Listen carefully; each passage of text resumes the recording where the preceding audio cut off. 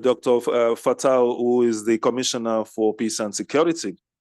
In the various interventions, I've highlighted the historical move of ECOWAS, the recurring problems inherited from colonization, and the urgent need to reinvent ourselves so that the community will be more pertinent, inclusive, and be focused on the people in the coming years. To come back into the highlights of the various interventions, Professor Olonisa King presented the 50th anniversary of ECOWAS as a unique opportunity to reimagine solidarity in the region. We should have standards of peace and integration, thanks to the collaboration of diplomats and civil society actors. She underscored the fact that West Africa is going through a lot of transition in terms of demography and technology, for which we need more commitment in order to rebuild the ECOWAS of peoples and ECOWAS for the future generations. In the 50th anniversary is an important stage. We need to look back before we are able to look ahead, affirming the collective need of all actors to maintain the promise of integration and community architecture. Dr. Moringa, the director of Codestria, talked about the continuous impact of colonialism on integration in Africa and West Africa in particular, and underscoring the fact that colonialism could be brief, but its impact is still very deep.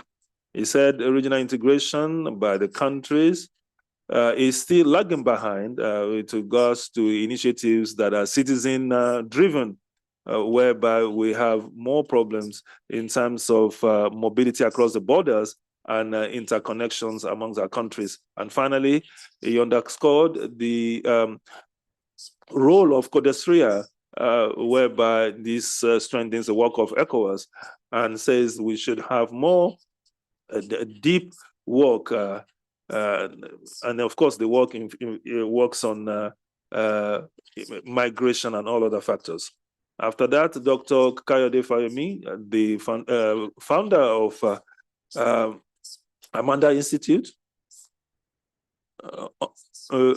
talked about the challenges of the organization. He noted that ECOWAS was a pioneer in having sub-regional norms in peace building and governance, but today it is facing a stagnation of internal development. And Dr. Fayemi touched on security challenges of the region and said we should have a more sophisticated approach to fight against poverty, inequalities, and the weaknesses of governance that are the structural problems leading to insecurity. Finally,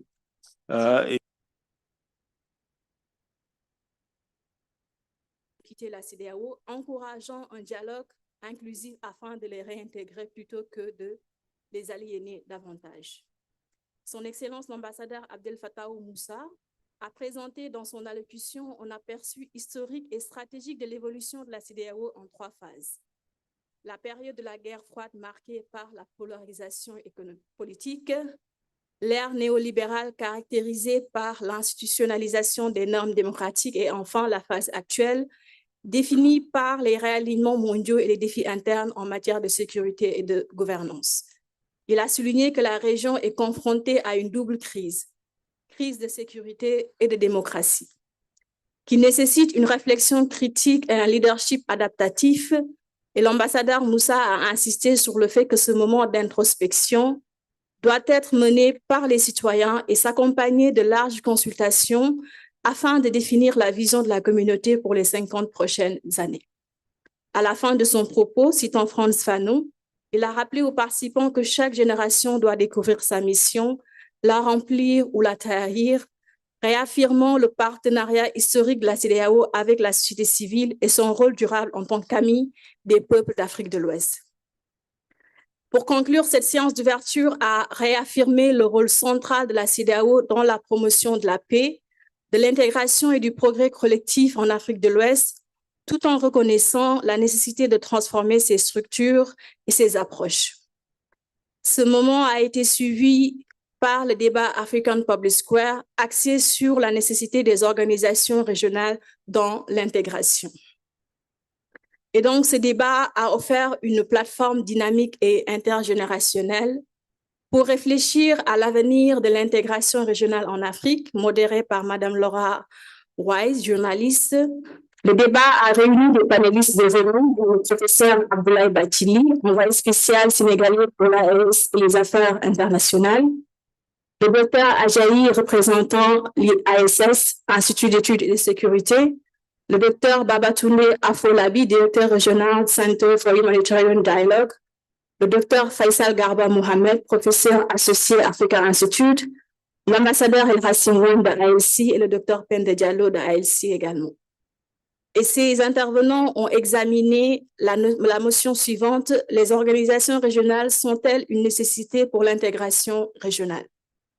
Leurs interventions ont porté collectivement sur les tensions entre l'intégration menée par les États et celle menée par les populations, les défis institutionnels et pratiques du régionalisme et les impératifs d'inclusivité et de réforme. Un aperçu rapide des principales interventions. Défendant la nécessité des organisations régionales, le professeur Abdoulaye Bathily a situé l'intégration dans un long continuum historique d'interconnexion africaine remontant au commerce et aux réseaux sociaux précoloniaux. Il a affirmé que les organisations régionales restent des cadres indispensables au progrès collectif, en particulier pour relever les défis structurels que sont l'instabilité politique, les disparités économiques et la dépendance vis-à-vis de l'extérieur. Il a donc appelé au renforcement des institutions régionales africaines afin d'amplifier la voix du continent dans la gouvernance mondiale et de consolider l'unité africaine grâce à une coopération et à des réformes soutenues. À sa suite, le docteur Ajaï a remis en question l'efficacité des institutions régionales qui ne reflètent pas, selon elle, les réalités vécues et les aspirations des citoyens africains. Elle a fait valoir que si la CEDEAO et d'autres organismes similaires existent en théorie, les lacunes dans leur mise en œuvre, la bureaucratie et l'hypocrisie politique sapent leur légitimité. S'appuyant sur des exemples frappants, allant du harcèlement à la frontière des détenteurs de passeports de la CEDEAO, aux contradictions dans les politiques de libre circulation, elle a soutenu que l'intégration a toujours été le fait des peuples et non des élites politiques. Le docteur Ajaï a conclu qu'une véritable intégration doit être fondée sur la confiance sociale et l'appropriation par les citoyens plutôt que sur des traités et des politiques et des protocoles que les dirigeants violent fréquemment. Le docteur Afolabi Babatunde a, lui, réaffirmé le rôle central de l'État dans les systèmes internationaux, décrivant les organisations régionales comme des extensions de la souveraineté étatique. Il a souligné notamment les réalisations concrètes de la CEDEAO, partant des protocoles sur la libre circulation, les interventions de maintien de la paix et les projets d'infrastructure. Il a fait valoir que de telles réalisations auraient été impossibles sans cadre institutionnel, affirmant que malgré ses défauts, la CEDEAO reste une structure essentielle pour la coopération et la prospérité partagée. Le docteur Faisal Garba Mohamed a présenté une perspective plus sociologique décrivant l'Afrique de l'Ouest comme un espace historiquement fluide, caractérisé par la mobilité, l'hybridité culturelle et les échanges économiques locaux. Il a souligné le rôle central des femmes et des jeunes dans le processus d'intégration informelle à travers le commerce transfrontalier et les réseaux sociaux. Il a tout de même exhorté les décideurs politiques à adopter un modèle d'intégration ascendante, reconnaissant le rôle actif des Africains dits ordinaires qui pratiquent depuis longtemps le régionalisme indépendamment des institutions formelles. L'ambassadeur El Hassim a apporté dans son intervention une perspective plus historique, rappelant les débats qui ont eu lieu lors de la création de l'Organisation de l'Unité africaine. Il a expliqué que les premiers architectes de cette unité avaient opté pour des regroupements sous-régionaux afin de faciliter la coopération économique, sociale et technique. Il a fait valoir que les cadres régionaux institutionnalisés restent essentiels, car ils fournissent une structure, mobilisent des ressources et établissent des règles communes. Tout en reconnaissant le caractère transitoire de l'intégration, il a souligné que cette intégration économique et l'institutionnalisation doivent aller de pair pour réaliser les aspirations du continent vers la prospérité. Et enfin, la dernière intervenante, Dr Penda Diallo, a soulevé 3 questions cruciales concernant l'exclusion des populations rurales, l'insuffisance des connexions régionales et le paradoxe des ressources en Afrique de l'Ouest.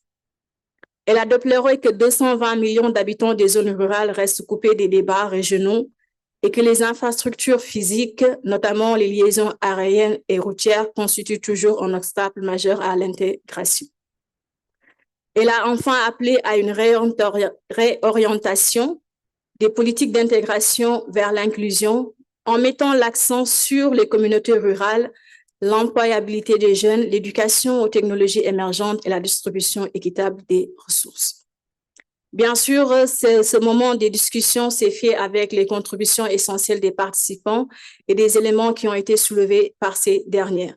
Et au cours de cette discussion ouverte, les participants ont réaffirmé pour la plupart le rôle central des institutions régionales comme la CEDEAO dans la sauvegarde de la paix et de la promotion de la solidarité. Avec des exemples de la Gambie, du Togo, Sierra Leone, où les participants ont souligné le rôle de la CEDEAO dans la résolution des conflits, notamment dans la prévention de la violence pendant la crise politique en Gambie. Le professeur Ibrahima Kane du Sénégal a appelé à revitaliser le concept de citoyenneté régionale et de créer des canaux plus accessibles pour la participation des citoyens aux affaires de la CEDEAO. Et les différents contributeurs ont quand même tenu à souligner que les institutions régionales restent indispensables, mais il faut que ces institutions soient solides et que même si des réformes sont nécessaires de toute urgence pour garantir qu'elles servent les intérêts de la population plutôt que ceux des élites politiques.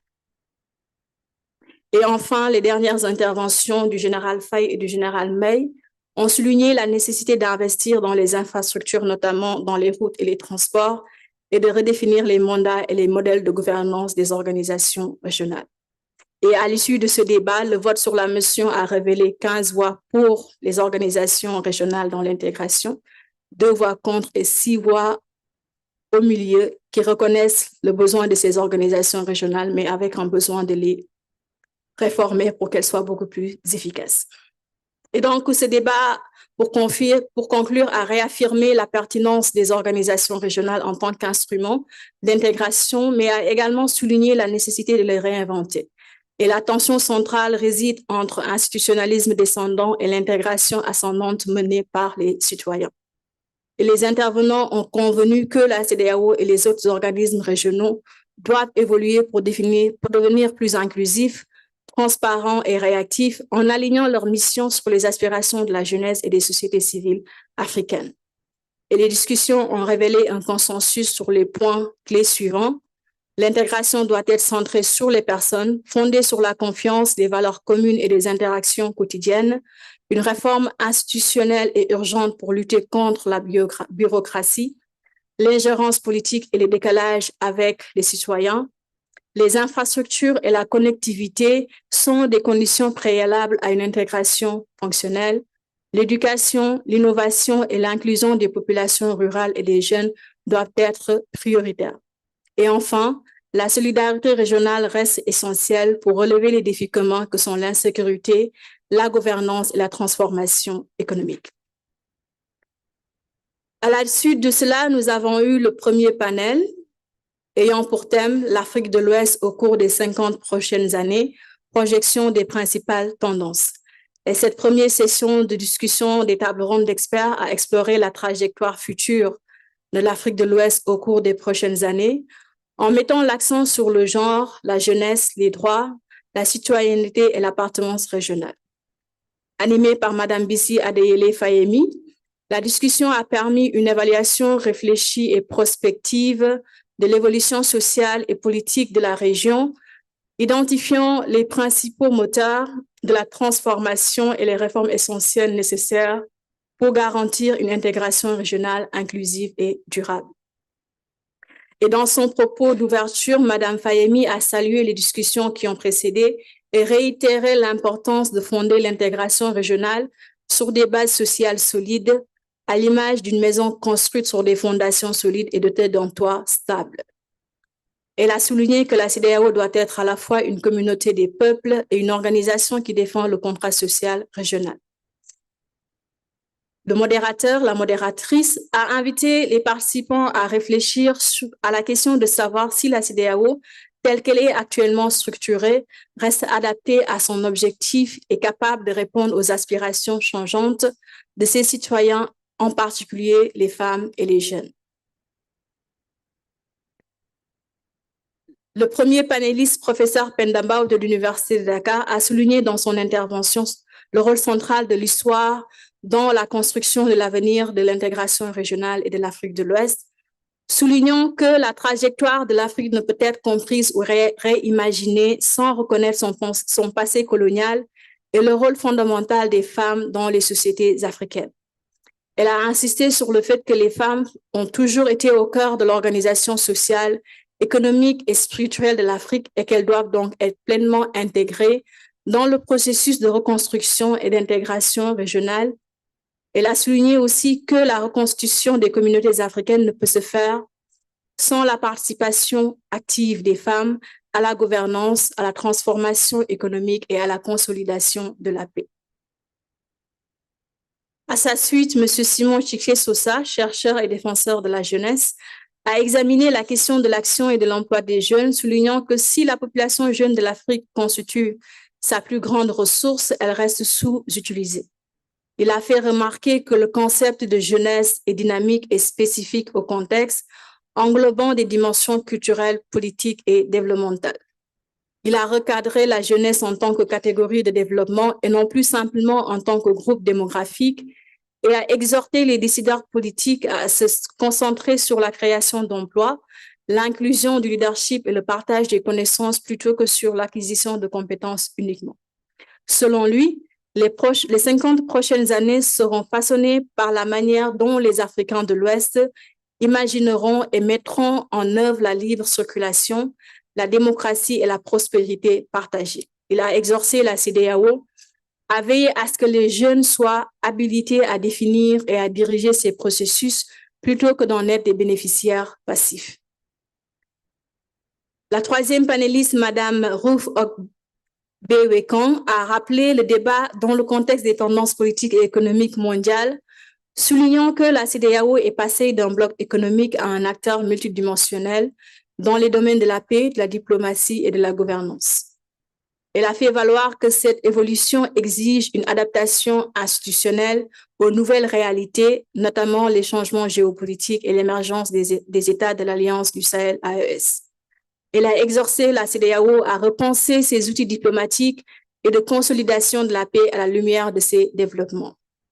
Elle a également soulevé la question cruciale de la justice réparatrice, s'alignant ainsi sur l'appel lancé depuis plusieurs années à l'Union africaine en faveur de la restitution et de la réparation des injustices historiques. Elle a donc exhorté la CEDEAO à adopter une position proactive dans ce domaine et s'attaquer à la gouvernance des ressources, à la dette et à la justice fiscale afin de rétablir la souveraineté économique de la région. Bien entendu, ces interventions ont été suivies de réflexions en plénière avec des interventions de l'auditoire et des participants qui ont apporté des contributions et mis en évidence la diversité des préoccupations et des aspirations, parmi lesquelles un besoin de renouvellement du leadership et responsabilité démocratique, une éducation et partage des connaissances. Plusieurs intervenants ont appelé à une refonte des systèmes éducatifs afin de promouvoir la pensée critique, la conscience civique et la connaissance de la CEDEAO auprès des jeunes. Inclusion et équité, les intervenants ont souligné que personne ne peut être en sécurité ou prospère tant que tous les habitants de la région ne bénéficient pas d'un accès égal aux opportunités. Et donc, la future CEDEAO doit donc garantir l'inclusion des femmes, des personnes handicapées et des groupes marginalisés. Et enfin, technologie et gouvernance. D'autres participants ont souligné que la transformation numérique, l'intelligence artificielle et le changement climatique seront des forces clés qui façonneront la gouvernance dans les décennies à venir, nécessitant un leadership adaptatif et des cadres politiques innovants.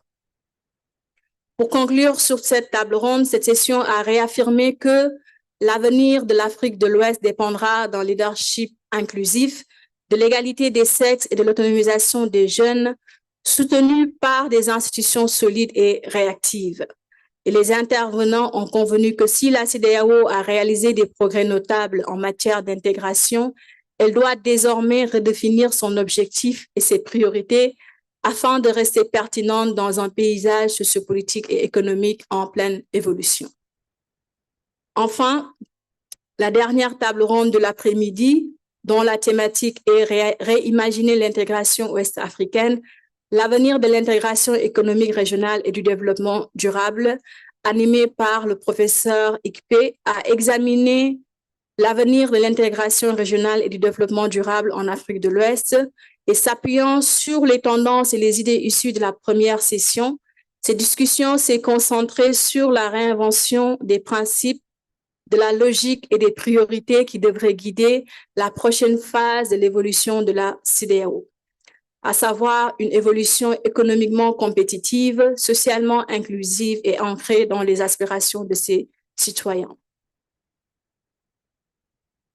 Dans son intervention, le Dr Faisal Garba Mohamed, intervenant de ce panel, a examiné l'intégration du point de vue de la structure sociale, du pouvoir et de la distribution, affirmant que l'avenir de l'Afrique de l'Ouest dépend de la manière dont la région relèvera les défis clés liés à l'alimentation, à l'accès à l'eau, à l'énergie et à l'emploi.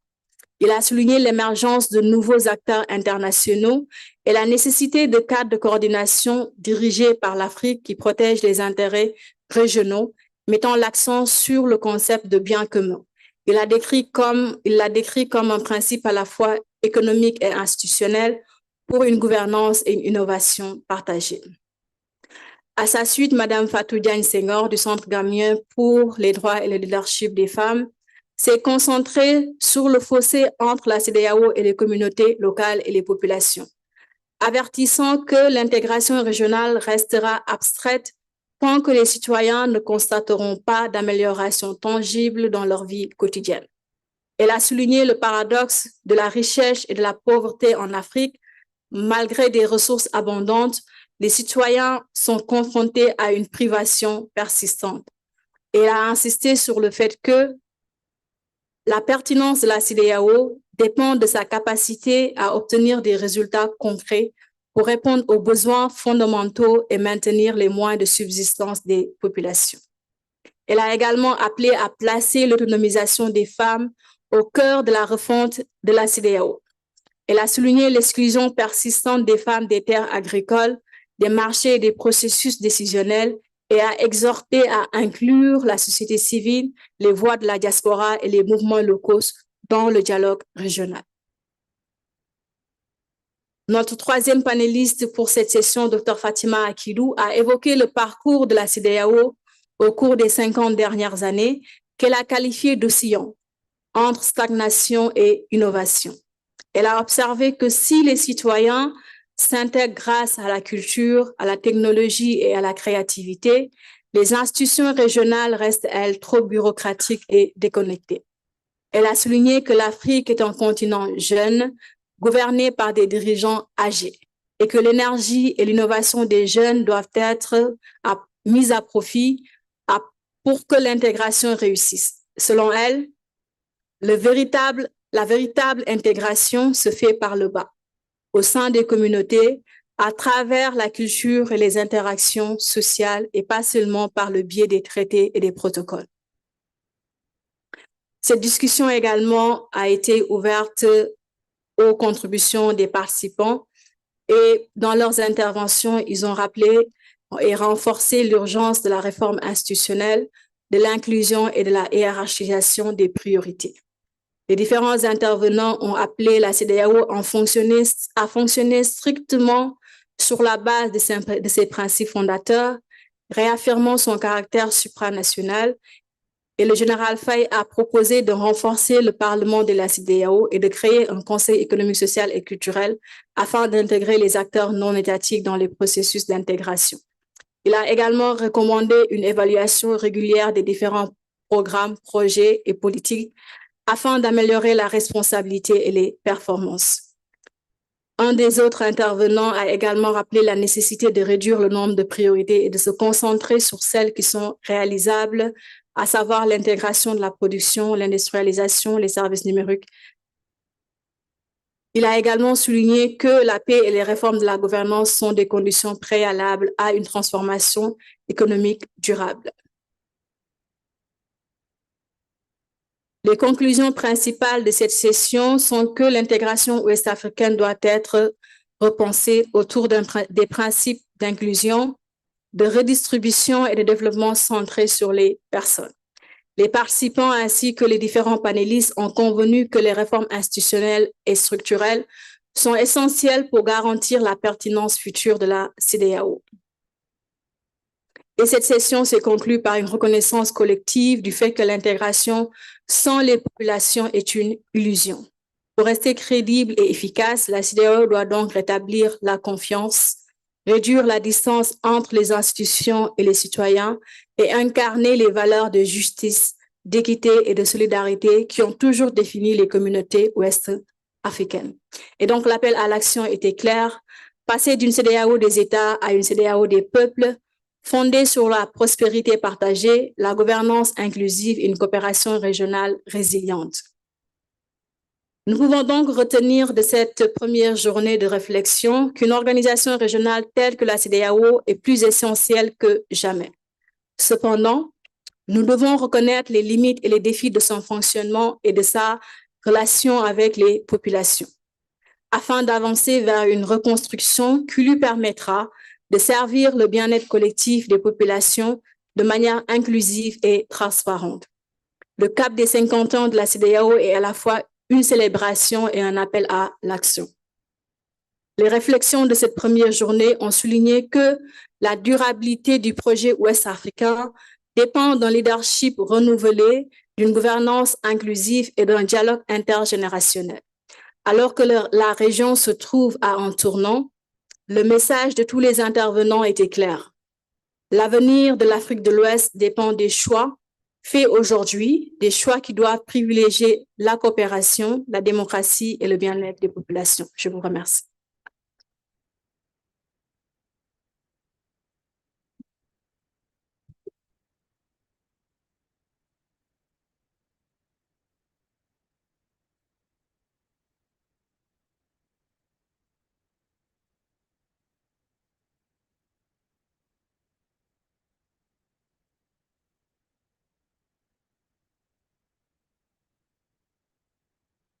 Please, can we give her another round of applause?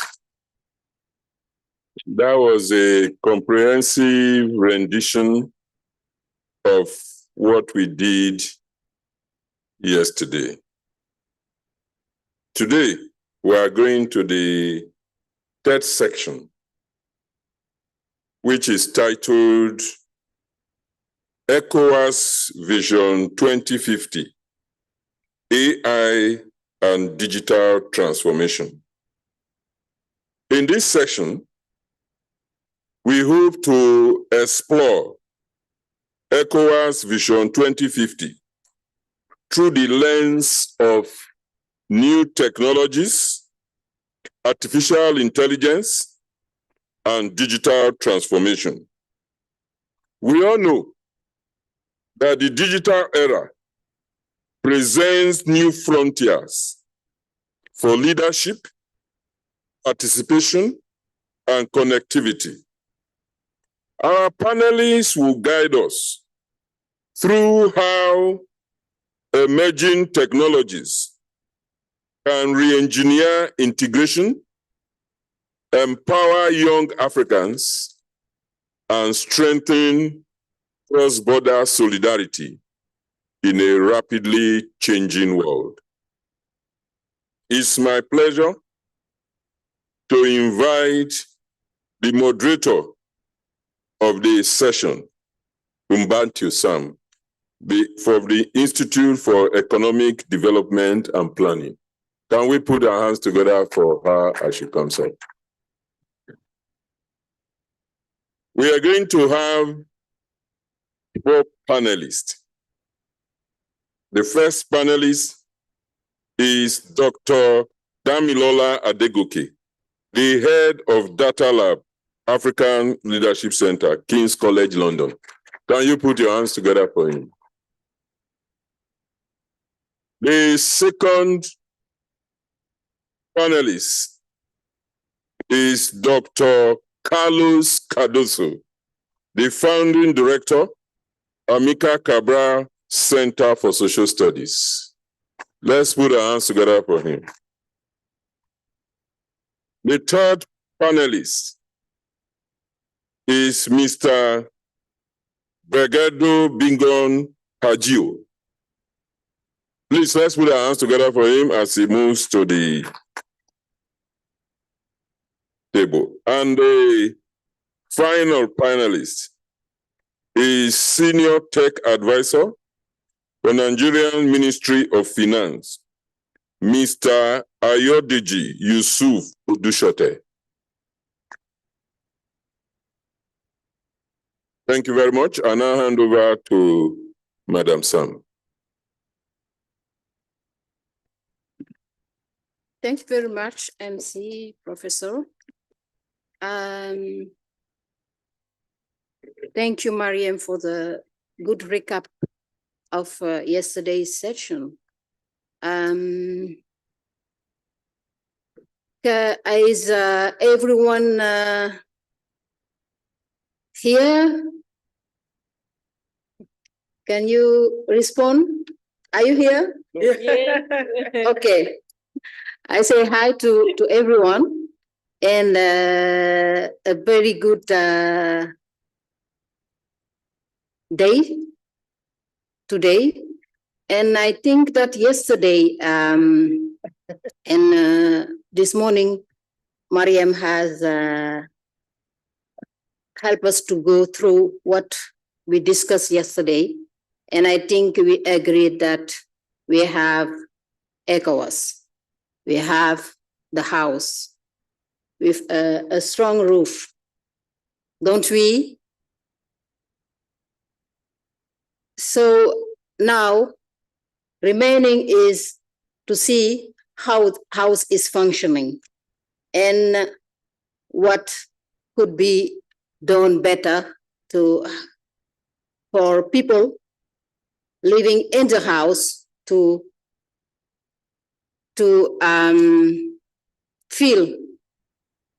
feel home and feel safe. Thank you. I will switch in French and invite our panelists to go through what they the questions I will ask them, and discussions that they will set the scene for the discussions too. Merci beaucoup tout le monde. Avant d'aller à la session, je voudrais dire que la CEDEAO n'est pas seule dans ce monde. Et c'est un monde qui est secoué par certaines dynamiques perturbatrices qui n'épargnent aucune région, qui n'épargnent personne. Maintenant, qu'est-ce que la CEDEAO fait dans ce monde qui est victime de dynamiques perturbatrices, mais aussi de dynamiques dont le potentiel de développement est là. Le potentiel de développement est là qu'il faut saisir. Et ce qui nous mène au sujet de notre session d'aujourd'hui, qui est de la vision 2050 de la CEDEAO face aux nouvelles technologies, l'intelligence artificielle, la transformation numérique, la communication et les réseaux sociaux. Maintenant, ce sont là des domaines et des phénomènes qui bouleversent toutes les logiques, qui peuvent bouleverser des acquis qui peuvent bouleverser des a priori, qui peuvent en quelque sorte, bref, bouleverser l'ordre des choses. La CEDEAO est à un moment important de son développement, caractérisé par ce contexte unique. Et ce contexte n'est pas seulement unique dans le sens du sujet d'aujourd'hui, mais aussi ça s'accompagne d'une dynamique démographique, d'une urbanisation rapide, des risques climatiques, comme certains l'ont souligné hier. Et ces aspects seront abordés aujourd'hui durant ce panel. Et pour lancer la discussion avec les panélistes, quelques questions devront diriger les discussions. Et pour commencer, on va s'organiser. Je vous donne la parole pour 6 minutes en premier, chacun, pour tenter de répondre à la question sur ce qu'on constate sur les attitudes des futurs leaders et des générations d'Africains de demain concernant l'intelligence artificielle, les nouvelles technologies, les réseaux sociaux et l'engagement régional, pour l'engagement régional et transnational. Et quels enseignements en tirer au profit de la CEDEAO. Je vais commencer par Dr. Damilola. Yes. You have the floor.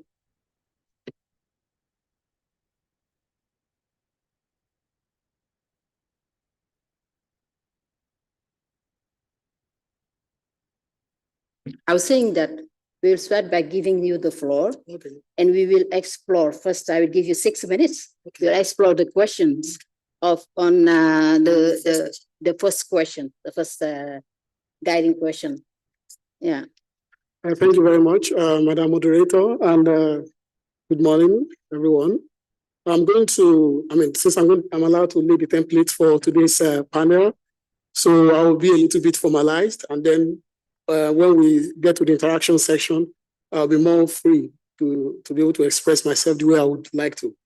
Yeah, so the question is, what observations are apparent in the attitude and approaches of future leaders and next generation Africans to the use of AI, new digital technologies and social media for regional and transnational engagement? What lesson do these offer a future class of people? Now my response. Next generation West Africans exhibit a dynamic context-driven engagement with digital technologies. Far from being passive consumers, they are active co-creators who deploy mobile phones, social media, intelligent tools as instruments of agency, economic opportunity, and civic expression. For many young West Africans, digital access is not optional.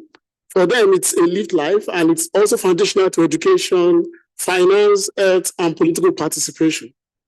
Social media has emerged as a transnational public sphere where movements like the Fix the Country in Ghana, Josu Fatou in Senegal, and NSAS in Nigeria catalyze cross-border conversations on justice, governance, and identity.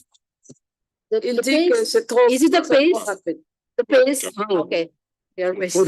All right. Sorry. Yeah. So, okay, I'll very slow now. Next generation West Africans, I was saying, they exhibit a dynamic, context-driven engagement with digital technologies that, unlike what most people assume, that they are not merely passive consumers, they are active co-creators and what we can call prosumers. That is, they both produce and consume at the same time. So they are active in that regard. And they deploy these digital technologies, whether it's AI, social media, mobile phones, or any form of intelligence systems that they use as instruments of agency, economic opportunity, and civic expression. And for these young West African, digital access is for them is a way of life, is a culture. It's not optional, and it's foundational to their own cultural experience. As creators, they are very creative, and they've contributed immensely to the creative economy. But most times, people frame them, and most scholars frame them in the kind of conflictual nature and in their own political. When you talk about youth and social media or digital technologies, conversations tend to move towards political activism and participation. Social media has emerged as a transnational public sphere where movements like the Free the Country in Ghana, the hashtag Josu Fatu in Senegal, and the NSAS movement catalyze cross-border conversations around justice, governance, and identity. This digital activism fosters a nascent or emergent regional consciousness that challenges inherited colonial boundaries and imagines a shared West African future. This generational shift also reflects what scholars describe as post-situationalism.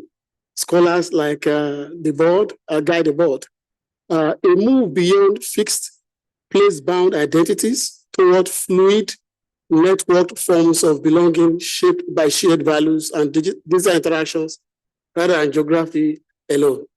Though I have a specific reservation around that because it also creates a form of, because it's framed the public, social media framed the public as social spectacle. And in that regard, so it gives the feeling that you are actually doing something, participation and a sense of representation that are manufactured in this sense are not real. And then a sort of illusory agency where people feel that when they reshare or they retweet certain hashtags, they feel that they are participating and they are engaged and they are doing something meaningful. So, and these fast food technologies or approaches to intervention make people think they have done a lot when they have not actually done much in that regard. So social media enables West African youths to inhabit multiple overlapping communities simultaneously, and the students in Lagos mobilize with activists in Ouagadougou over police brutality. We've seen that, I think, this week when the young Kenyans went to Tanzania border to say they want to join the Tanzanian people in protest. So, yeah, so, and also not only over police brutality, but collaborate with developers in Dakar on an open source app. This post-situational consciousness dissolves rigid national silos and fosters a relational issue-based solidarity that is both deeply personal and transnational. For ECOWAS, this signals a profound opportunity. The community of peoples is no longer a distant ideal, but an emergent reality being lived daily in digital spaces. The challenge, therefore, lies not in creating regional unity from scratch, but in recognizing, legitimizing, and structurally supporting the collective practices already underway. So yet, this organic solidarity operates within a fragile ecosystem, global platform, designed for profit, not public good, often amplifying misinformation and extract data without accountability.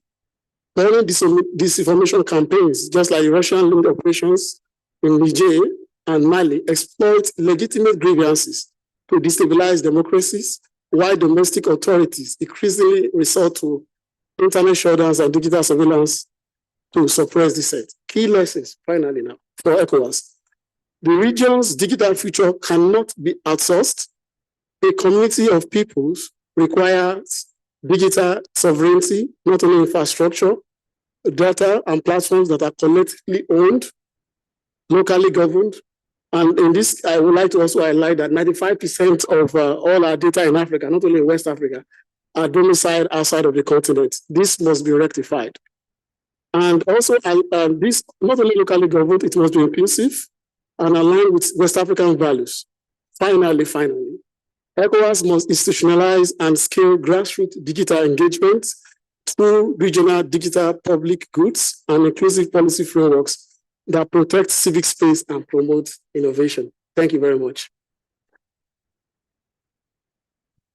Thank you very much, Doctor. You gave your perspective, and thank you for that. We can keep there that there's an emerging reality offered by technologies, intelligence, artificial intelligence, and it brings solidarity among people in ECOWAS and can be, but for ECOWAS, there's an issue, there's a risk of sovereignty that should better be looked at.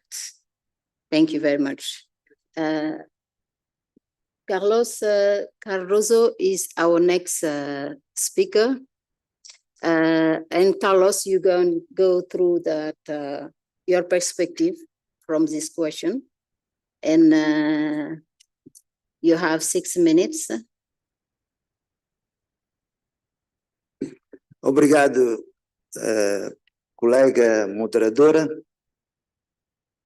Eu gostaria de começar esta breve intervenção onde nós terminamos ontem e acabamos de ver e ouvir, nomeadamente, o resumo daquilo que nós estivemos a debater ontem.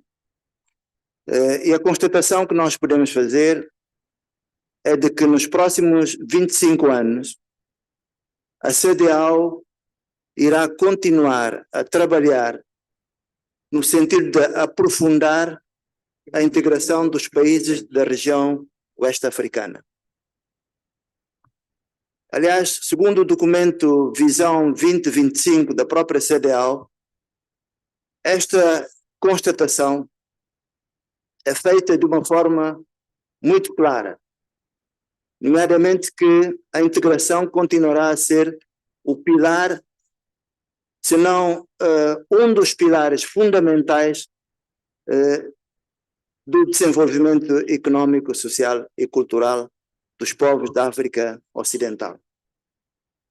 Eu diria que, decorridos que foram 50 anos de existência e tendo em conta o capital de experiência e de conhecimento acumulados, ouso dizer que a CEDEAO não só será fundamental e indispensável à integração regional, como sobreviverá a esta integração.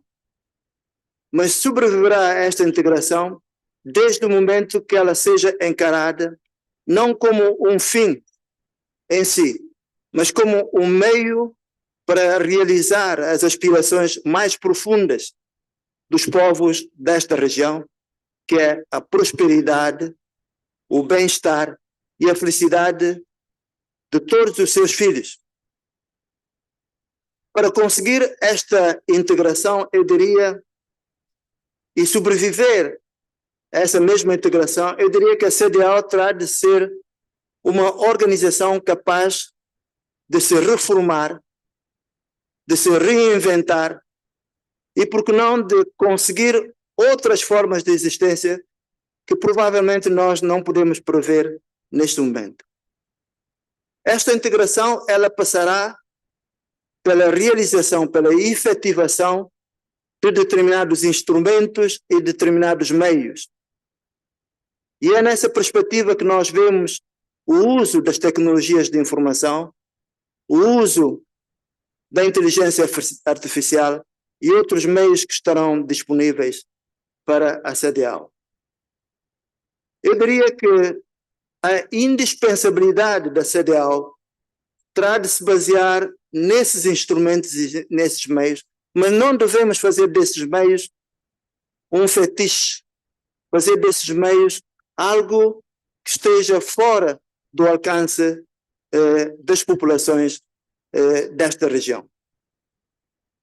Dizia eu que, se nós revisitarmos a visão 2050 da CEDEAO, nós vamos ver que foram retidos certos temas de desenvolvimento que tornarão indispensável o uso das novas tecnologias de informação. Se nós atentarmos, por exemplo, ao primeiro tema sobre a demografia, o capital humano, ou o segundo tema sobre o meio ambiente e os recursos naturais, ou se quisermos tomar o terceiro tema, que diz respeito à governação e à segurança e à paz, nós vamos ver que temos indispensável esses instrumentos. É certo que o uso que nós vamos fazer desses instrumentos e desses meios será certamente terá um ritmo diferente. Cada país imprimirá um certo ritmo à utilização dessas tecnologias.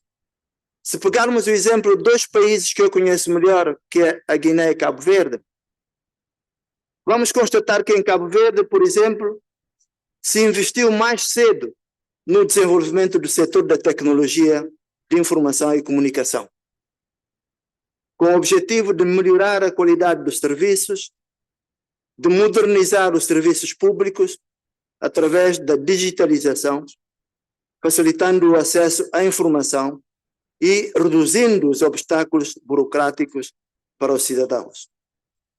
Na Guiné-Bissau, o que nós vamos constatar é que só recentemente este país concluiu o diagnóstico da economia digital. Um diagnóstico que faz o balanço dos desafios e das oportunidades nas 5 áreas fundamentais da economia digital do país. Portanto, quer dizer que a forma como cada país da CEDEAO participará ou tirará proveito deste esforço será certamente diferente. Na África Ocidental, para voltar ao tema principal deste painel, eu diria que na África Ocidental as gerações mais jovens demonstram atitudes favoráveis e abordagens distintas que são justamente diferentes, eu diria, em relação ao uso das tecnologias digitais comparativamente às gerações mais antigas, eu diria até comparativamente às culturas institucionais e de governança mais antigas, mas que são vigentes ainda hoje. Na geração mais jovem, nós constatamos um otimismo tecnológico e inovativo, digamos assim, no seio dos jovens, das populações mais jovens. E esses jovens veem a inteligência artificial como as ferramentas digitais que vão contribuir para empoderar essa juventude e não como ameaças. Nós vamos ver que essa nova geração está a utilizar essas tecnologias para superar barreiras estruturais, nomeadamente no empreendedorismo, na educação e na participação cívica. Eu poderia citar alguns exemplos do meu país onde há todo um movimento no sentido de aproveitamento dessas tecnologias para empoderar justamente essa juventude. Os startups que foram mencionados aqui, existentes em Lagos, em Accra, em Dakar e Abidjan, que estão a desenvolver soluções com a inteligência artificial voltadas a contextos locais, é exemplo cabal dessa atitude que foi caracterizada aqui pelo meu colega como uma atitude ativa, uma atitude, eu diria até proativa relativamente à utilização destas tecnologias de informação. Nós podemos dizer que hoje em dia assistimos àquilo que podemos considerar como a consciência cívica digital por parte dessas novas gerações. As redes sociais tornaram-se plataformas de solidariedade regional. Os jovens líderes utilizam esses espaços para mobilizar, debater e moldar narrativas sobre a governança e sobre a mudança climática e inclusão. Podemos falar de identidades digitais transnacionais muitos jovens se percebem como afropolitanos ou como africanos ocidentais antes de se considerarem como nacionais. Portanto, quer dizer que estamos numa situação, numa configuração em que as fronteiras se esbatem, em que as fronteiras nacionais se estão diluindo, justamente para criar novas comunidades digitais.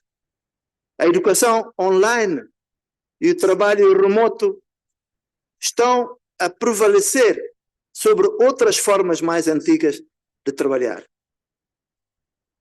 Mas também existe uma consciência crítica sobre os riscos digitais.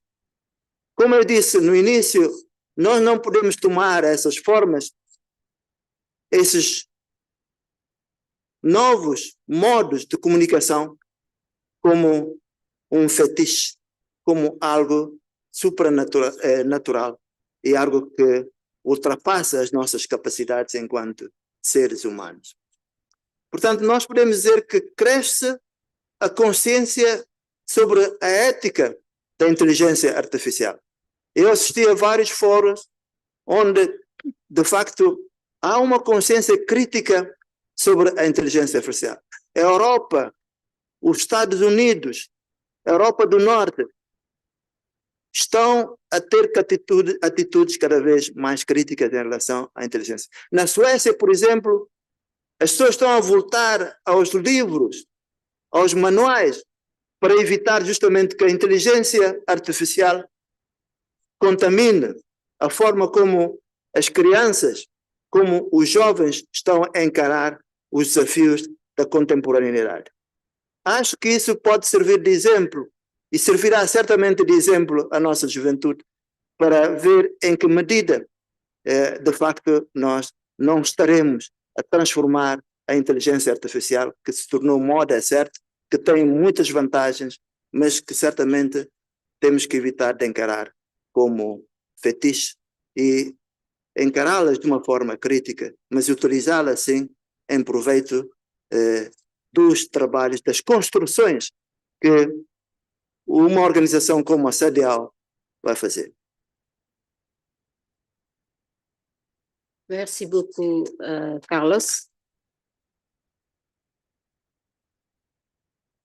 Merci beaucoup, Carlos. Je pense que tu es revenu comme le premier intervenant sur le potentiel et les risques, les défis pour la CEDEAO, les opportunités offertes et l'attitude spécifique de jeunes, des futurs leaders de la CEDEAO, l'opportunité en matière de civisme, de renforcement du civisme, l'utilisation dans l'éducation et le travail, certaines facilités que ces outils offrent. Je vais donner la parole à M. Hadjiou, qui a travaillé dans la transformation numérique et aussi qui a un background de journalisme. Donc, merci beaucoup. M. Hadjiou, vous avez la parole pour adresser tes points de vue sur la première question qui parle de l'attitude systématique des futurs leaders et de l'utilisation de ce et les enseignements que la CEDEAO peut en tirer. Merci beaucoup, Madame la modératrice. En faisant, bon, ce matin déjà, en consultant un peu l'actualité, je suis tombé à nouveau sur un article sur un compatriote béninois qui est basé en Côte d'Ivoire, Alain Kapochichi, qui a mis en place dans ce pays le premier smartphone africain qui permet de parler plus de 50 langues africaines via l'intelligence artificielle. Et je me suis dit qu'il y a quand même de l'espoir dans la sous-région pour le numérique. Donc, les choses avancent. Peut-être qu'il faut regarder un peu le contexte dans lequel nous évoluons aujourd'hui, l'Afrique de l'Ouest se débat, comme on l'a vu hier dans les discussions, avec ses frontières physiques et politiques qui freinent peut-être la coopération et la mobilité, alors que dans le même temps, on voit que les frontières du monde se déplacent aussi de plus en plus vers le virtuel. Les États eux-mêmes se dématérialisent. Au Bénin, par exemple, on peut voir que les administrations deviennent de plus en plus numériques, les échanges deviennent virtuels. Vous avez aujourd'hui plus de 1000 services qui ont été digitalisés dans le pays et 210 totalement dématérialisés avec délivrance des documents en ligne. Mais ce qu'il faut remarquer, globalement, c'est un exemple, mais dans la sous-région, on a des approches strictement nationales qui ont montré leurs limites. Du fait des marchés qui sont restreints, des disparités, notamment au niveau des réglementations et de la fiscalité. Et on se demande ce que devient le projet de la CEDEAO d'unifier les politiques en matière de technologie de l'information et de la communication afin de réduire la fracture numérique et favoriser un développement harmonieux de la sous-région. Si on recherche un peu, on voit qu'il y avait déjà des projets par le passé, projet ECOWAS, réseau à grande distance de la CEDEAO, qui était une plateforme d'e-gouvernance pour interconnecter les institutions, les agences et les gouvernements de la région. Est-ce que la CEDEAO a pu finaliser ce projet-là? Il y avait aussi le fait d'envisager quand même la création d'une société informatique régionale de la CEDEAO. Donc, on voit quand même que par le passé, la CEDEAO pas vraiment intéressé à ces questions, continue de s'intéresser à ces questions. Et il y a 10 ans de cela, quand on était en train de fêter les 40 ans de la CEDEAO, moi, je suis encore tombé sur un document où on évaluait déjà les progrès de l'intégration régionale en Afrique de l'Ouest. Et quand on consulte un peu ce document-là, on voit que la connexion de la région au réseau international mondial par le biais des câbles sous-marins a déjà commencé par là. Et nous, ce sursaut, les progrès au niveau des États ne seraient peut-être pas là où ils en sont aujourd'hui. Mais globalement, pendant que aujourd'hui, on peut le dire, la CEDEAO cherche encore un peu son modèle d'intégration numérique, notamment avec l'intelligence artificielle qui est rentrée dans le jeu. Et c'est précisément là qu'intervient peut-être la question du leadership. Et pour les 25 prochaines années, nous aurons peut-être besoin d'un leadership transformationnel, inclusif et souverain. Transformationnel d'abord, parce qu'il faut des dirigeants capables, non pas seulement pour adapter les États aux nouvelles technologies, mais réinventer notre manière de gouverner.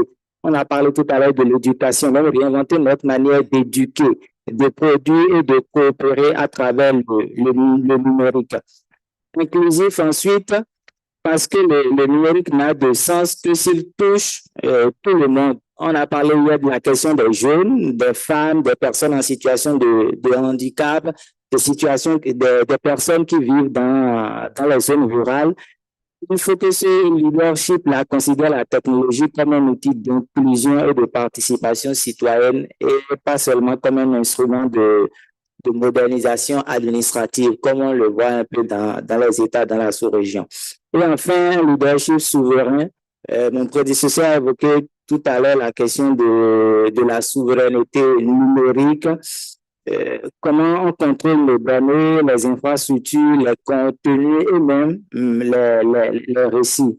Donc, nous devons aujourd'hui construire une CEDEAO de la cyber-souveraineté capable de protéger ses citoyens, de défendre ses intérêts numériques sur la scène mondiale. Bon. Peut-être pour finir, la modératrice m'a lancé un peu la balle au bon tout à l'heure en soulignant mon passé de journaliste et j'aimerais dire que depuis un moment, moi, je travaille avec Wati, qui est le think tank citoyen pour l'Afrique de l'Ouest. Pour Wati, nous avons lancé cette année, par exemple, un concept nouveau que nous avons baptisé un concept de dialogue virtuel Wati et vous.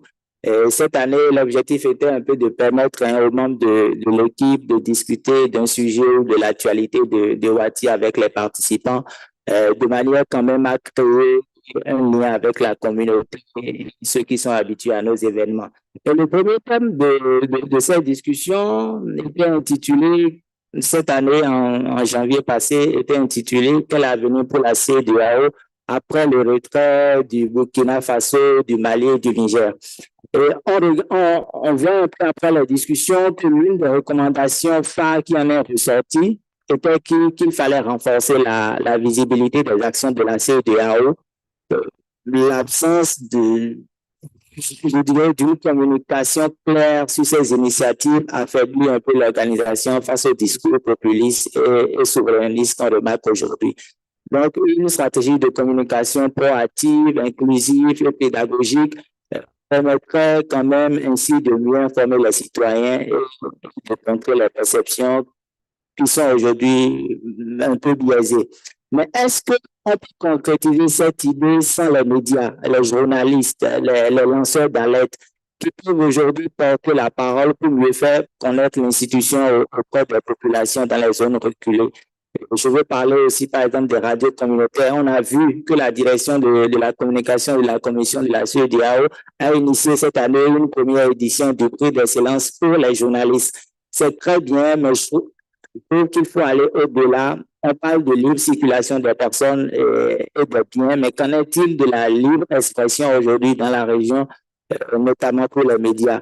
Le dernier classement de Reporters sans frontières qui a été publié en 2025 montre quand même que dans la région de l'Afrique de l'Ouest, on enregistre une chute marquée dans un contexte de montée des régimes autoritaires.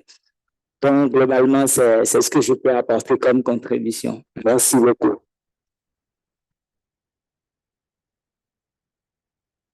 Merci beaucoup, M. Agirou. On voit que vous avez empiété un peu sur les questions de leadership.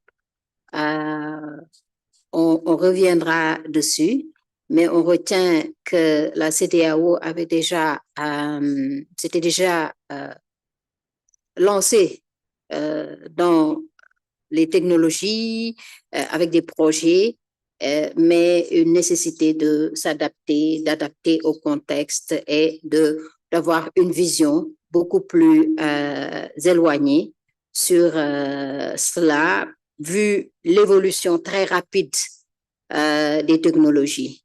Le degré de pénétration, comme l'a dit aussi Dr. Damilola, n'est pas le même au sein des peuples, mais travailler sur l'accès pourrait aussi être bénéfique, non seulement pour mieux communiquer, mais aussi pour pouvoir communiquer dans un sens qui devrait aider la CEDEAO et les peuples à arriver aux objectifs de développement visés en tirant parti de ces nouveaux outils. Là, je vais interpeller Monsieur Odussoté, qui viendra avec un point de vue gouvernement sur la question des attitudes des futurs leaders et des leçons, des enseignements que la CEDEAO pourrait en tirer. Merci beaucoup. Monsieur, vous avez la parole. Odussoté. All right. Thank you very much, and good morning. My name is Ayode Odussoté. We have a very interesting topic before us, and that is reimagining West African integration in the digital age. I have a couple of notes in front of me, but also has listened to my co-panelists, a couple of thoughts, rushing through my mind. One of them is to really ask the position that we have as West Africa in the digital space in itself. And when I say that, what I have observed by myself is that we have a lot of consumerism, tokenism, rather than real productivity. When you look at, when you look at the top 10 unicorns, tech unicorns in Africa, Nigeria has 5 of that. And 5 of those are actually based in Lagos. But when you check the portfolio of all of the unicorns, it's all consumerism. And for me, it begins to beg the question as to the digital future of West Africa and Africa at large. So yes, we make money. Economics is at the base of everything. When you go through the Maslow hierarchy of needs, you would see why money, wealth, and all of these are important.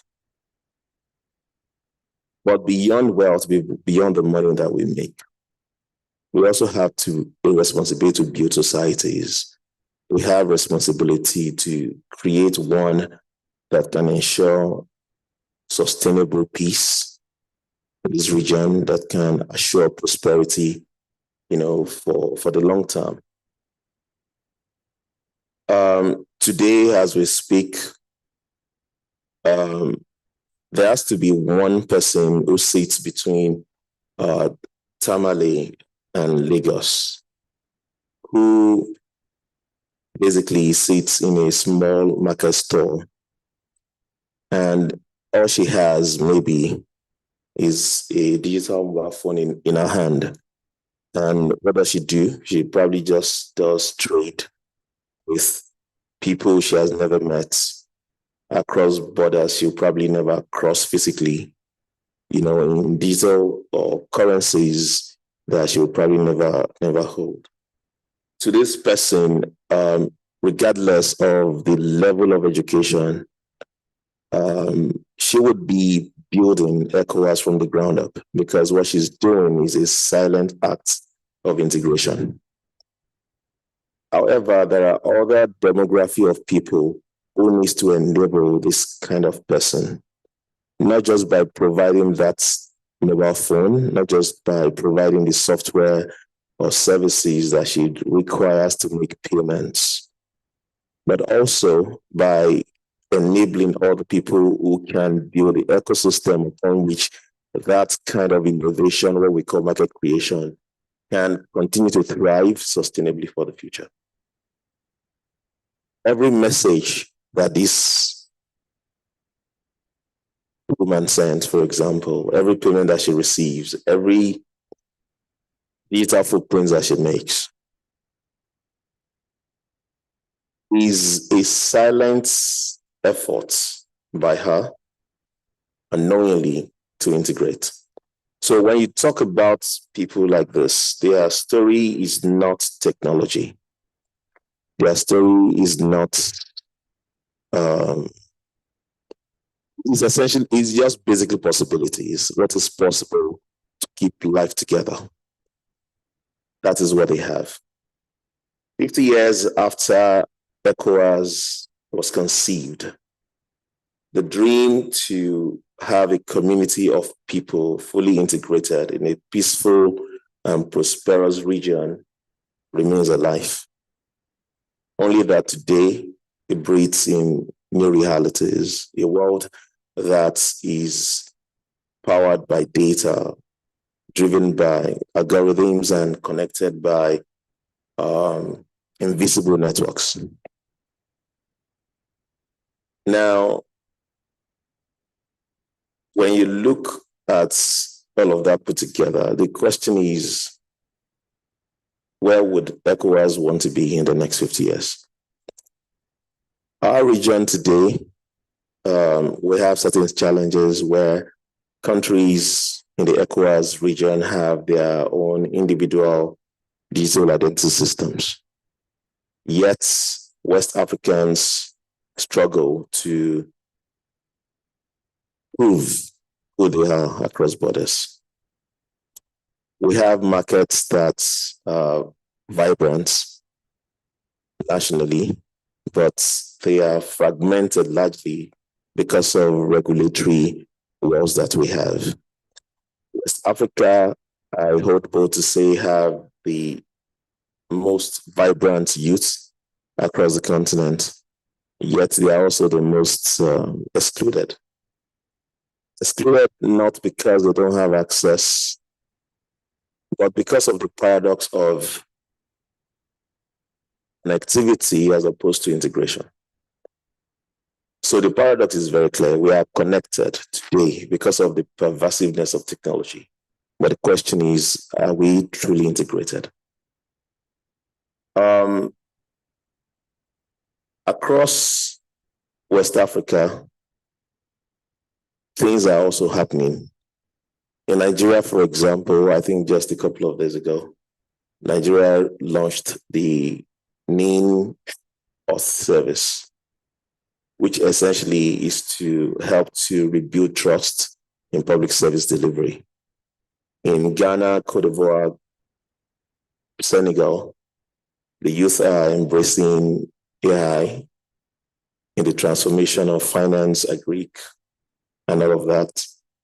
In the Gambia and Sierra Leone, social media particularly have become a marketplace and also a civic platform where they express themselves. But when you talk about things like artificial, there's a lot to say. When you talk about things like artificial intelligence, for example, artificial intelligence has the power to help us detect fiscal shocks before they disrupt economies. They have the ability to help us detect food shortages before they occur. They also help us to personalize our experience when it comes to service delivery, health, and all of that. But then I ask the question, is this how we are using it in West Africa? So it goes back to where I started from. Tokenism, consumerism, rather than real productivity. Money can be made, yes. But by the time you look at the basis of all of that, the question you're asking yourself, do we really have the foundation in West Africa? What is continuous revolution or innovation or even productivity?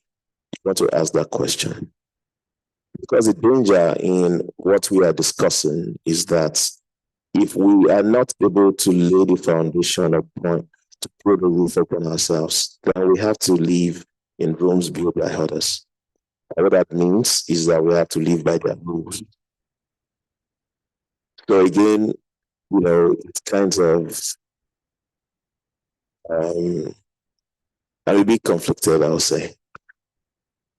Africans, so the question is, again, what are the observable attributes and behaviors, for the future people of ECOWAS?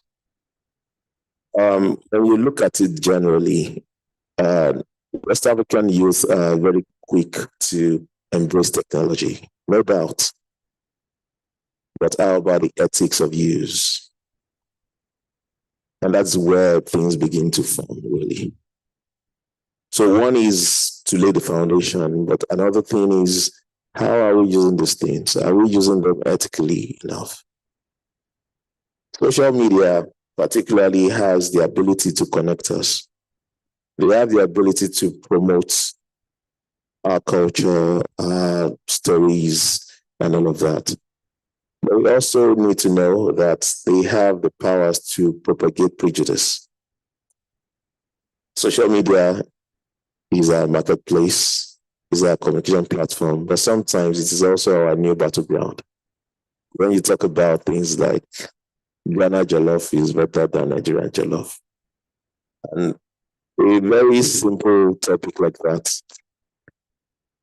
citing vitriolics all over social media, creating enmity sometimes, for people who do not have the ability to discern that statement, what I mean. So it is a lot of stuff that I here to unpack. Some observation. Most of West Africa are digital natives and they're optimistic. They are not waiting for anyone to tell them what to do. They're not waiting for our permission. They're just moving on. But what that means to us as leaders is that we have to guide. We have to be many notches ahead. We have to be steps ahead to guide. We have to invest in education, for example. And when I say education, I mean digital education, where we can actually build from the foundation and take ourselves away from the clutches of what is out there, because they help to also, whether we like it or not, shape the kind of culture, kind of news, the kind of beliefs that we share. And that's important for us to do. We have borderless imagination, and this just means that this generation operates more regionally than nationally.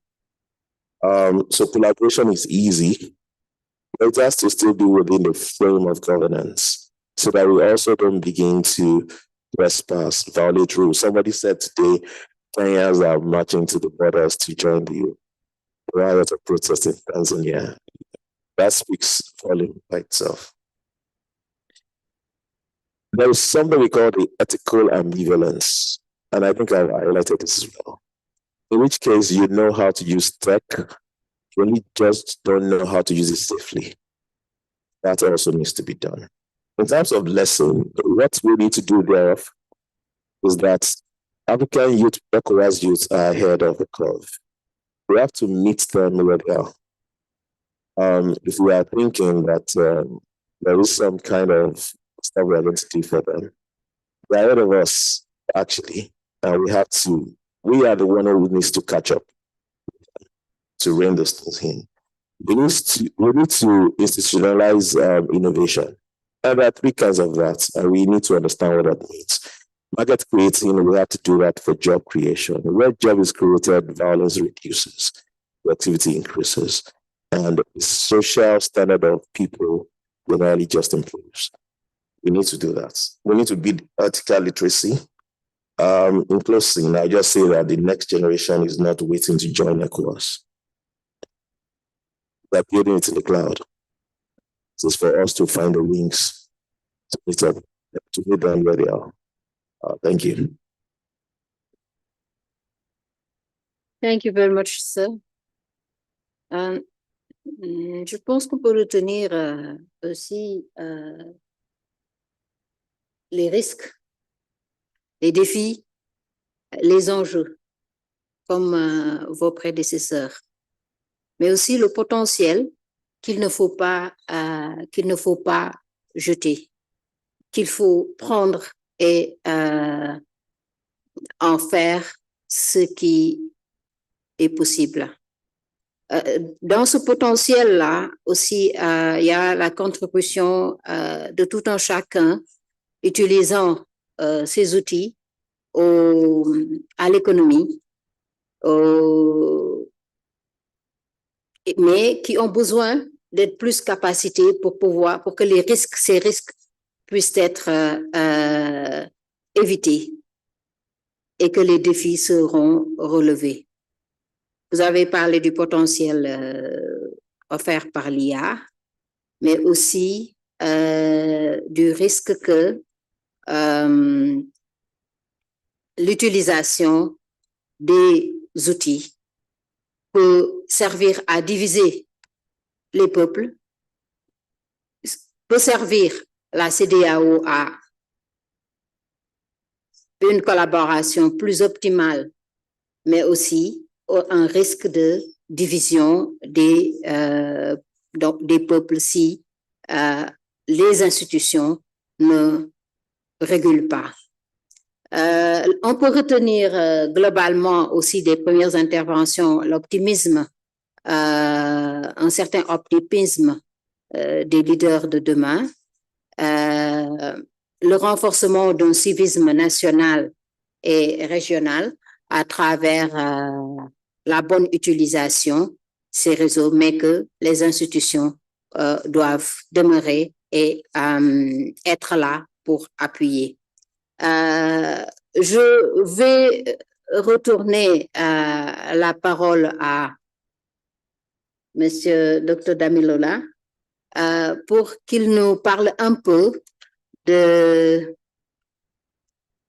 futurs, de ce que le leadership, de ce que le leadership peut apporter. Quel type de leadership faut-il alors aussi, et pour que ces outils, ces technologies puissent servir la CEDEAO pour les 25 années à venir. La CEDEAO l'a déjà prise en compte dans sa vision, mais la façon dont ça a été pris en compte, du point de vue, comment, est-ce que c'est quelque chose qui, ça a été pris en compte de sorte que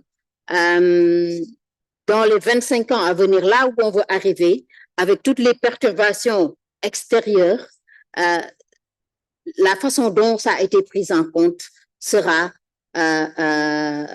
pourra servir à atteindre les objectifs de cette vision. Je vous redonne la parole. Vous avez 3 minutes et ensuite, just 3 minutes. Thank you very much. Thank you very much, Madam Moderator. Yeah, so yes, for the next 25 years, in a way, in agreement with the last speaker and some of the other previous speakers, I think I don't want to say I'm optimistic totally. I'm a little bit hesitant when it comes to AI and social media and some of these technologies. Partly because when we talk about AI, for instance, artificial intelligence, whose intelligence are we talking about? Whose knowledge system, whose epistemologies are we talking about? Because every technology, whether it's gunpowder, it's steam engine, they are incubated within specific cultures.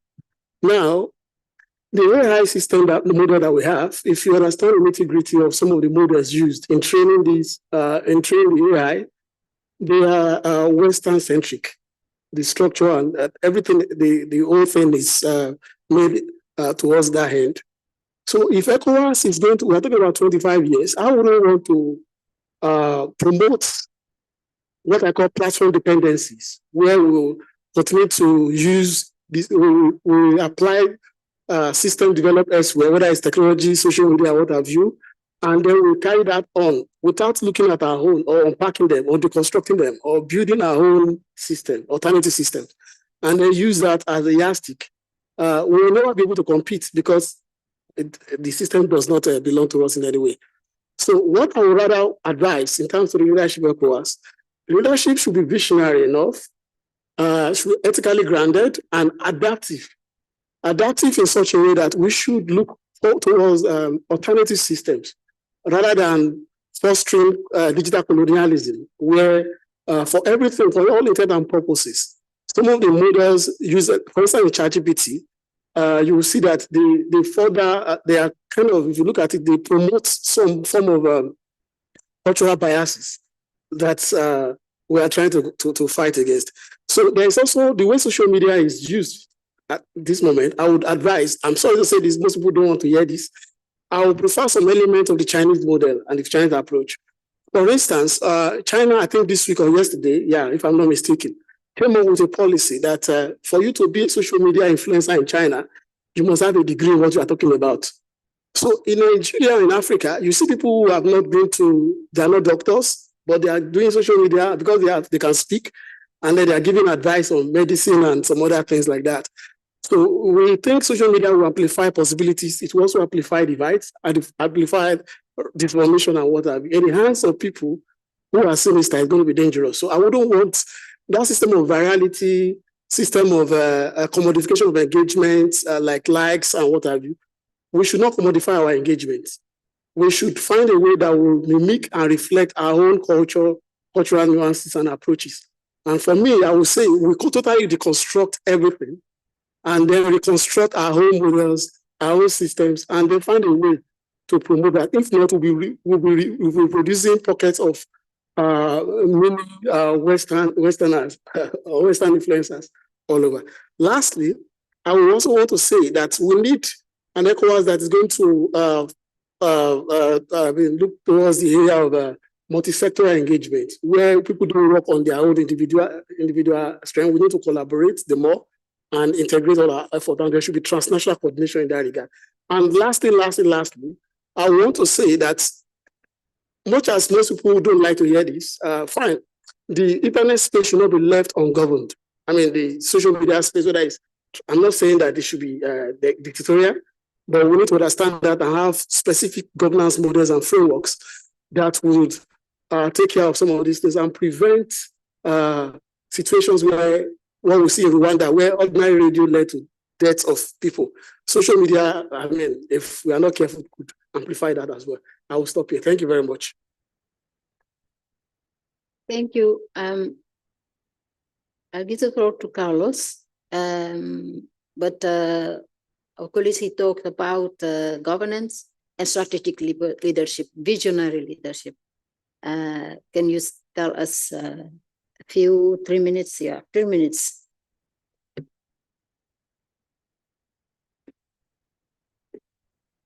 Eu faço parte daquele grupo de gente que pensa que a criatividade é bom, a espontaneidade é bom e que essas características nós podemos encontrá-las no seio da juventude e dos jovens e particularmente no que diz respeito ao uso das tecnologias de informação e de comunicação.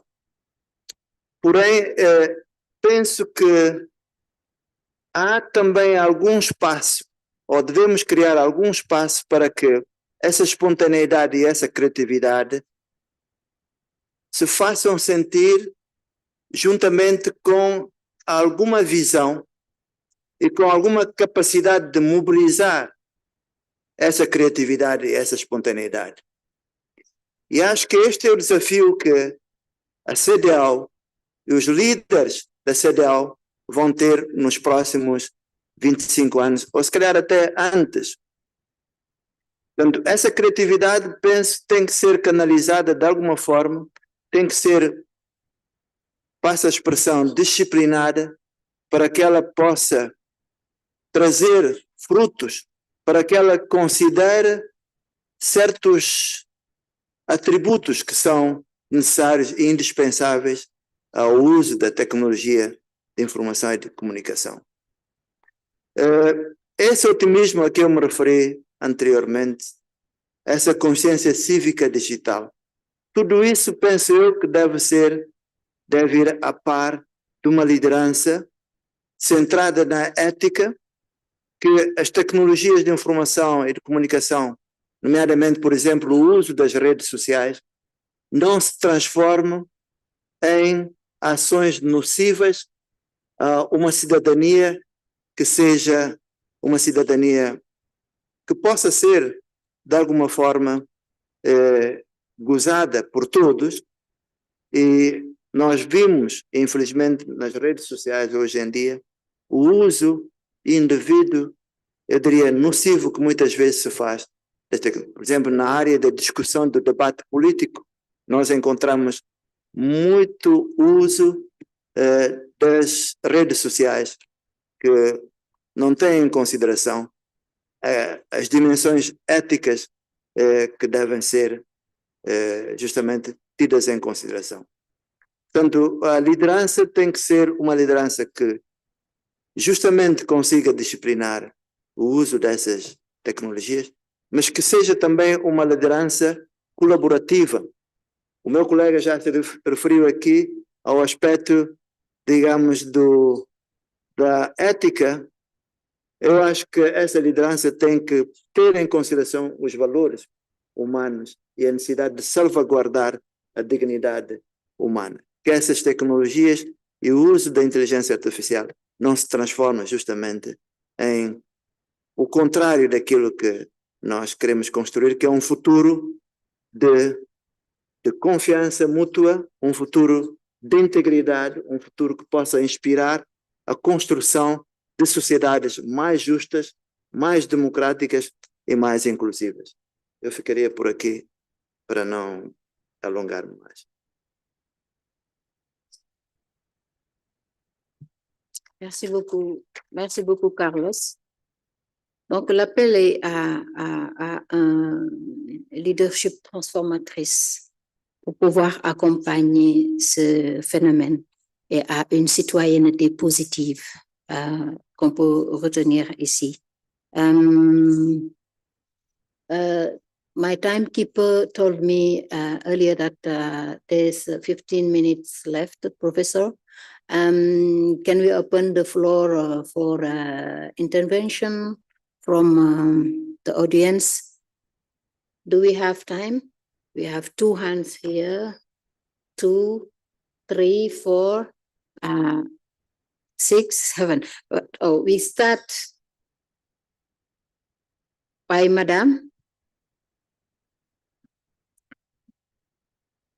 Thank you very, very much for a really fascinating You have 1 minute, Madam. 1 discussion. minute. So I just want to just push us a little bit more on this question of the digital divide. And I'd be interested in knowing what the statistics tell us about internet penetration across the region and which countries and spaces are lagging behind, which ones are ahead, and how identities such as the rural-urban divide, gender, class, and so on, then come in, and therefore what does ECOWAS need to do so that we truly benefit from those technologies and don't leave some people behind? And then secondly, I've just noticed that we seem throughout the last 2 days to have somehow put culture on the periphery. And by culture, I think all the technologies we're talking about are excellent in terms of complementing what already exists. But I'm also curious about what happens when we seem to be leaving behind the kind of processes and products that people need to be physically present for. So how do we use these technologies as complementary rather than replacing? Thank you very much. Thank you very much, sir. Thank you. My name is Remy Ajibewa, and I will not be doing justice to myself for this exercise without. First of all, I realize the preamble needs to be talked on what Vision 2050 is, actually ECOWAS Vision 2050. Also, there must be that of ECOWAS Vision 2020, which perhaps I could say the committee of directors, when I was here, worked on it in 2021. In which I was the vice president. Jonas Emu is the chair, and the late Magbadelo was the coordinator then. However, I want to say that all the pillars, the 5 pillars we have there, Pillar 4 emphatically stress on this digital technology. But the most important thing which I want to highlight is that potential is always the key word there. Because we realize that even in West Africa, for every citizen to have a sense of ownership and belonging, they must be able to discover their potential. But have we been able to get to that stage where individual can develop his potential and where there's discrimination? Then he must be able to develop it. And that development needs to come from the member state or the government. Then he will be able to later deploy it in the society and then increase himself. But however, on the part of the government itself, you could see in all, there are certain trends that runs through all what the 5 of you have said. That is about the transformational leadership. Whether we like it or not, the member states have a role, and ECOWAS itself constitutes the member states. And so the issue of ownership is there for the people to have an ownership in this vision itself or the future, the member states, and then the leaders. And then what kind of leader do we require? we require a sort of renewed and transformative leadership in terms of what I constitute like CDD, like a committed, dedicated, and determined leader. And how could they do this? Because they need to see that this, all what we have been saying here, the implementation is the problem. And who are the leaders? They are the decision-making body is the head of state. The commission is the technical aspect of it. So we need to re-emphatically stress the need for a transformative leadership. And then the people in the country themselves, individual citizens, to be able to see how they can also do something for their country. Thank you. Thank you. Thank you very much. I think there was first Doyen Bay. Merci beaucoup, Madame la modératrice, et félicitations et remerciements également aux panélistes. Je fais un double constat qui est que nos experts ont la conviction qu'ils ont l'expertise requise et qu'ils peuvent compétir à armes égales avec les autres. C'est le premier constat que je fais. Le deuxième, c'est qu'ils considèrent que la promotion des échanges d'expériences et la mutualisation des moyens à travers les frontières, mutualisation transfrontalière, sont des facteurs d'accélération de notre capacitation dans ce domaine-là. Ce sont les le double constat que je fais. J'en retire la conclusion qu'il est maintenant de la responsabilité des États et de la Commission de faire confiance à notre expertise et d'être conséquent par rapport à cela à travers la création du cadre qui permet l'éclosion des talents, la libération des talents et l'explosion des talents, également d'être inclusif dans la formation et de faire en sorte que soient pris en charge des BBC comme moi, born before computers, pour les avoir à bord, pour qu'ils soient, et les armes également, pour profiter et faire profiter de leurs expériences en la matière. Donc voilà, c'est la contribution que je voulais faire. Nous pouvons avoir confiance et faire confiance à nos experts pour avancer dans ce domaine. Merci beaucoup. Merci beaucoup, doyen. Ambassadeur. Merci beaucoup, madame. Well, we'll look at how to create digital and environmental integration in ECOWAS in the following ways. You asked the question about leadership. Indeed, leadership is very, very important. And I recall very well when our boss, Dr. Chambers, was here, there was this idea of creating a hub in terms of digital transformation. And Togo was agreed and established as the ECOWAS Computer Center. I don't think that idea was progressed further. So now we need to aim at a modern connectivity in ECOWAS, and we need a local champion.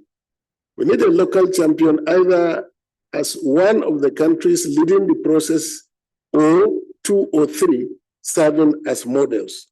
And at the state level, it is important that countries on their own must invest in regional data economy, establishing cyber security protocols that work in ECOWAS and operating e-governance systems that will deepen the regional integration process. I think that is the best way to go. Thank you. Thank you very much, sir. Good. Thank you very much. Yesterday, a young lady raised an observation that the Gen Z, that is the young ones in West Africa, but most of them, they don't even know what ECOWAS is all about. So I want to connect that with the discussion today on ICT, new media, and digital transformation.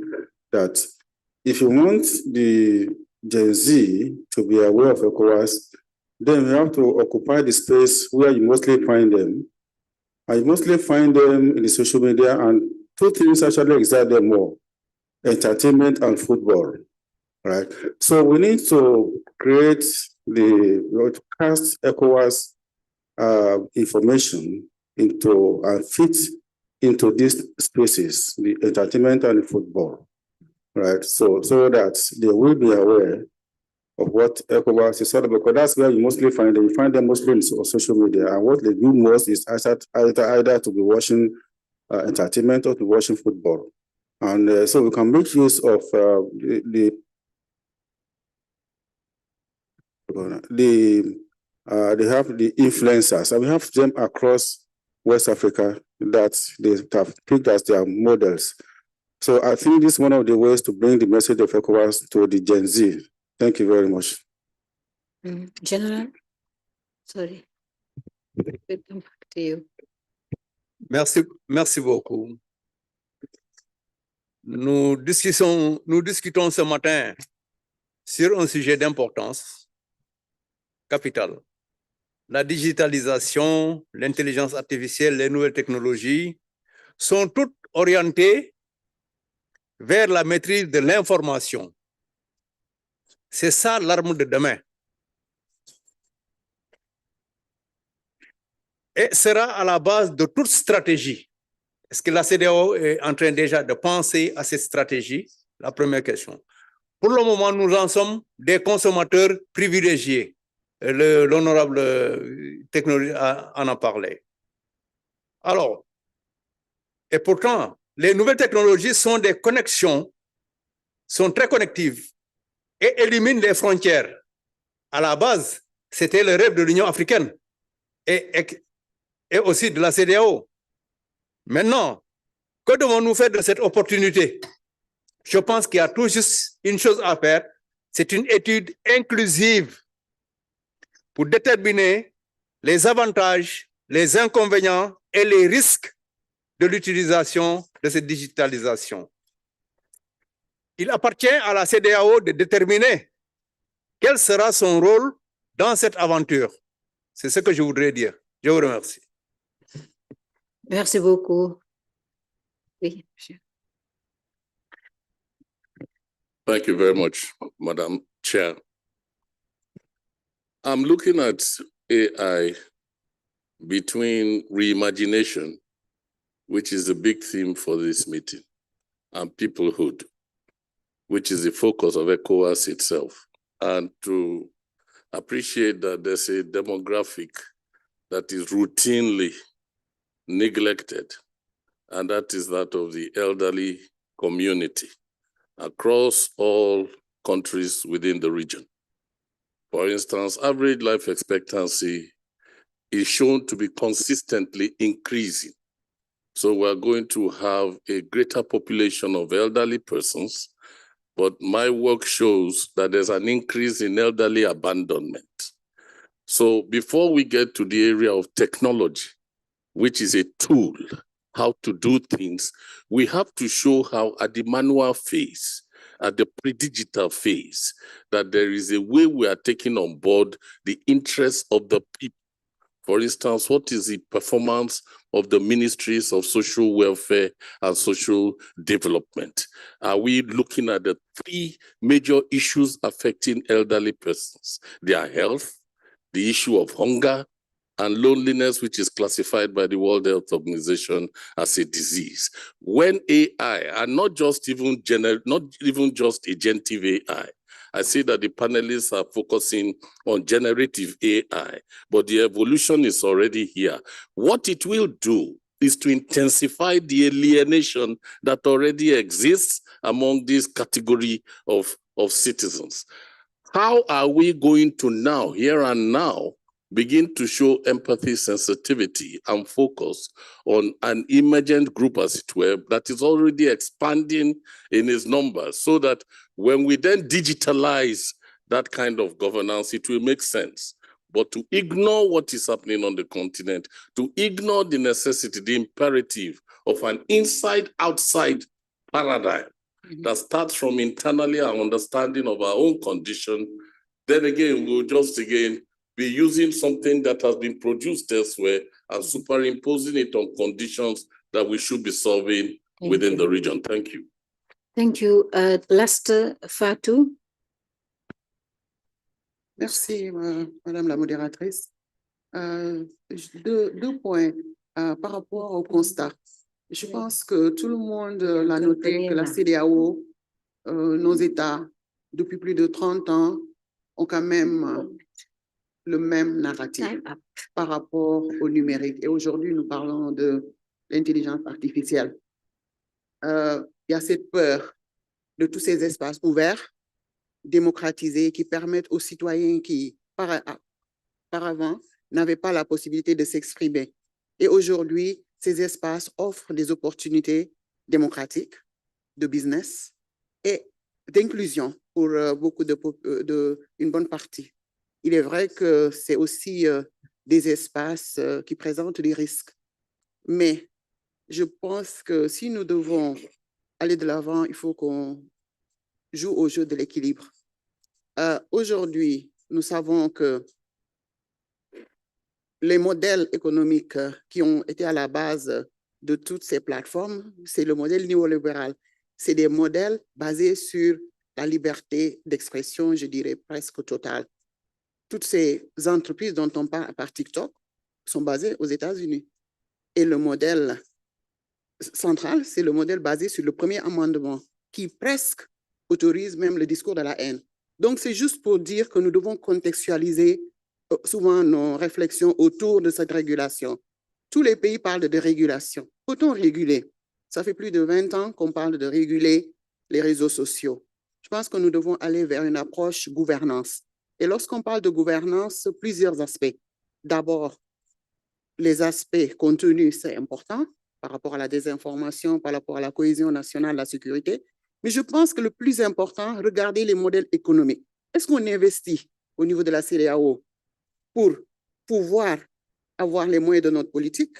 Je pense que c'est central de parler de gouvernance de manière holistique. D'abord, quel modèle économique, quel investissement et quelle contribution de la région par rapport à ce débat. Le dernier point, je pense que quelqu'un en a parlé, qui contrôle les contenus. Aujourd'hui, tout le monde sait que l'information, c'est le pouvoir.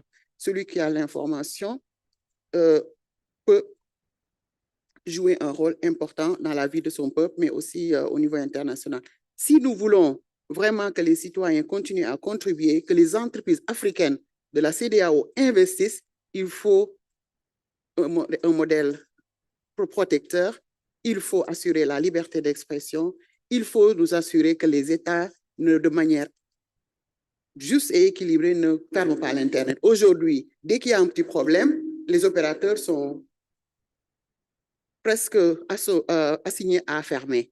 Les investisseurs ne vont pas, surtout africains, ne vont pas investir dans un secteur où les États n'autorisent pas la liberté. Donc, je voulais juste dire que c'est un domaine très sensible, difficile, mais pour vraiment gouverner ce secteur, il faut une volonté politique, il faut une philosophie convergente des dirigeants de la CEDEAO, mais important, il faut qu'on se dise que les populations sont en avance et leur liberté d'expression doit être garantie. Merci. Et ça doit être sacré. Merci. Merci Fatou. On me dit que le temps est fini. Désolée pour les autres. Là, je vais donner... Est-ce que je peux... Timekeeper? Can I give 1 minute to the panelists so that they react? What we can... 1 minute. Carlos, don't... So, just to summarize that the intervention, we can keep keywords that governance, responsibility, ownership for member states. And I think this is a cri du cœur, communication, security aspects, everything. Qui détient l'information, détient le pouvoir. Ça, on l'a retenu. et c'est quelqu'un qui est très informé des aspects sécuritaires qui le dit.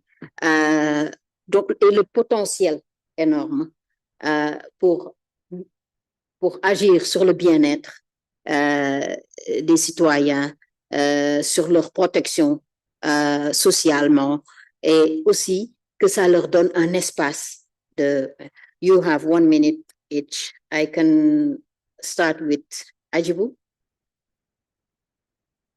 1 minute. Merci beaucoup. Et merci infiniment pour toutes les questions qu'on a reçues. C'était très intéressant. Peut-être en 1 minute, actuellement, on a une tribune sur le site de Wati qui est de Amadou Rabo, qui est membre du conseil d'administration de la plateforme africaine des fact-checkers. Et cette tribune-là est intitulée « Construire des alliances durables pour répondre à la désinformation ». Et quand on lit un peu cet article, on voit quand même que la solution peut partir de la CEDEAO, des organisations régionales, parce que ce sont les organisations régionales qui ont ce pouvoir-là, ce grand pouvoir-là, on peut le dire, de discuter avec les big tech. Vous avez parlé tout à l'heure de la question de la désinformation, de la régulation des réseaux sociaux, de tout ce qui s'y passe. La solution peut être au niveau régional si vraiment les organisations comme la CEDEAO, l'Union africaine, prennent vraiment le leadership pour aller discuter avec ces big tech-là et pour pouvoir imposer la vision de l'Afrique. Donc, je pense que c'est la première réponse que j'ai à donner. Et peut-être pour finir très rapidement sur la question du taux de pénétration de l'Internet en Afrique, je pense que c'était la première question.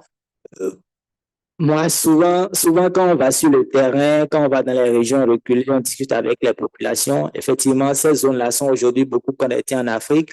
Mais au-delà des chiffres, au-delà des rapports, ce que vous constatez, c'est qu'il y a de gros soucis, même si les États avancent, qui sont vraiment avancés sur le numérique, que le taux de couverture au niveau des États est très élevé en matière d'Internet et tout, le taux de pénétration. Mais quand vous réalisez des sujets, vous voyez qu'il y a encore de gros soucis et que parfois la qualité de l'Internet, c'est simplement limité aux régions du Sud, peut-être aux grandes villes et tout, mais dès qu'on va un peu dans le fond, on voit qu'il y a encore d'énormes efforts à faire pour aller loin. Merci beaucoup.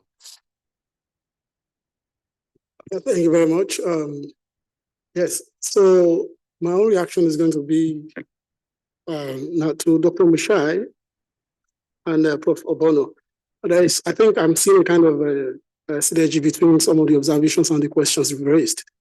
Regarding digital divides, I've mentioned it earlier, something around what the AI is, the way it's structured and the ecosystem and even the ontology of the entire system. The way it's divided is to amplify specific divides, whether it's gender, class, and however you want to look at it. And also, how do we show empathy pre-digital, what have you?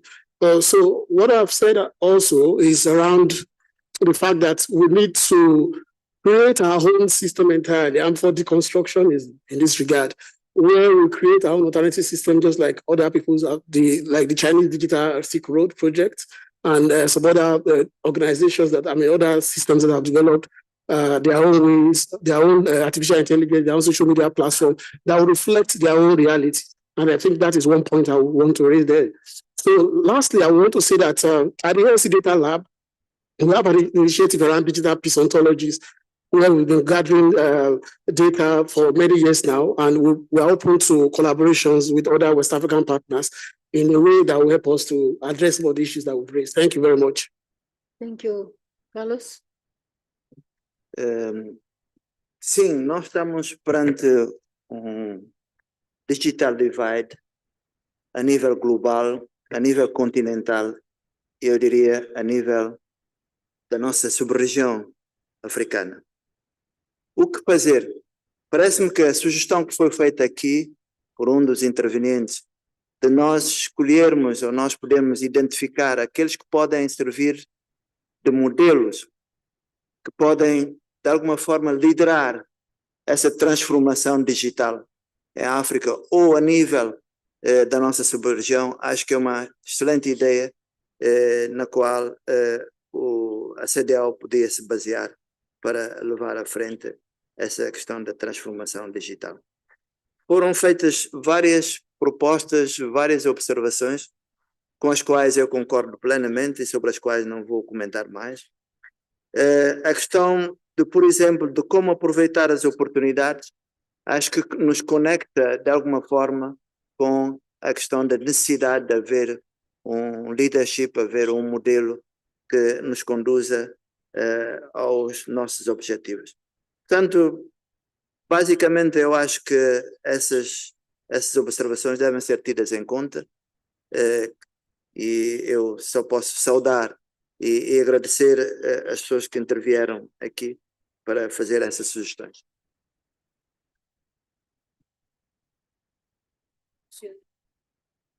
Yeah, you have the floor. Okay.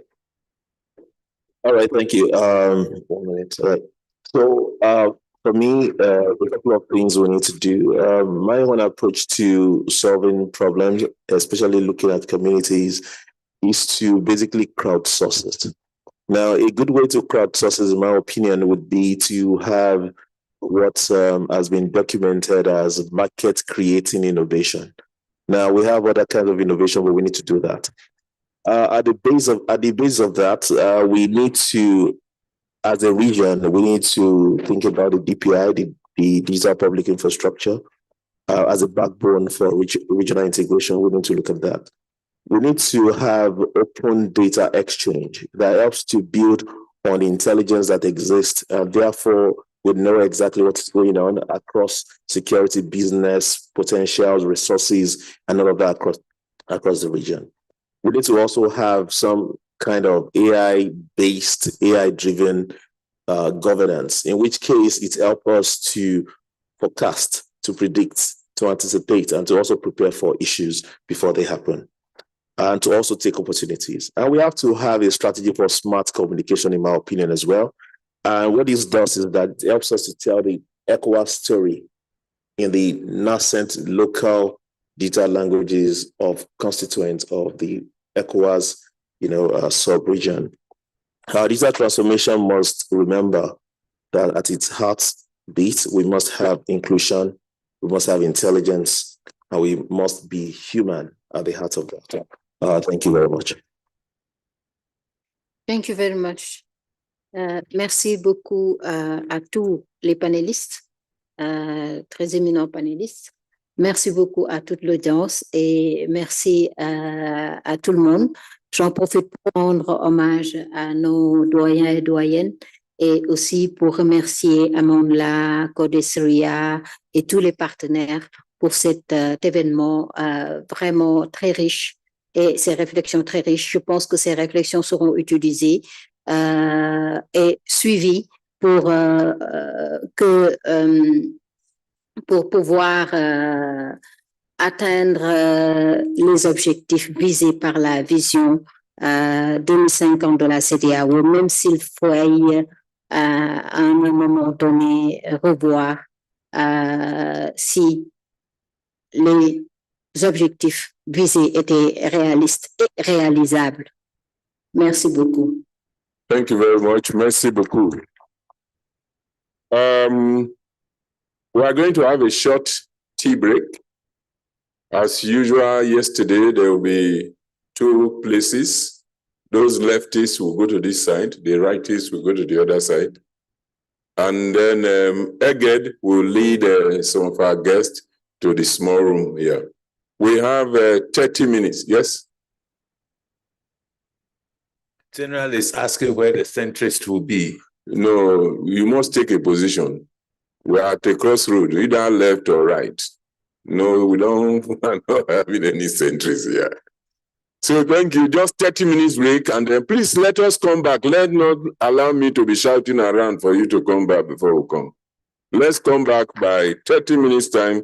That is we are starting the next section at exactly 12 noon. The panelists should please come here for the photograph. Panelists, photograph.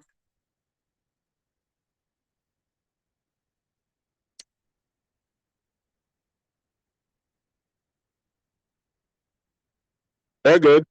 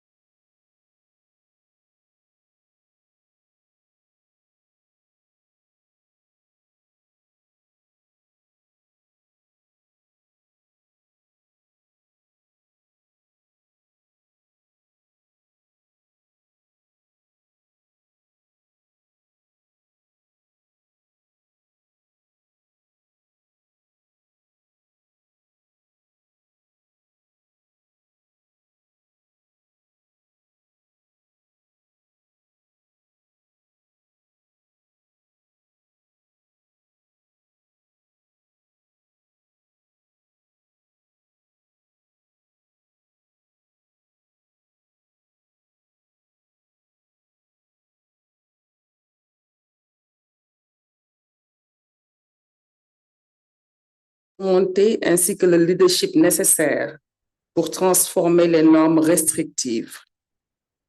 Alors, j'invite sans plus tarder la modératrice, je pense qu'elle est déjà sur place, Madame Antoinette Mbrou, directrice exécutive de Women in Law and Development in Africa, ainsi que nos panélistes, Madame Bernadette French, responsable de programme au CCG en Sierra Leone, Dr Adewoti Dipolu, du AFE Babalola Center for Transnational Education, et Dr Aleida Borges, enseignante-chercheur à l'African Leadership Center du King's College de London. Merci de les applaudir chaleureusement. Alors, je rappelle juste que cette session devra durer 90 minutes. Madame Mbrou, vous avez la parole. Merci. Merci beaucoup, Madame. Distingués participants, Mesdames et Messieurs, bonjour à vous. Bienvenue dans cette session portant sur les femmes et les filles. Je voudrais tout d'abord remercier et féliciter le panel qui vient de se clôturer et saisir l'opportunité pour remercier également les organisateurs de cette grande rencontre pour nous avoir adressé cette invitation et pour nous avoir donné l'opportunité de modérer ce panel.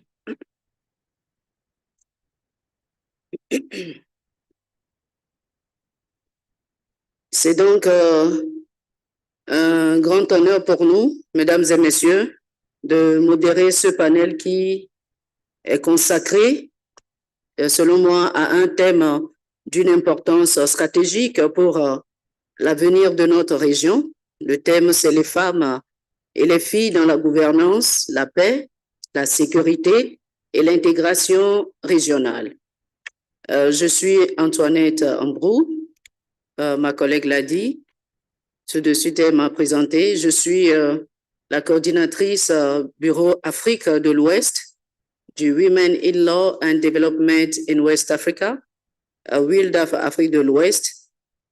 C'est une organisation panafricaine qui fait la promotion, qui travaille dans la promotion des droits de la femme et de l'égalité genre depuis plusieurs décennies déjà. Et donc, pour moi, c'est un profond sentiment de responsabilité qui m'anime ce jour en prenant la parole et en prenant part à ce panel de discussion aux côtés de très distingués panélistes pour contribuer aux échanges et non seulement contribuer aux échanges, mais aussi enrichir la réflexion sur la place, le rôle des femmes et des filles dans la gouvernance, la paix, la sécurité et aussi l'intégration régionale. Mesdames et Messieurs, distingués invités, l'Afrique de l'Ouest aujourd'hui compte près de 225 millions de femmes et de filles. Cela représente, si vous faites un peu le calcul, ça représente à peu près la moitié de la population de l'Afrique de l'Ouest. Et ce chiffre, au-delà de sa portée démographique, illustre la place centrale qu'occupent les femmes et les filles dans cette dynamique de transformation et de développement de notre sous-région. Et donc, pour nous, repenser l'intégration en Afrique de l'Ouest ne saurait se concevoir sans une approche inclusive qui reconnaît et la valeur des femmes et le rôle de ces femmes et filles comme des actrices à part entière du processus de gouvernance, de consolidation, de la paix, de la sécurité et de l'intégration régionale. Et donc, pour nous, dans ce panel, aborder ce thème, c'est réaffirmer notre engagement collectif à promouvoir la participation pleine, la participation effective et la participation significative des femmes et des filles dans les instances décisionnelles, dans la prévention et la résolution des conflits, ainsi que dans la mise en œuvre des politiques régionales. Mesdames et Messieurs, distingués participants, c'est aussi pour nous reconnaître la contribution essentielle des femmes à la stabilité, à la cohésion sociale et à la prospérité de notre sous-région. Les femmes et les filles de l'Afrique de l'Ouest ne devraient pas seulement être des bénéficiaires des politiques publiques, mais elles devraient être des co-architectes et des catalyseurs du changement. À travers l'échange que nous allons avoir dans ce panel ce matin, nous aurons, mes collègues et moi, les panélistes et moi, nous aurons l'opportunité d'examiner les avancées qui ont déjà été réalisées dans ce sens en matière des droits des femmes dans la région ouest africaine. Nous aurons également l'opportunité d'identifier les défis qui persistent et nous aurons enfin l'occasion de dégager les pistes d'action qui sont concrètes pour nous permettre de renforcer la place et le leadership des femmes dans la gouvernance et l'intégration régionale. En un mot, mesdames et messieurs, il s'agit pour nous aujourd'hui de bâtir une Afrique de l'Ouest où la voix des femmes et des filles compte pleinement, où leur participation est reconnue comme une condition indispensable à une paix durable et à une intégration véritable et inclusive. En résumé, je voudrais dire quel avenir pouvons-nous imaginer pour nos femmes, quel avenir pouvons-nous imaginer pour nos filles dans les 50 années à venir? Voilà la question que je poserai à tout le monde. Et aujourd'hui, ce matin, nos échanges avec les panélistes vont s'articuler autour de deux questions essentielles. La première question, c'est de savoir comment la CEDEAO peut lever les obstacles qui entravent encore la participation pleine et effective des femmes et des filles au développement de la communauté à tous les niveaux. À tous les niveaux, je voudrais dire, au niveau politique, au niveau économique et au niveau social. La deuxième question que nous allons essayer, à laquelle nous allons essayer d'apporter une solution, c'est de savoir quel leadership est nécessaire pour transformer les normes culturelles restrictives, pour combattre la désinformation et les violences faites aux femmes, surtout en matière politique, et ainsi créer un environnement véritablement inclusif, condition indispensable à une intégration régionale, une paix et un développement durable. Chers participants, distingués invités, ces deux questions vont guider nos échanges et j'espère que ces questions inspireront des pistes de solutions qui seront concrètes, des pistes de solutions qui seront novatrices pour nous permettre de bâtir une Afrique de l'Ouest où les femmes et les filles participeront pleinement à la gouvernance et au devenir de notre région. Nous avons trois panélistes aujourd'hui. Chacune d'elles va prendre à son tour le micro pour 7 minutes pour nous présenter d'abord son point de vue sur la première question. Ensuite, nous ferons un second tour de table et elles auront également l'opportunité de partager avec nous leur perspective sur la question. Et après, nous reviendrons dans la salle et vous aurez, chers participants, distingués invités, mesdames et messieurs, vous aurez l'opportunité de contribuer également à la discussion. Voilà, sans plus tarder, je vais donner la parole à la première personne. Il s'agit de ma collègue Bernadette French. Elle est responsable de programme à CCG en Sierra Leone. Elle va prendre la parole pour partager avec nous son point de vue sur la première question qui est de savoir comment la CEDEAO peut lever les obstacles qui entravent encore la participation entière, la participation pleine, la participation effective des femmes et des filles au développement de notre communauté à tous les niveaux. Madame French, vous avez le micro pour 7 minutes, s'il vous plaît. Merci. Thank you very much, Antoinette, and thank you very much for giving me this opportunity to share some insights on the subject area. I think I want to start by first of all recognizing that it cannot be denied that the valuable role of women and girls in advancing transformative development in the sub-region cannot be overemphasized. I mean, in Sierra Leone, we have seen how women mobilize not just at national level, but at sub-regional level to negotiate peace. And we have also seen how that best practice has been transferred in supporting other women's groups in the sub-region. And that brings me to another fact, that the challenges that are experienced by women and girls goes beyond borders internally and borders externally, that is in the sub-region. And this experience, we cannot deny, are rooted in our historical culture and socialization that has over time handed power to in all its forms to men. And that masculinity prowess have found expression in the way men position women socially, politically, and economically. And so this is what I believe ECOWAS can do in terms of addressing these constraints. Now, we cannot deny that a lot of progress have been made over time. And this progress can be seen in some of the initiatives that ECOWAS has taken. For example, the establishment of the Gender Development Center. We have seen that even the Vision 2050 has really centered the inclusion and participation of women. But here lies the problem.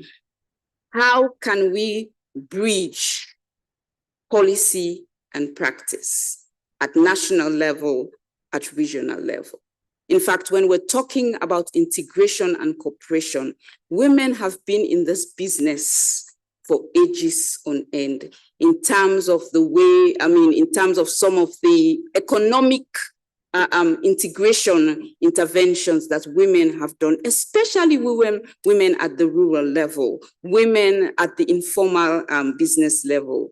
So one of the things I am looking at, and that has become a challenge also, is the legislative and institution and policy frameworks. Sierra Leone, Senegal, and just last year, we know that Ghana has also developed a gender or an affirmative action policy, which centers the issues of women economically, politically, and socially and culturally. And so that in itself has provided a space for women, to participate, to take them from the margins to the stage. So for example, we can boast of more than 40% of women in political decision making in Senegal, for example, as a result of the gender parity law. We can boast of 30% women in both elective and appointive positions in Sierra Leone as a result of our gender equality and women's empowerment law. We are hoping that Ghana can do likewise as a result of the affirmative action law that was adopted last year. But then what ECOWAS can do as well is to be able to see how we can make these laws count, how we can make these laws meaningful so that we do not just we're not having policies and legislative frameworks. They don't become a political token, which we have seen. How do we ensure, how at ECOWAS level, we ensure that women are meaningfully participating and we are giving them that stage so that they can be relevant and they can make a difference in the society. The second one I want to talk about, and please, Madam Moderator, please stop me when you think I have gone beyond the time.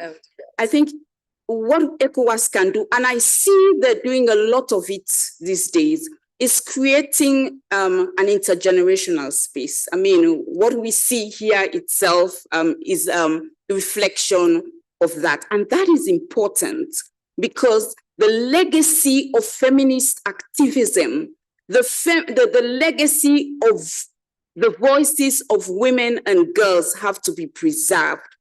And in that space, what we can do, or what ECOWAS can do, is to institutionalize and have a more policy framework approach to ensuring that we have that intergenerational and space and intergenerational initiative where we have women, girls, and young women. Because when we look at the space today, we will realize that when we talk about women in general, what we see, we have most of what we see, the visible women we see are the established women, the women who have always been in the space. So I think we need some kind of initiative, more institutionalized approach where young women can also be positioned.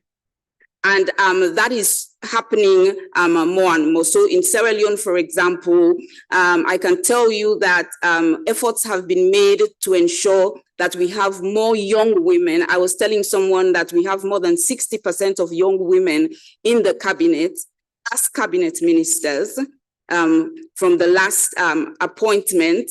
And we have more than 20% of those as young women as well. And that has been distributed in all ministries and departments also where we have directors. Even the director of aviation, for example, is a young woman who is below 30. And so those are some, and so those are some of the progress that we have made. And those we can see are aligning or harmonizing with some of the instruments and the policies that ECOWAS, have developed. Merci, Madame French. Merci beaucoup, Madame French. Est-ce que vous pouvez applaudir Madame French pour nous? Madame French a essayé de répondre à la question selon laquelle comment la CEDEAO peut lever les obstacles qui entravent encore la pleine participation des femmes et des filles au développement de la communauté à tous les niveaux. Elle a relevé quelques solutions qu'elle nous a proposées, notamment le fait d'assurer que les décisions ne restent pas au niveau juste des politiques. Elle voudrait insister sur la nécessité de rendre pratiques les décisions qui ont été prises. Elle a proposé l'approche selon laquelle il était nécessaire d'institutionnaliser la collaboration intergénérationnelle. Elle a aussi parlé du positionnement des femmes. Mesdames et messieurs, elle avait commencé par partager ce qu'elle a pu contribuer à faire en Sierra Leone quant à la participation efficace et effective des femmes. Elle nous a informé que les femmes ont contribué au processus de paix au niveau de la Sierra Leone et également en Afrique de l'Ouest. Elle a parlé de la culture historique qui a conféré le pouvoir aux hommes, au positionnement des hommes sur le plan économique, politique et social. Je voudrais remercier encore une fois Madame French. Nous allons revenir à vous. Peut-être vous avez d'autres idées à partager avec nous. Il y a un point que j'ai retenu également de sa présentation, c'est que les dispositions légales sont abondantes, que ce soit au niveau de la sous-région. Nous avons plusieurs instruments légaux, mais la question, c'est de savoir comment rendre réel, comment rendre pratique ces instruments-là, comment les mettre en œuvre pour que les femmes puissent non seulement participer sur le plan politique, mais également sur le plan social et économique dans la sous-région. Je vais, sans plus tarder, donner la parole à la seconde personne, à la personne du docteur Adeoti Tipeolu, qui est au centre AFE Babalola pour l'éducation transnationale. Elle va prendre la parole également pour répondre à cette question. Comment la CEDEAO peut lever les obstacles qui entravent encore la participation pleine et effective des femmes et des filles au développement dans notre communauté sur tous les plans. Docteur, vous avez le micro, s'il vous plaît. Thank you, Antoinette. Good afternoon, everyone. Just without further ado, I want to start by positioning 2 points. First is to acknowledge what my fellow panelist has shared rightly, which is that there is no shortage of policies and frameworks, both at a continental level, regional level, and a global level. However, she is very right in that these gaps continue to exist. There's inequity, and violence against women continues to persist, right? And the question we really need to ask ourselves is, why is this the case? We can see this on 2 levels. One is a selective application of these policies, both at the regional level, national level in many cases. And if we could also turn to an academic explanation, which is the role of patriarchal structures that exist. And these structures have been so entrenched in many of these countries in that they have also shaped the attitudes of people towards women and girls, especially in understanding how their roles should be in their societies. And similarly, this translates to when we are talking about conversations around issues of peace and security. And not only does it then shape these attitudes, it shapes the behaviors towards women and girls, which is why we see such high levels of violence against women and girls within many of these nations and within this peace and issues of insecurity. So that being said, I want to say that my probably main point is that there is a gap in the leadership practice.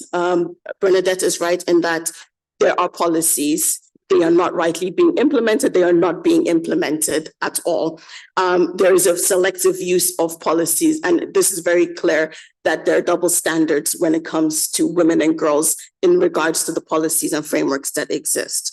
I want to quickly turn to just looking at data. Bernadette shared a few numbers, but I think this would also help us understand why there are gaps. If we look at the informal section, women are leading in informal roles in businesses. They are leading. They have large representation. If we come to the private sector, women are also doing much better in representation.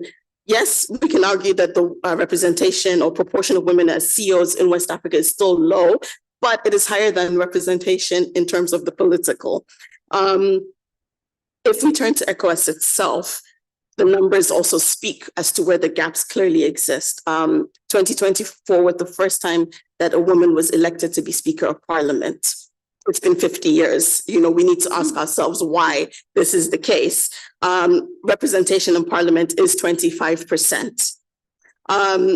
We can also turn to national statistics to maybe explain why some of this. If we take Nigeria, for example, if we look at the Senate representation at Senate level, only 4 women out of 109 women senators exist in Nigeria. I think that we can clearly see that the numbers are showing that these gaps are glaring and that much needs to be done. So just quickly, in terms of my key point, which is there is a gap in leadership practice and translating these frameworks, I think it's important to really go back to the failures of leadership and how there needs to be an inclusion and inclusivity where leadership needs to be moved away from this idea of people in specific positions, a hierarchical leadership, and more bringing women and girls into the fold, into the conversations, looking at them away from these gendered roles of being in the informal spaces, being relied on for economic contributions, and actually looking at them as very people who need to be in these conversations, as many of them are actually severely affected when it comes to insecurity across the continent, but in West Africa, when we look at some of the conflicts. And so I think, what can ECOWAS do? I think we need to move away from selectively translating some of the policies. This goes same for national level. And actually just now adhering to these frameworks and making sure that in practice, we are at the very minimum, even meeting the numbers that we need to meet with representation. I think there needs to be a more inclusive conversation, even at the grassroots levels, bringing women into the fold, identifying the roles they have played at the grassroots levels, and translating that up to higher levels. So I think, without repeating much of what Bernadette said, I think really we need to move away from just having these conversations at a framework level and go more practical in terms of how we're bringing women and girls into the conversations, into spaces of positions in ECOWAS, in national parliaments, in governance, across board. Thank you. Thank you too. Very fort. Merci, docteur. Docteur, vous l'avez suivi avec moi. Elle est revenue sur ce que Bernadette avait dit tantôt quant à l'existence des tests. Il n'y a pas de problème quant à l'existence des textes. C'est la mise en œuvre, l'application qui pose problème. Docteur a également, il s'est posé plusieurs questions. La première question, c'est de savoir pourquoi les violences continuent, malgré le fait qu'il y ait quand même cette existence des différents tests, que ce soit même au niveau international, au niveau régional et au niveau sous-régional. Les tests sont là. Et elle a essayé de répondre. Elle a dit qu'il y a une situation qui est remarquée, c'est qu'il y a une application sélective de ces textes. Elle a également dit qu'il y a un gap qui est creusé entre la politique et sa mise en œuvre. Les réponses qu'elle a apportées, les solutions qu'elle a apportées, la première, c'est de voir dans quelle mesure la représentation des femmes au niveau décisionnel, au poste décisionnel pourra être revue. Et elle a mis l'accent également sur l'échec du leadership, en ce sens qu'il faudrait ramener les femmes à la discussion. Docteur, encore une fois, merci pour ces approches de solutions que vous apportez à nous ici à la table et puis aux participants. Nous allons revenir vers vous pour d'autres questions. Et la salle aussi aura l'opportunité de contribuer à ces points que vous avez énumérés tantôt. Merci beaucoup.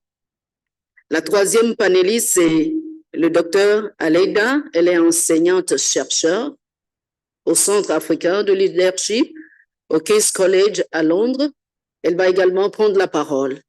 Elle aussi va faire comme nos précédentes panélistes. Elle va essayer de répondre à la question qui est de savoir comment est-ce que la CEDEAO peut lever les obstacles qui entravent encore la pleine participation des femmes et des filles au développement de notre communauté? Docteur, vous avez le micro, s'il vous plaît.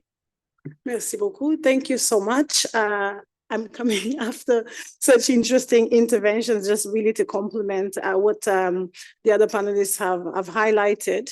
You know, as my colleague Adiote said, women play a significant role in our region when it comes to their economic participation, but a lot of that participation is limited to the informal sector.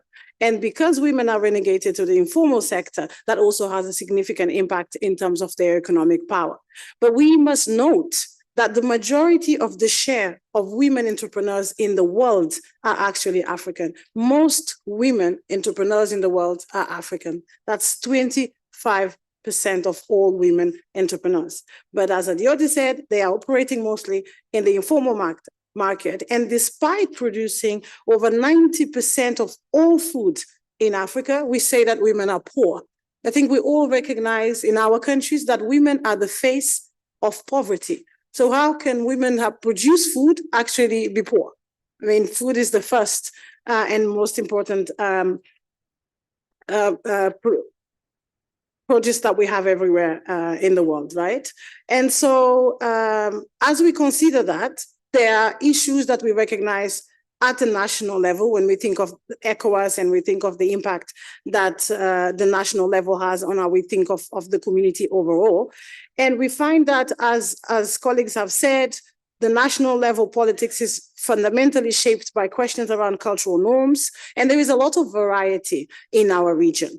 And we find that whereas in 2024, the percentage of women holding parliamentary positions in West Africa, it was actually 19%, which is less than the average for Africa. So we are doing worse in West Africa than in other parts of Africa. So if not for anything else, this should be enough pressure because we're quite competitive. So let's compete for things that matter, not just football.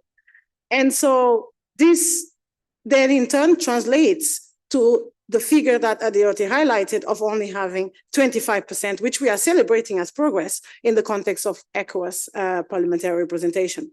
But as I said, the reality is very different across ECOWAS as a region. We have the realities of countries like Senegal, which we must congratulate for having the highest level of political representation for women in our region, standing at 46%, followed by my beloved Cape Verde, that has done a lot of progress in recent years and standing at 44.4%. And then we have Nigeria here, our giant of the continent and of the region, actually dragging us down. Nigeria is the problem.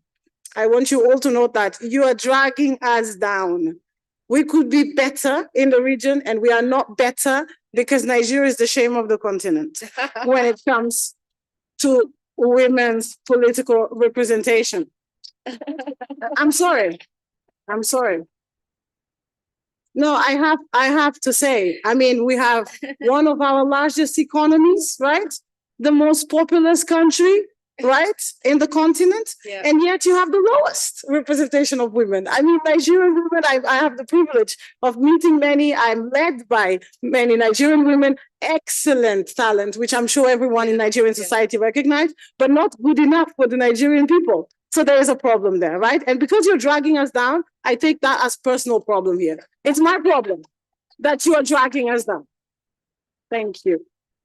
And so I would say that's a matter that requires our attention, right? Because we find that, whereas when you look at the list of countries on the continent that have reached more than 40% of women's representation, we have Rwanda, our beloved Senegal, South Africa, Namibia, Mozambique, Ethiopia, Cabo Verde, as I mentioned.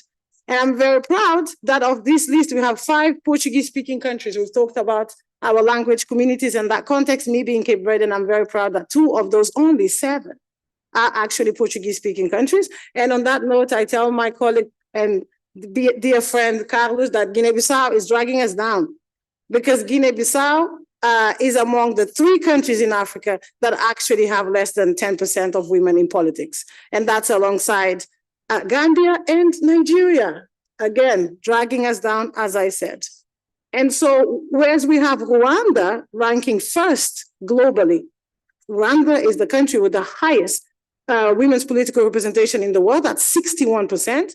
Nigeria is the last, 180th place, because there is no 181st, so that's just you.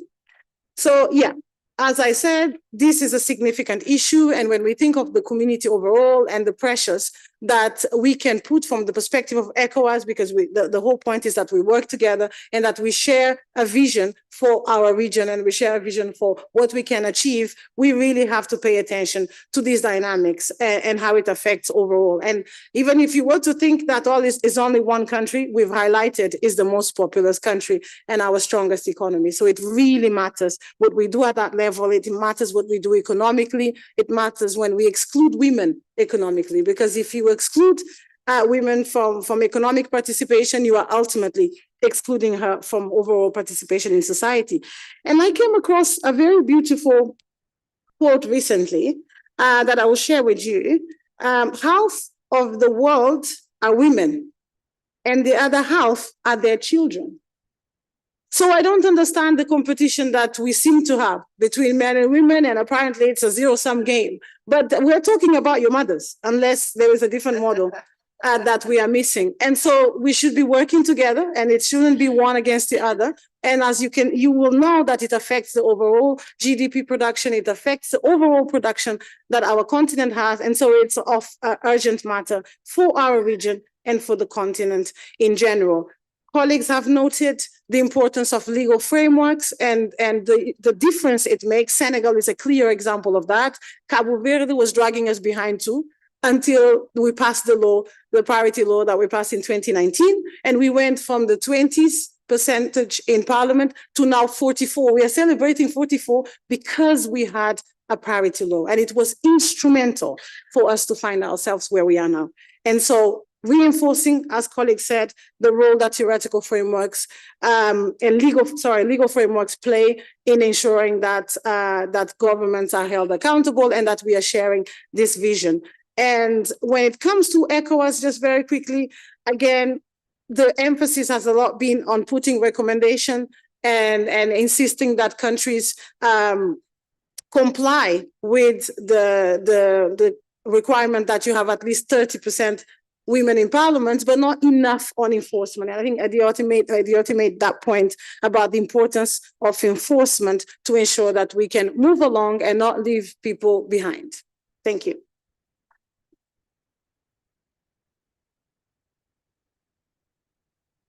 Docteur, merci. Docteur a fait quelques affirmations qui sont lourdes. La première, c'est que la phase de la pauvreté est féminine. Je serai parfaitement d'accord avec elle, avec l'analyse qu'elle a faite.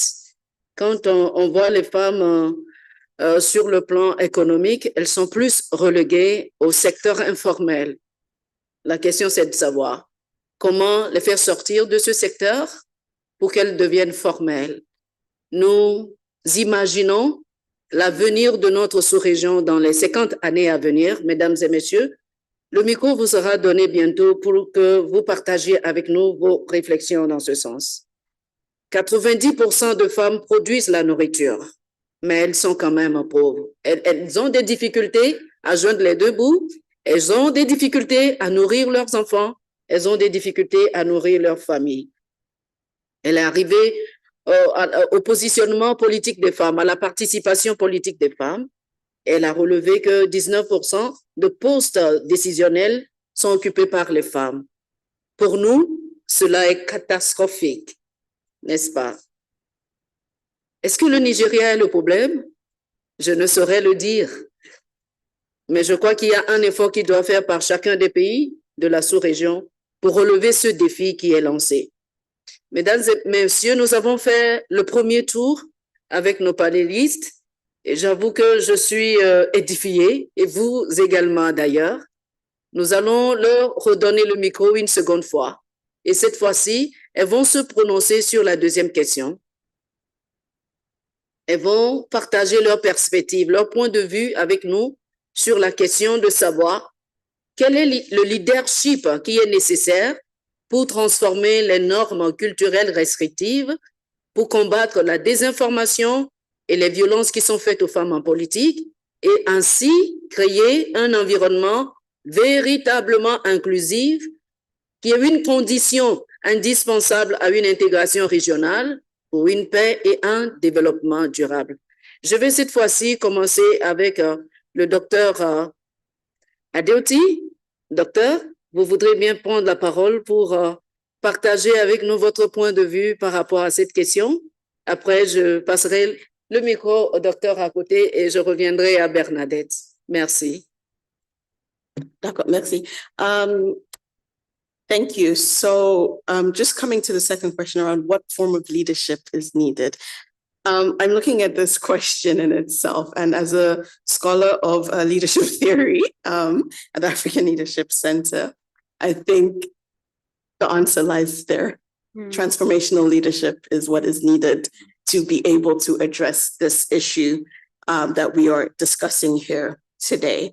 I think I mentioned earlier that the views or the conceptualization of leadership in themselves are so rigid that they've been relegated to issues of the position and the very hierarchical in terms of how leadership is understood. And I think this is why we see the exclusion of women and girls in particular when it comes to these issues, because again, as I said earlier, they are not actually necessarily seen as leaders in the formal sense because of entrenched patriarchal structures. And so if we are trying to bring them into the fold, we need to be looking at a leadership that is more inclusive, which is more transformational for these women and girls, and in turn, the society at large.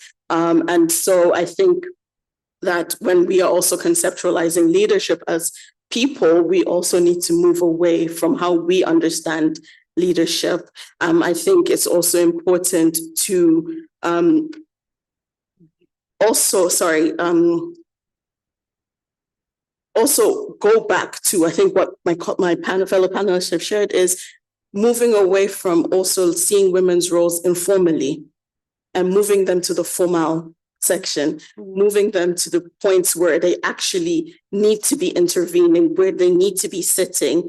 And so I think that simply leadership, transformational leadership is key to addressing the exclusion of women and girls. And I think if I want to harp on one specific point is going back to the fact that our national, regional, and continental organizations need to start from within and address the gaps in their own efforts to bring women into the fold. And this will equally translate down to the grassroots with time. Thank you.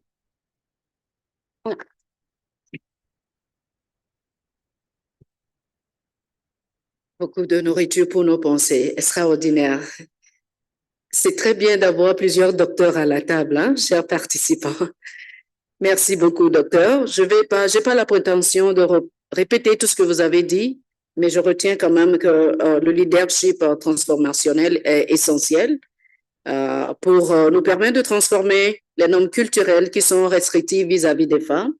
Vous avez également, vous êtes revenu sur l'aspect que nous avons relevé tantôt en ce qui concerne les femmes qui sont dans le secteur, qui sont plus dans le secteur informel.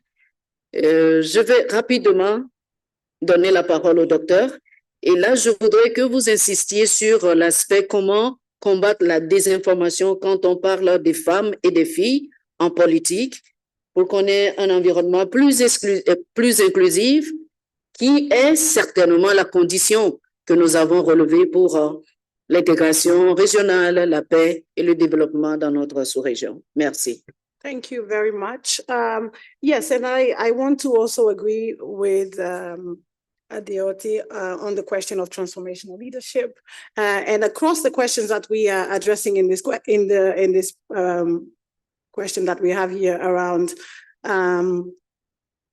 the form of leadership that is needed, considering those cultural norms and disinformation linked to violence against women. That obviously it's really important for us to also consider accountability. And I think that when we look across the continent, I mean, we talked about Gen Z a lot in this conference and discussing the energy that we all know is around, is in the streets, is in the communities. People are unhappy, right?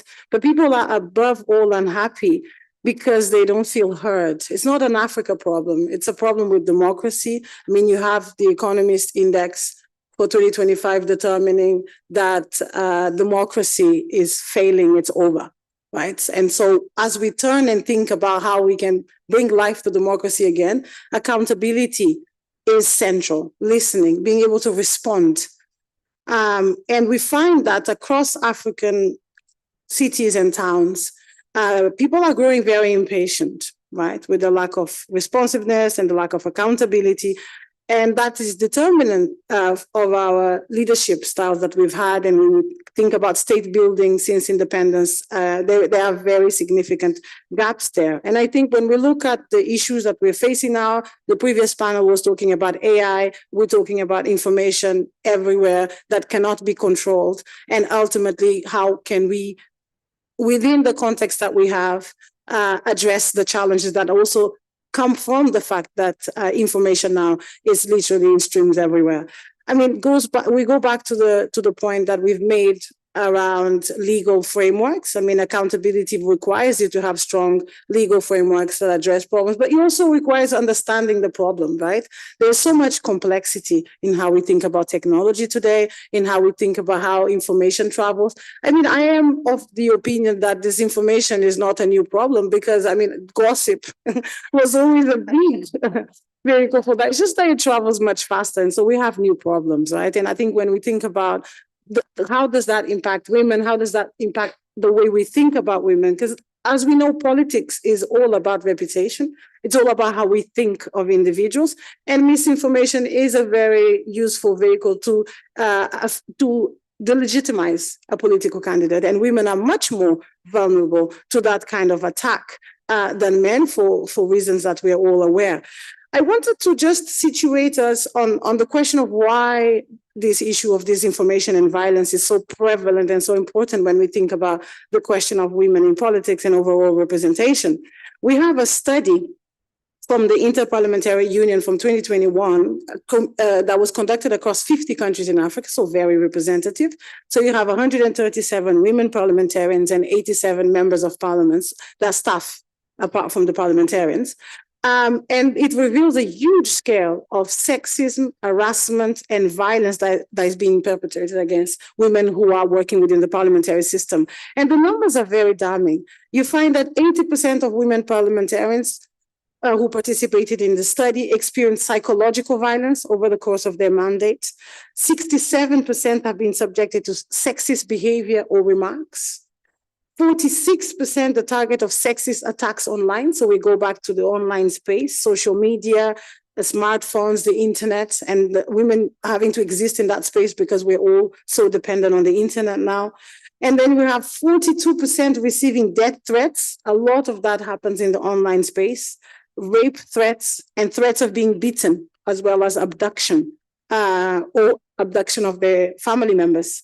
39% facing intimidation or psychological harassment. Sexual violence is a staggering 39%. And 9% being affected by sextortion. Again, requests for sexual favors. And so this is the space when it comes to women in politics. We ask again why we don't have more women in politics. In part, it's because we don't have the legal frameworks. The other part is that it's a hostile space for women. Right? And the internet, misinformation, all of that only makes it, all of these is just exacerbated by the online dimension. What the online provides, instead of being good, a lot of these things ends up being terrible for people who are at the margin. So we need to do better. We go back to questions of legal frameworks. We have to care. And that's why accountability matters. You have to recognize that this is a problem. And if these numbers don't tell us that this is a problem, I actually don't know what else would. Thank you. Wow, merci docteur. J'ai apprécié l'aspect de la description de l'environnement hostile aux femmes en politique. Vous l'avez remarqué, les femmes sont plus sensibles, comme on le dit, elles sont plus sensibles. Et dès qu'il y a des attaques, par exemple sur les réseaux sociaux, la désinformation en ce qui les concerne, tout de suite, elles abandonnent. La question, c'est de savoir pourquoi. Bernadette, je vais vous donner la parole encore une fois pour revenir sur cette question, pour nous dire quel leadership il faut et surtout l'aspect de violence faite aux femmes. Le docteur en a parlé tantôt, mais je voudrais que vous reveniez là-dessus pour nous éclairer et surtout nous dire ce qu'il faut faire de façon concrète pour éviter que les femmes continuent à subir ces violences-là sur le plan politique. Merci. Thank you, Antoinette. And I think my two co-panelists cannot have actually expressed it any better. Doc talked about transformational leadership, and I would like to add to that to talk about ethical leadership, a leadership that does and put into action what they preach.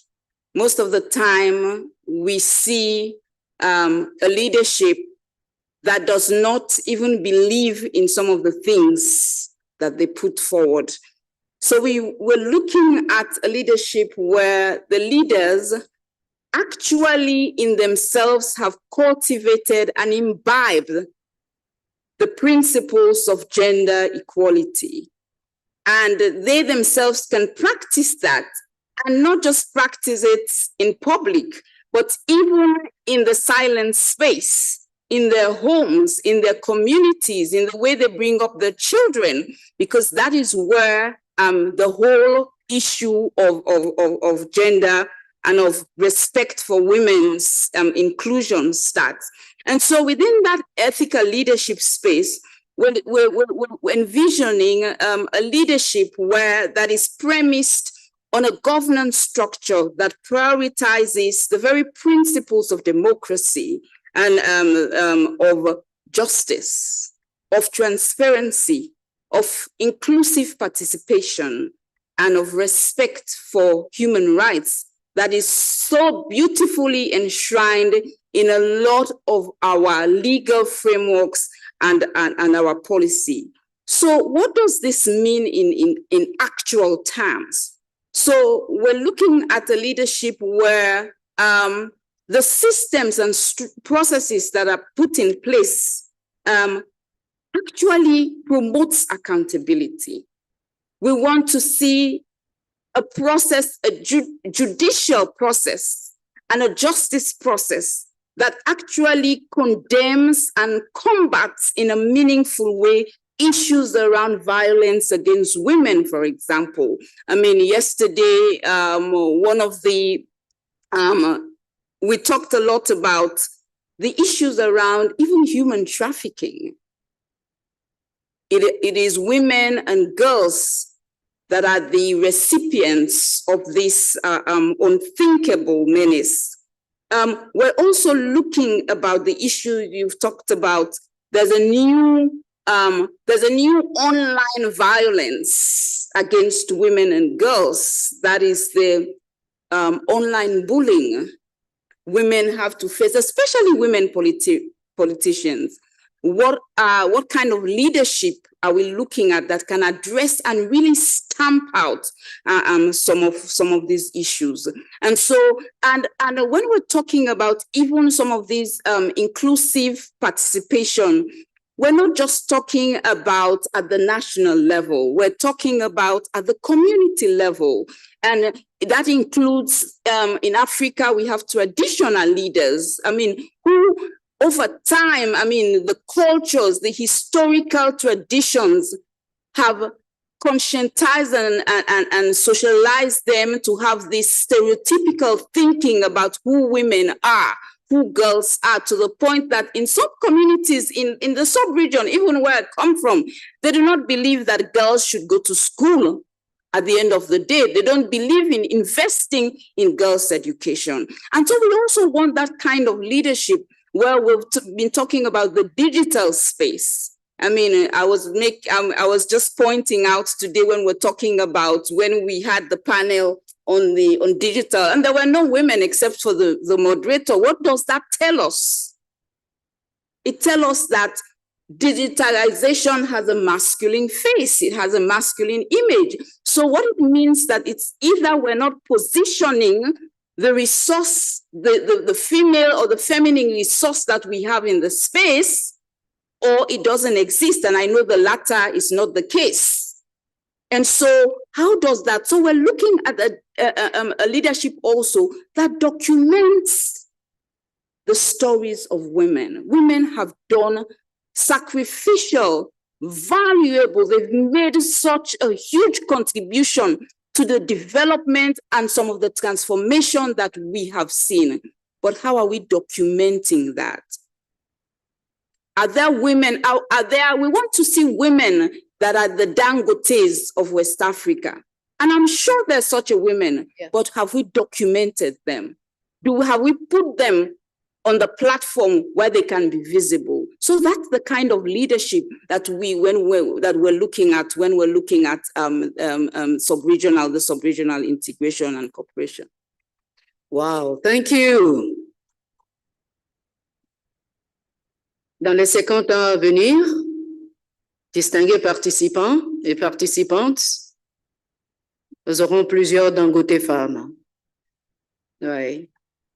À la question de savoir quel leadership est nécessaire pour transformer les normes culturelles qui sont restrictives en Afrique de l'Ouest, quel leadership pour combattre la désinformation et les violences faites aux femmes en politique et pour ainsi créer un environnement véritable, inclusif, condition indispensable à l'intégration régionale, à la paix et au développement durable.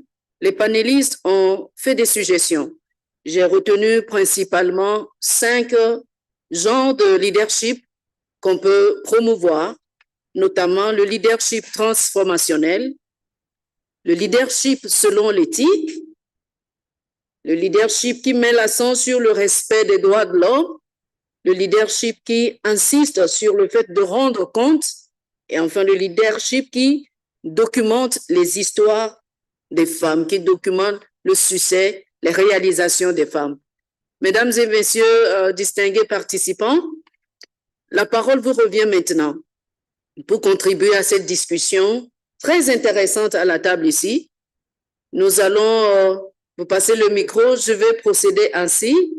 2 personnes de ce côté, 2 au milieu, et puis 2, si nous avons encore du temps, nous reviendrons avec le micro.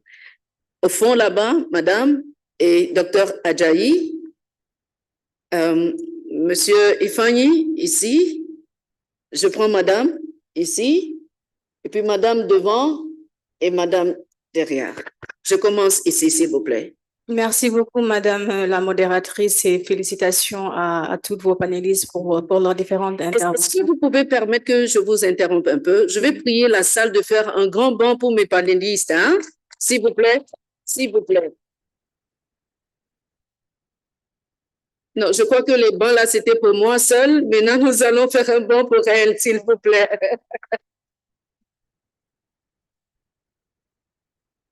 Elles ont été extraordinaires. Vous avez le micro, s'il vous plaît.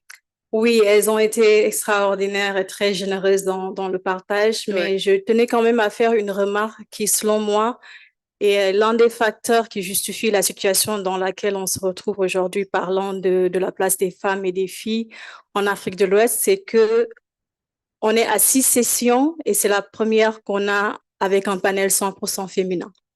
Donc, c'est dire, mettons les femmes ensemble pour parler des questions des femmes, comme si les questions des femmes ne concernaient que les femmes.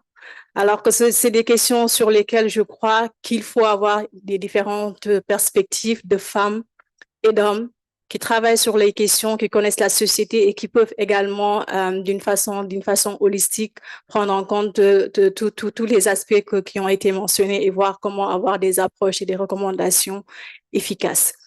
L'autre point, c'est concernant l'exemple qui a été donné sur le Sénégal, sur la loi sur la parité, qui quand même est souvent cité comme un exemple, qui est à saluer, qui représente une avancée quand même intéressante.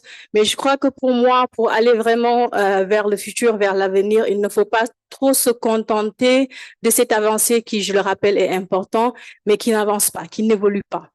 Et depuis son adoption, bien sûr, même si cette loi sur la parité a permis d'avoir une représentation quantitative des femmes à l'Assemblée nationale, elle ne permet pas aujourd'hui d'avoir la primauté des questions qui concernent les femmes au sein même de cette Assemblée nationale. Et la loi sur la parité, aujourd'hui, elle est limitée aux fonctions électives et semi-électives. Aujourd'hui, au Sénégal, on a un gouvernement qui est composé de seulement 4 femmes sur 30 ou 25 ministres.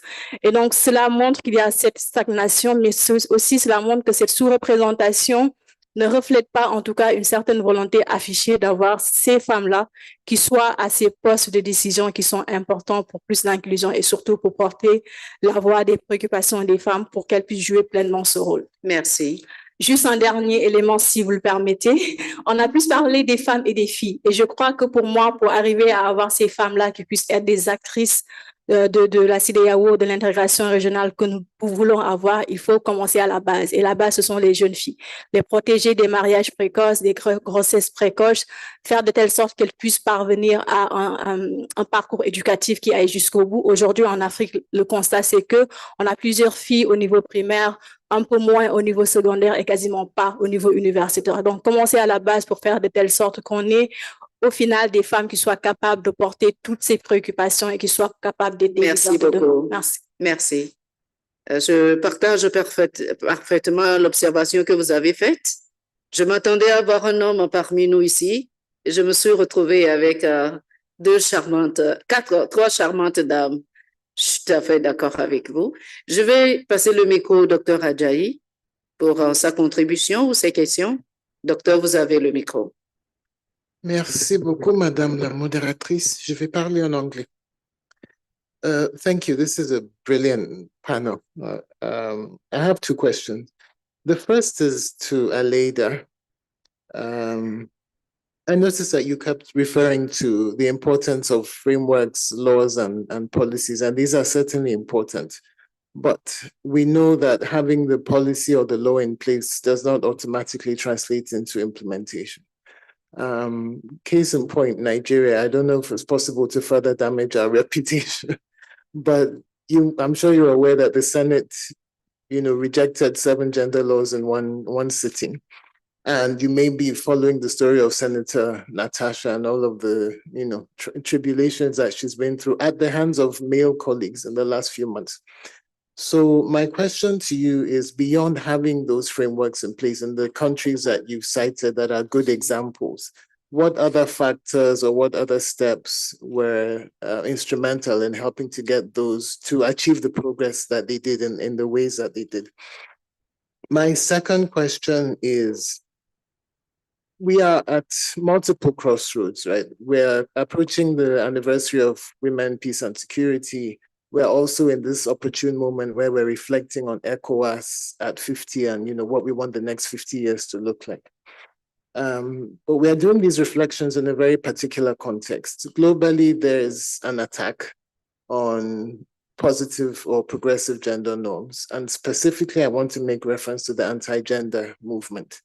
So my question to all of you is, what would you say needs to be done differently? We've always had certain challenges, but now it's very specific, it's very targeted. The movement is growing.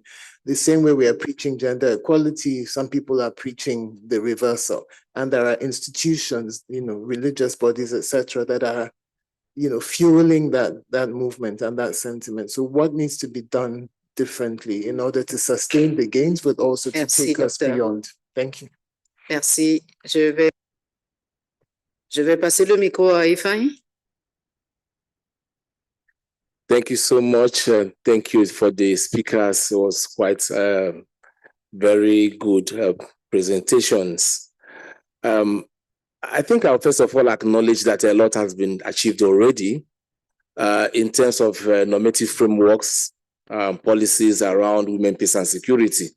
From the 1325, from strategic levels, of course, we've seen many of the countries, ECOWAS member states as well, adopting national action plans. Some are already in second generation and third generation national action plans, speaking on the operational components. But I think that Bernadette raised one key important thing that we need to take into consideration, looking at the next 50 years, and then also moving in the next 25 years of 1325, as far as we are celebrating 1325 this year. And that is the utilizing what already exists and how are we going to be applying that.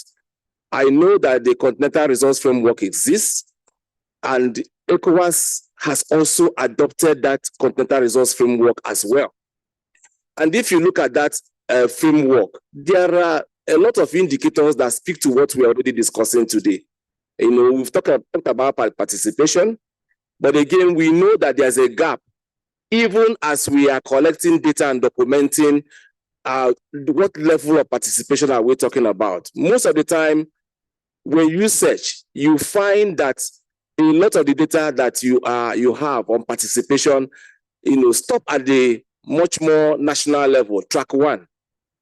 There seems not to be more in-depth data at the community level. Participation also exists at the community level, but we do not seem to have some level of facility or mechanism to be able to capture that, so that it helps us appreciate more what else needs to be done.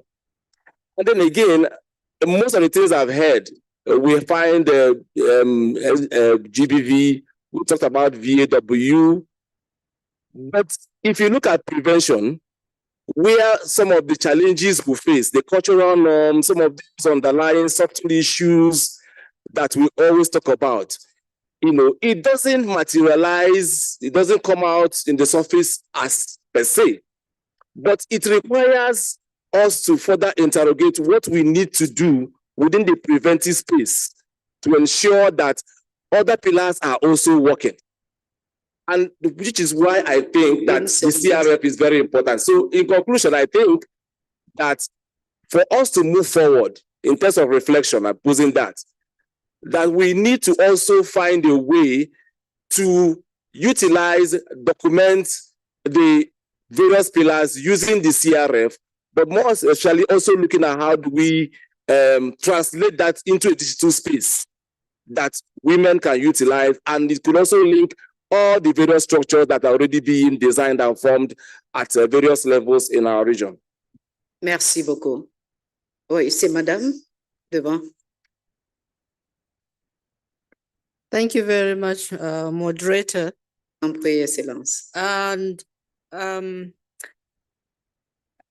addition to some of the recommendations by the panel about legal framework, some transformative or ethical leadership, I cannot resist, or I couldn't resist adding this strategy, even though it almost made me to be thrown out of a meeting, a women meeting of executive. And I think somebody pointed it out. We as women advocates, or we as women trying to get changes, we're talking about it in ECOWAS, we need to change strategy. We cannot lock ourselves in rooms. Look at the panel, it's only women.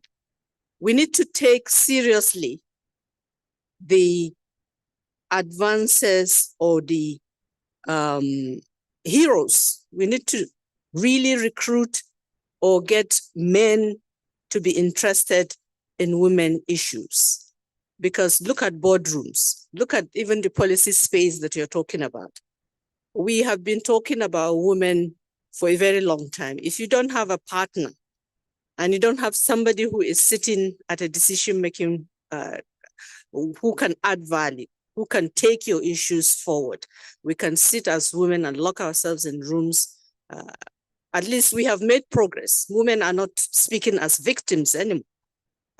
We've made a lot of progress. But I'm thinking that in addition to all those things that you have mentioned, we need as women to change strategy.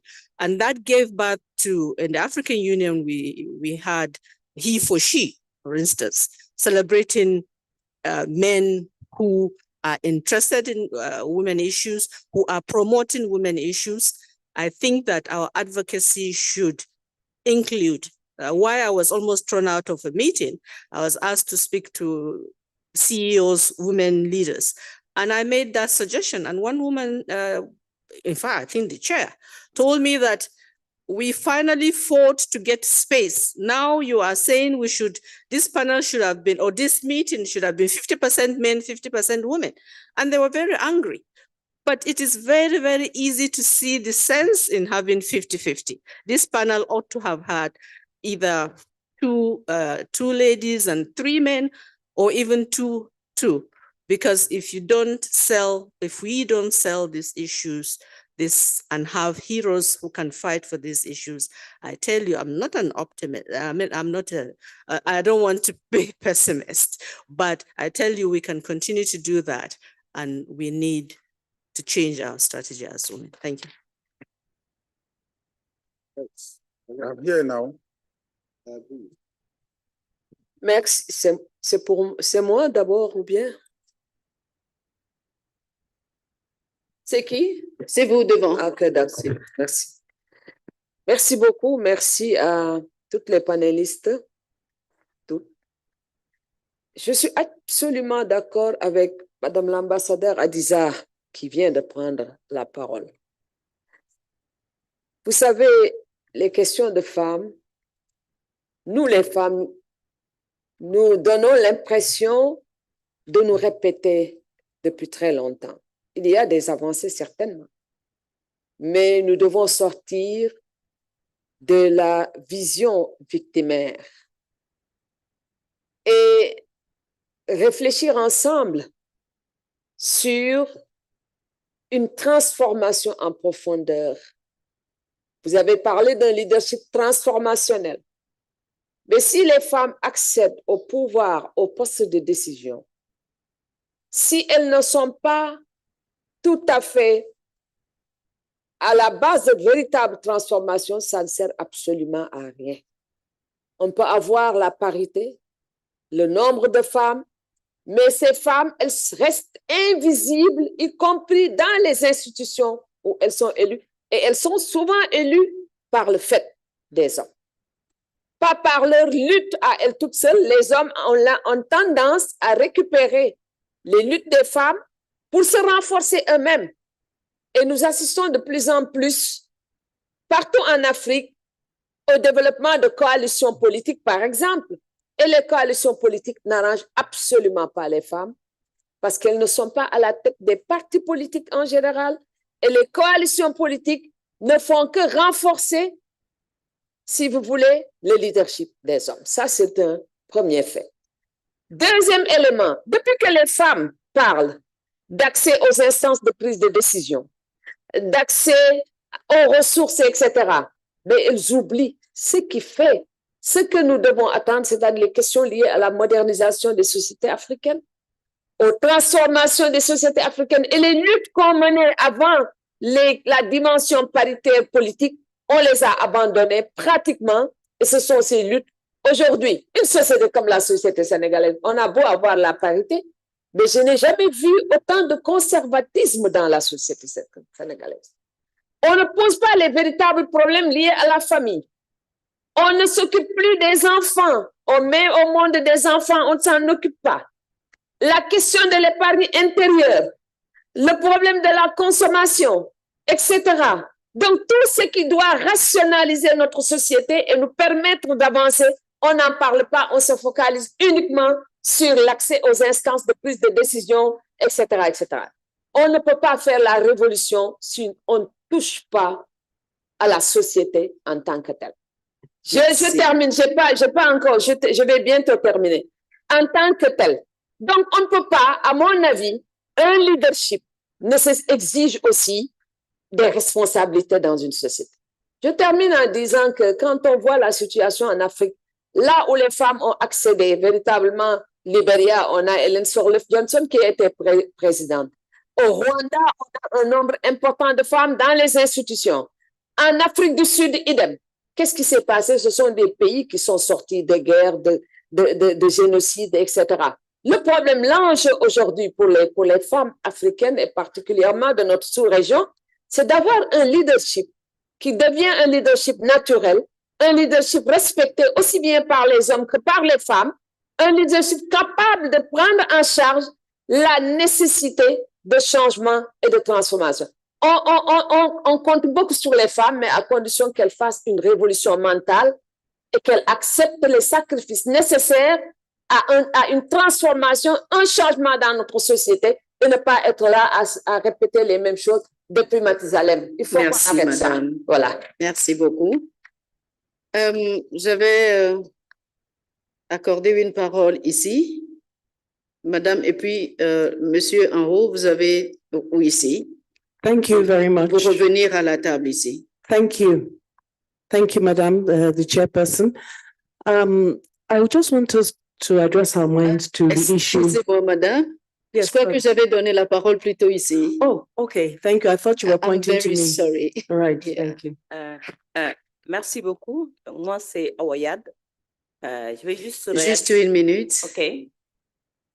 Je vais juste réagir par rapport à la première question qui consiste, qui pose la question de savoir comment la CEDEAO peut participer à l'intégration des femmes. On a l'habitude de dire que quand on veut inculquer des bonnes valeurs à quelqu'un, il faut lui montrer l'exemple. Donc, à ce niveau, est-ce que la CEDEAO nous montre l'exemple? Je prends l'exemple, je vois la photo du président de la commission. Donc, depuis 48 ans, on nomme des présidents de commission. À quand les chefs d'État vont faire confiance à une femme pour occuper ce poste? Voilà. Merci, madame. Ici au milieu, monsieur. Hello, sir. Yeah, you have the floor. Okay. Thank you very much. I actually also was thinking along the last speaker that the first body that should be accused of exclusion is actually ECOWAS. In 50 years, ECOWAS has not produced a female executive secretary.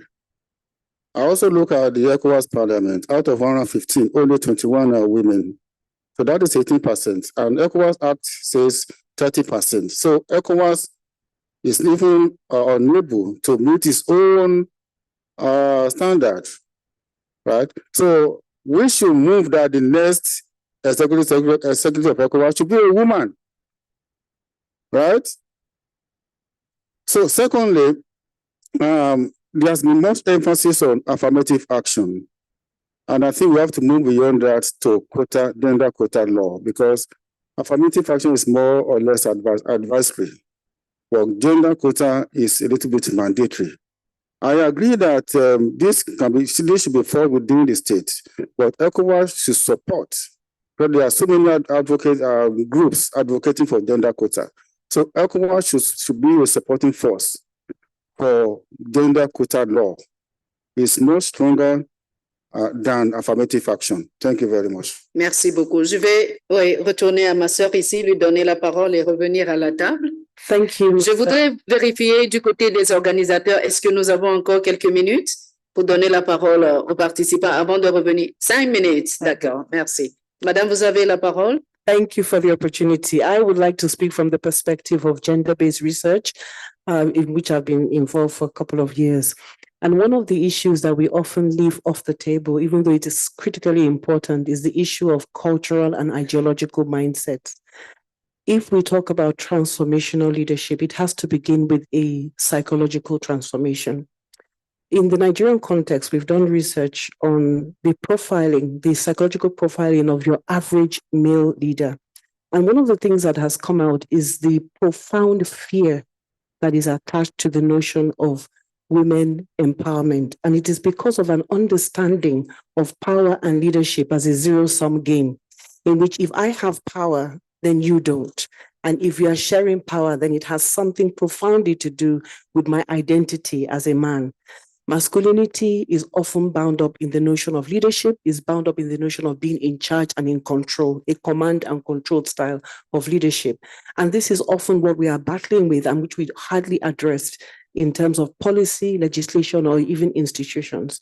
So what I'm trying to advocate here is the need for non-threatening gender dialogue spaces in which men and women can come together and actually dialogue about these issues. What are you afraid of about women's leadership? And why this is important is because, for example, in Rwanda, I just came back from Kigali yesterday. And one of the things that came out was that even though the women in Rwanda have made such an advancement, they hold the highest position in the world in female representation, political representation, yet gender-based violence, violence against women and girls in particular, is on the rise. Why is that? It is because men feel as if they are losing a sense of their masculine identity and power. And we are not yet addressing that kind of understanding about what power is, what leadership is, and what it does to the psyche of male and female. How can we therefore come up with a different notion of power as power sharing, power from within, power to an enabling power? I think when we begin to have these kind of dialogues between men and women, men among themselves and women among themselves, we will now produce a cultural revolution, an ideological revolution that favors both men and women being in leadership for the development of society. Merci, madame. Je suis vraiment désolée. Je vois plusieurs personnes qui veulent encore contribuer, mais malheureusement, nous n'avons plus beaucoup de temps. Alors, je suis désolée. Nous avons juste 5 minutes pour clôturer cette session. Et je vais rapidement revenir à mes panélistes. On me fait signe que c'est 3 minutes. Je commence avec le docteur. 1 minute, Bernadette 1 minute, et puis docteur 1 minute pour réagir à ces contributions. Merci. Thank you. Thank you all for the questions and contributions. As I was listening, I heard a pattern across many of your contributions and questions. And so I think I'm just going to sum up my response in 2 points.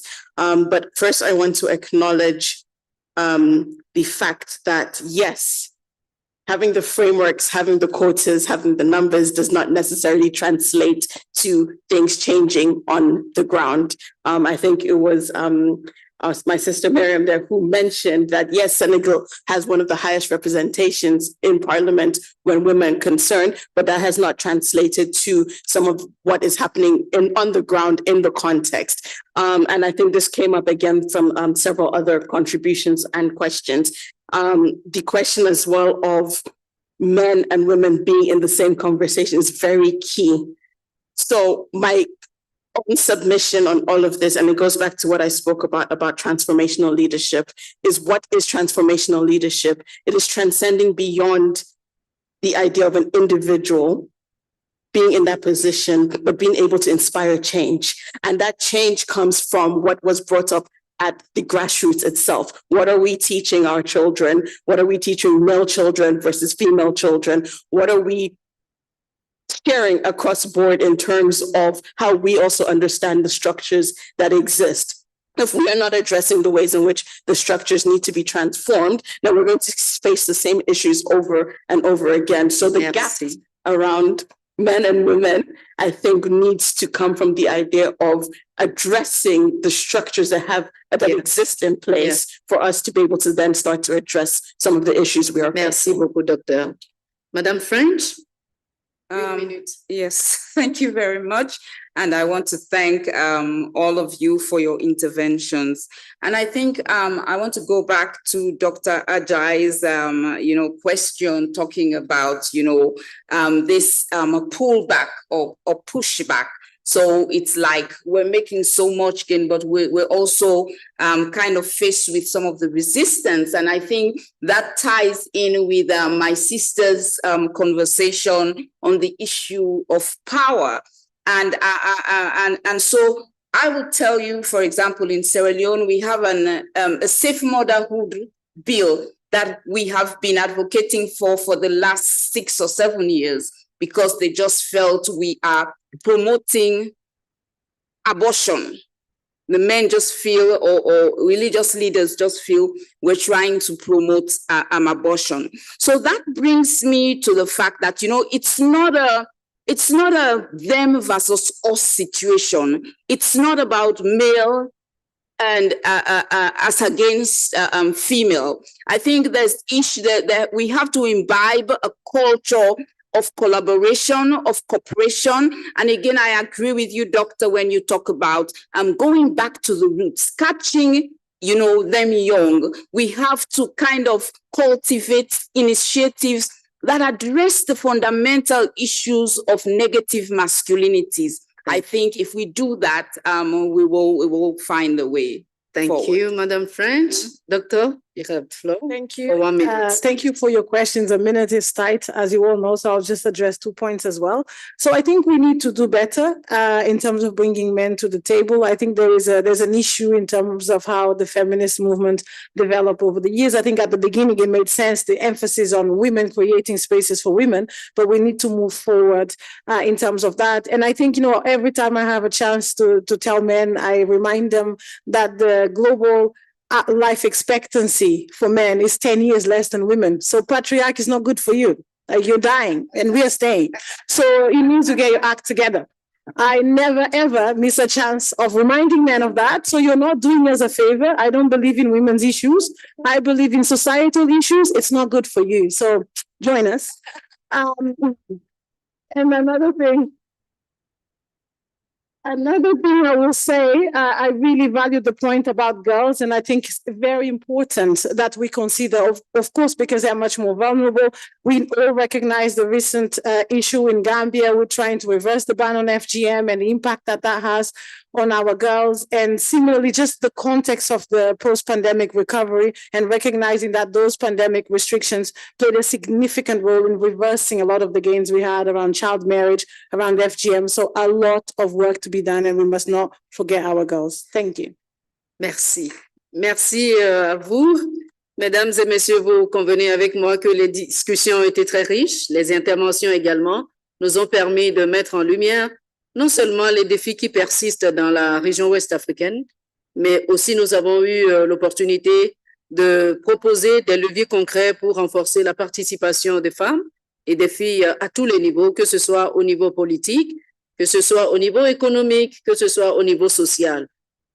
Les panélistes ont rappelé un point important, c'est que l'inclusion des femmes et des filles n'est pas seulement une question d'équité, mais que c'est un prérequis pour une intégration régionale durable, pour une paix durable et un développement véritablement inclusif. Je voudrais que vous vous joigniez à moi pour les remercier comme il faut, mesdames et messieurs. Merci beaucoup, chers panélistes, et merci pour vos contributions également.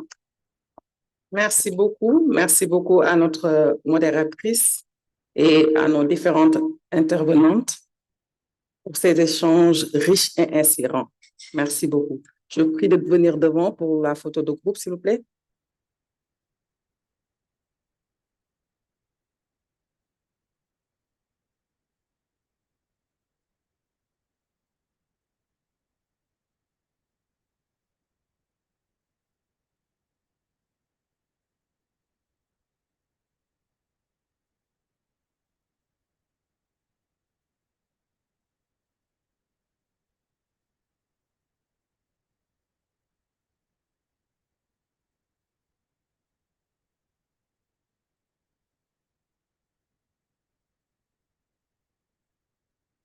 Je vous prie de les applaudir à nouveau hein, pour qu'ils ne se sentent pas un peu... Voilà.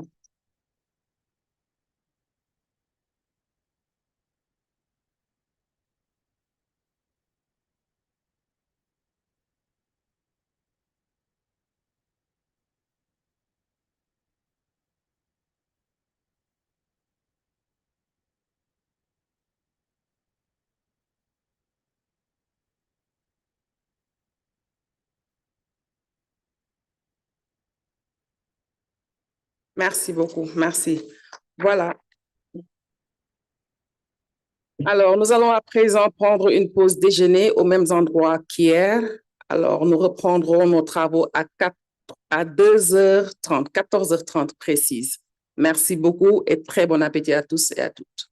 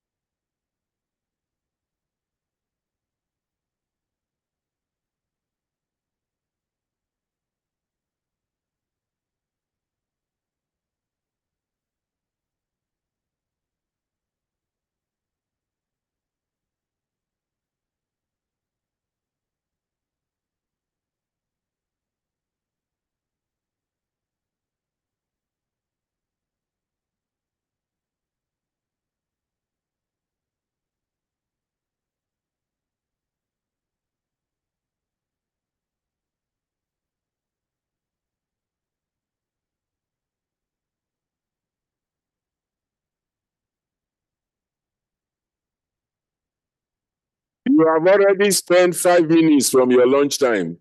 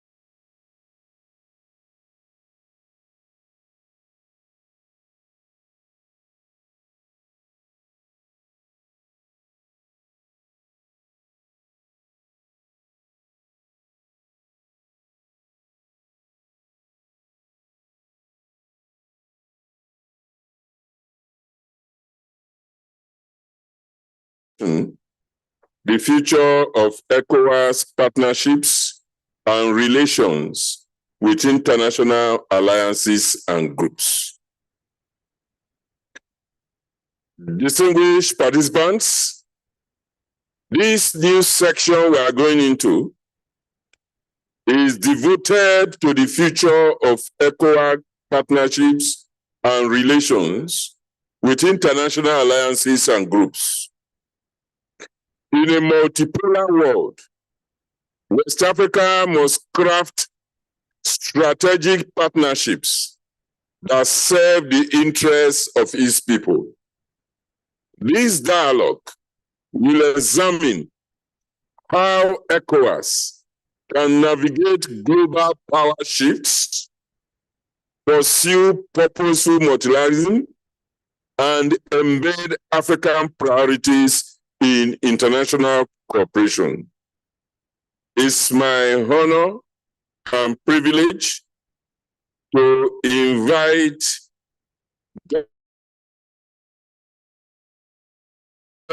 Ambassador Kenneth E.K. Aboshi to chair this program.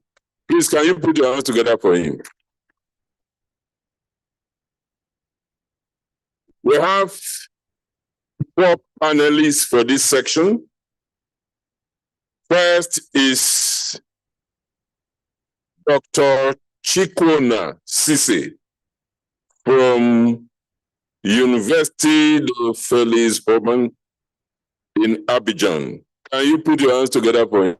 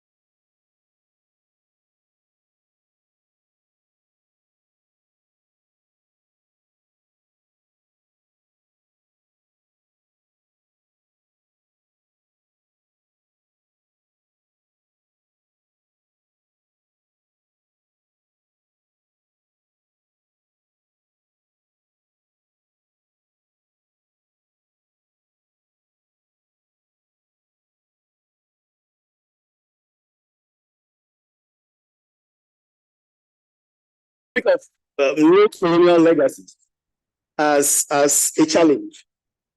I mean, whenever we hear about challenges in certain countries, we attribute them either to the French or to the British, especially in this region. And when it comes to decision making, whenever we even vote as ECOWAS, we always say, oh, these people are speaking the minds of their colonial masters. My question to you is, how do we repurpose ECOWAS in such a manner that these historic structures of neo-colonial legacies will work for us, even when it comes to finance, when it comes to security, when it comes to trade? How do we ensure that we turn around the story around our neo-colonial legacies, our connections with the French, our connections with the Portuguese, our connections with the British, in such a manner that it works for our people? It gives us the ECOWAS of peoples that we want. Thank you very much. Thank you very much. And I think given the complexity of the question, I will in 1 minute switch to French, and also because I'm not in great shape. But I want to thank Amandla Institute, African Leadership Center, Governor Kayode Fayemi and Mrs. B.C. Adeleye Fayemi, and for having Wati as a partner of this event. Is a great privilege, it's a great pleasure to be here. And I arrived only yesterday, and so it is an opportunity again to say how happy we are to contribute to this discussion. So yeah, I will switch to French, maybe to respond to the question. Je crois que la première chose que je voudrais dire par rapport à cette question sur les héritages coloniaux que nous avons, et ce qu'on en fait aujourd'hui et ce qu'on devrait peut-être en faire dans les 50 prochaines années, c'est que nous devons, je pense, d'abord reconnaître que ce passé, il a existé et que on ne peut rien y faire et on ne peut pas continuer à passer une bonne partie de notre temps à nous plaindre de ce qui s'est passé historiquement et du fait que les trajectoires politiques de nos sociétés ont été pendant des décennies, beaucoup plus que des décennies, pendant des siècles, ont été perturbées par les expériences coloniales. Je crois que nous devons, sur un continent qui est extrêmement jeune, où la médiane est de 19 ans à peu près, dans une Afrique de l'Ouest qui est en particulier très jeune, nous devons vraiment aujourd'hui travailler sur toutes les questions en nous projetant dans le futur, en pensant pour les prochaines générations. Et ça veut dire à nouveau reconnaître les héritages coloniaux, mais ça veut dire aussi nous en départir pour regarder le monde tel qu'il est. Et le point principal que je voulais passer, c'est justement regarder aujourd'hui le monde tel qu'il est. Il est brutal. On est un retour très clair au rapport de force les plus brutaux, un recul du multilatéralisme.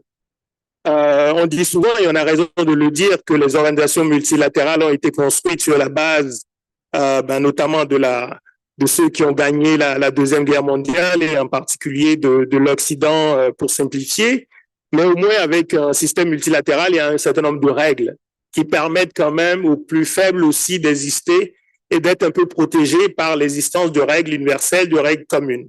Si on n'a plus du tout de multilatéralisme, on est essentiellement dans le rapport de force entre les États. Or, les États africains sont aujourd'hui parmi les plus faibles sur le plan militaire, sur le plan économique, et ça, on ne va pas le changer ni en une décennie, ni en 2 décennies. Donc, on a intérêt en Afrique de l'Ouest à préserver, à nous battre pour le multilatéralisme, et on a surtout intérêt à créer la capacité au sein de nos organisations de décrypter le monde. Ce que moi, je me demande si au sein de la CEDEAO, on a des personnes qui au quotidien suivent la Chine, suivent les États-Unis, suivent la Turquie, suivent le Japon, suivent l'Allemagne, suivent l'Union européenne, suivre le Vietnam parce que dans 5 ans, dans 10 ans, on va probablement se plaindre encore en Afrique d'avoir de nouveaux acteurs qui aujourd'hui sont très peu présents, mais qui vont à la suite de la Turquie, par exemple, parce qu'ils se seront économiquement développés.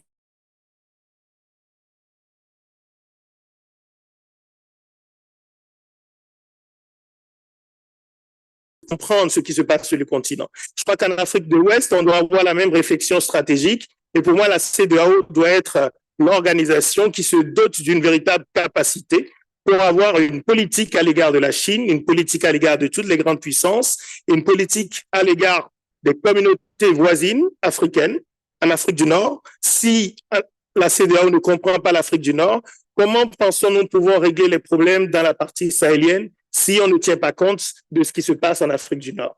Donc, à nouveau, ma réponse, pour ne pas être beaucoup plus long, c'est capacité stratégique et pragmatisme dans notre manière de développer cette capacité stratégique. Lorsqu'on n'a pas de moyens, on est obligé d'être encore plus créatif que les autres. Donc, on doit, par exemple, avoir un réseau de chercheurs sur lesquels on peut s'appuyer. Les dirigeants peuvent s'appuyer pour que, sur des questions géostratégiques, on puisse nourrir les décisions à partir de cette connaissance. No, thanks very much, Dr. Yabi, for that. I hear you say that we need to acknowledge our past, but also we need to understand our current realities and be able to position ourselves that way to take advantage of what is out there. But to you, Prof, Dr. Yabi is saying that we should be strategic. We should have what probably we call strategic ambiguity or be non-aligned so that we can work it all. What is your thought on that? Well, thank you very much. He did also say something I want to start from. And one of the things he said that we can acknowledge it, but there's nothing we can do about it. And that's why I want to disagree with him, that we can do something about it. Yes, the starting point is to acknowledge it. You talked about understanding our current realities. I'm saying we also need to understand colonialism fully, because we do not understand colonialism and its lingering impacts, right? So we need to really fully understand it, its geography, its politics, and its ideation, and how we continue to be colonized even till date. Once we have that understanding, that mental decolonization, like people like Chinwins will talk about, then it can be the beginning of rejuvenation. And for me, the answer to the question is turning the lemons of colonialism into lemonades, right? So that we can really begin to talk about seeing these constraints as strategic constraints and then leverage points. So we can map them. My short answer will be that we'll map them. And once we're able to map them, we can neutralize their harm, their effects. Debt traps, for instance, the extractive contracts that continue to persist, our security dependence on past colonial destroyers, because another thing we need to change is the way we think about them. We like to say colonial masters, and that keeps us in mental servitude. So they're colonial thieves, and we should call them so. So when we understand that strategically, we will now begin to look at some of the contracts that continue to keep us bound, and then convert the competitive interests of external powers in the continent. You will recall that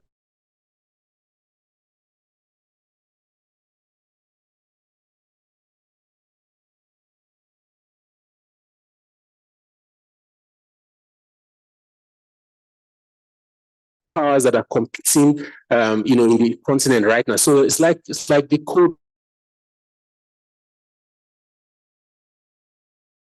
Actually become aware and take advantage of that competition, and use it into a bargaining power for regional development, for capacity building and policy autonomy. And if I can suggest one or two practical ways, just because of time. Like I talked about before, the systemic mapping of these colonial legacies is important. We can commission a rapid regional audit that identifies our debt exposures, the security arrangements, like I said. But one of the things I think we can also do is to revise our basic and tertiary education curricula. I think that that's very important to do. I've already mentioned the need to turn competition into leverage, use the current great power rivalry, to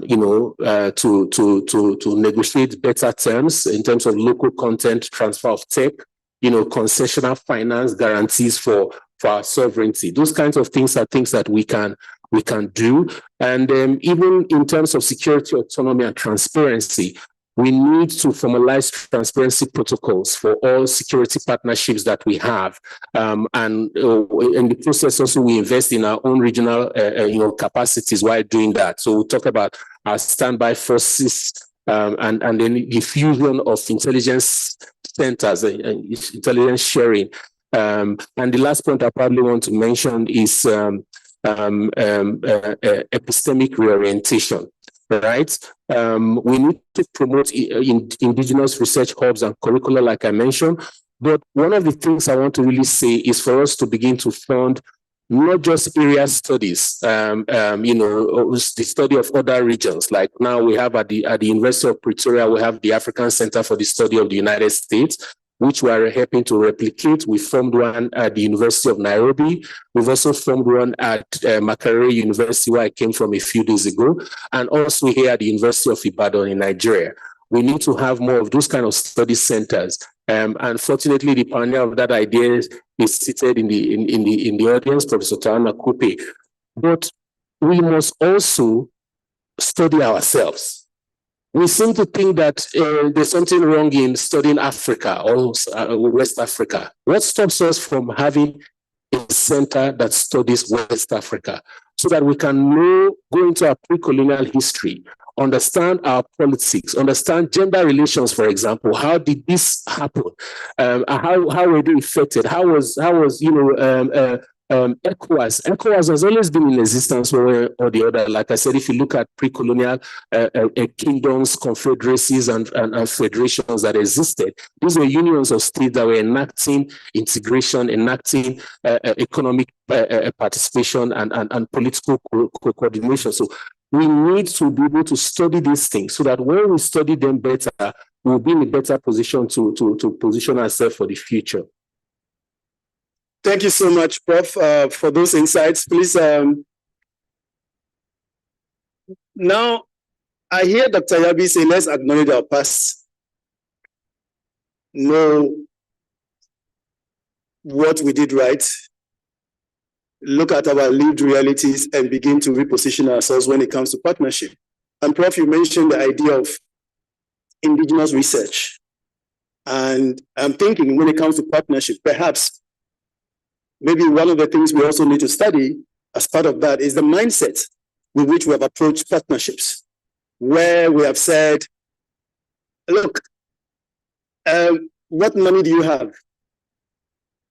Rather than what do you have to support what I have or I want to do? So you see that partnership has been driven by the interest of the global partners rather than by our own, interest and needs.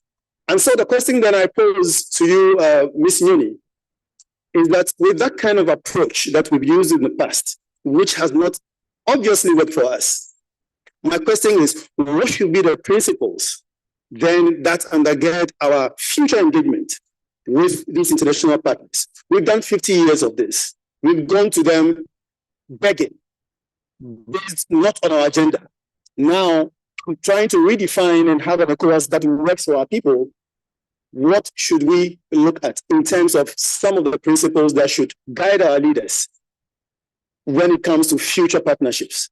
Thank you. Thank you so much, Ambassador. And I will respond drawing on experience from the region that I'm from, the Southern African region.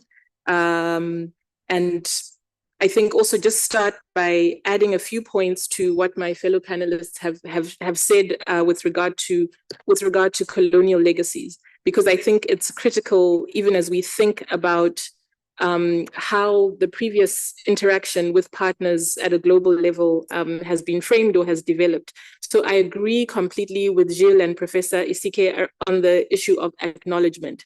And I would even hazard to say that the acknowledgement is not simply about acknowledging and moving on, as many of our partners often admonish us to do, that this is in the past and it should remain in the past, but acknowledging that these are the things that have happened to us and they linger in our memory, and not only the emotional memory of states or society, but also in the administrative memory, in the way in which governance is set up in our states, in our countries, on our continent. And the greatest area of the colonial legacy that concerns me is the state-society relationships, or the relationship between the state and the citizen. And this is a major hangover of the colonial time. And it expresses itself in three ways that I see. One, in my region, of course, the region is very much the leadership, at least, is very much aligned around the liberation struggle. But the struggle for liberation continues in the memory and the minds and the current ways of being of those leaders. And the liberation is not so much, it is no longer around colonialists or white settlers, but is against the people. It's almost as though leaders need to be liberated from their people. Another area is, again, as I said, the administrative systems of governance, our criminal justice systems, our laws, where we see that, we have things that the scent of colonialism lingers in our criminal justice systems, in our laws. We have laws about loitering, laws about, indecent dress, indecent behavior, which do not express themselves of our current and modern societies. And another is the next generation, therefore, that is held hostage by a past that for many they were not a part of, but they have inherited. And this then, I think, translates into the way in which there is engagement with partners. And so I think two quick points in terms of how to change this. I think one is agenda setting and priority setting. We've been talking over the last 2 days about an ECOWAS of the peoples, regional economic communities for the people, an African union that is a union of peoples and not of leaders or of governments or of states. And so I think critical is a leadership that centralizes, or centers rather, agenda setting and priority setting that comes from the people, which means having an exchange of influence with African citizens, with the West African citizens, over what the agenda is and what the priorities for them are in partnerships, building mutuality with citizens around what these priorities are. And then a second is around feedback. In leadership studies, we talk about feedback and the importance of feedback, and how that feedback is heard and how that feedback is translated. And I think what we do see, certainly in my sub-region, and I hazard a guess in this sub-region too, a lot of the feedback that citizens give to their leaders is not seen as feedback, but rather is seen as a challenge for power or for leadership. But yet when people take to the streets to tell them about how they feel about certain policies, it is simply feedback. Thank you. No, thanks very much. Thanks very much, Ms. Yoni, for that intervention. What I hear you say is that one of the principles that should drive partnerships into the future is an agenda that is driven by the people's needs. And the second one is that we should have leaders who listen, and not listen to respond, but listen to work with the feedback that we give them. And so the feedback, call it a loop, must be a sincere one. It is not one that is pretentious. It is not one that is just saying, you speak, but I'll do what I want to do. It's one that is saying, I've heard you. I'm taking some of your views into consideration, even as we craft the future together. But to you, Dr. Seaton, I'm imagining that in the next 50 years, you become the ECOWAS president.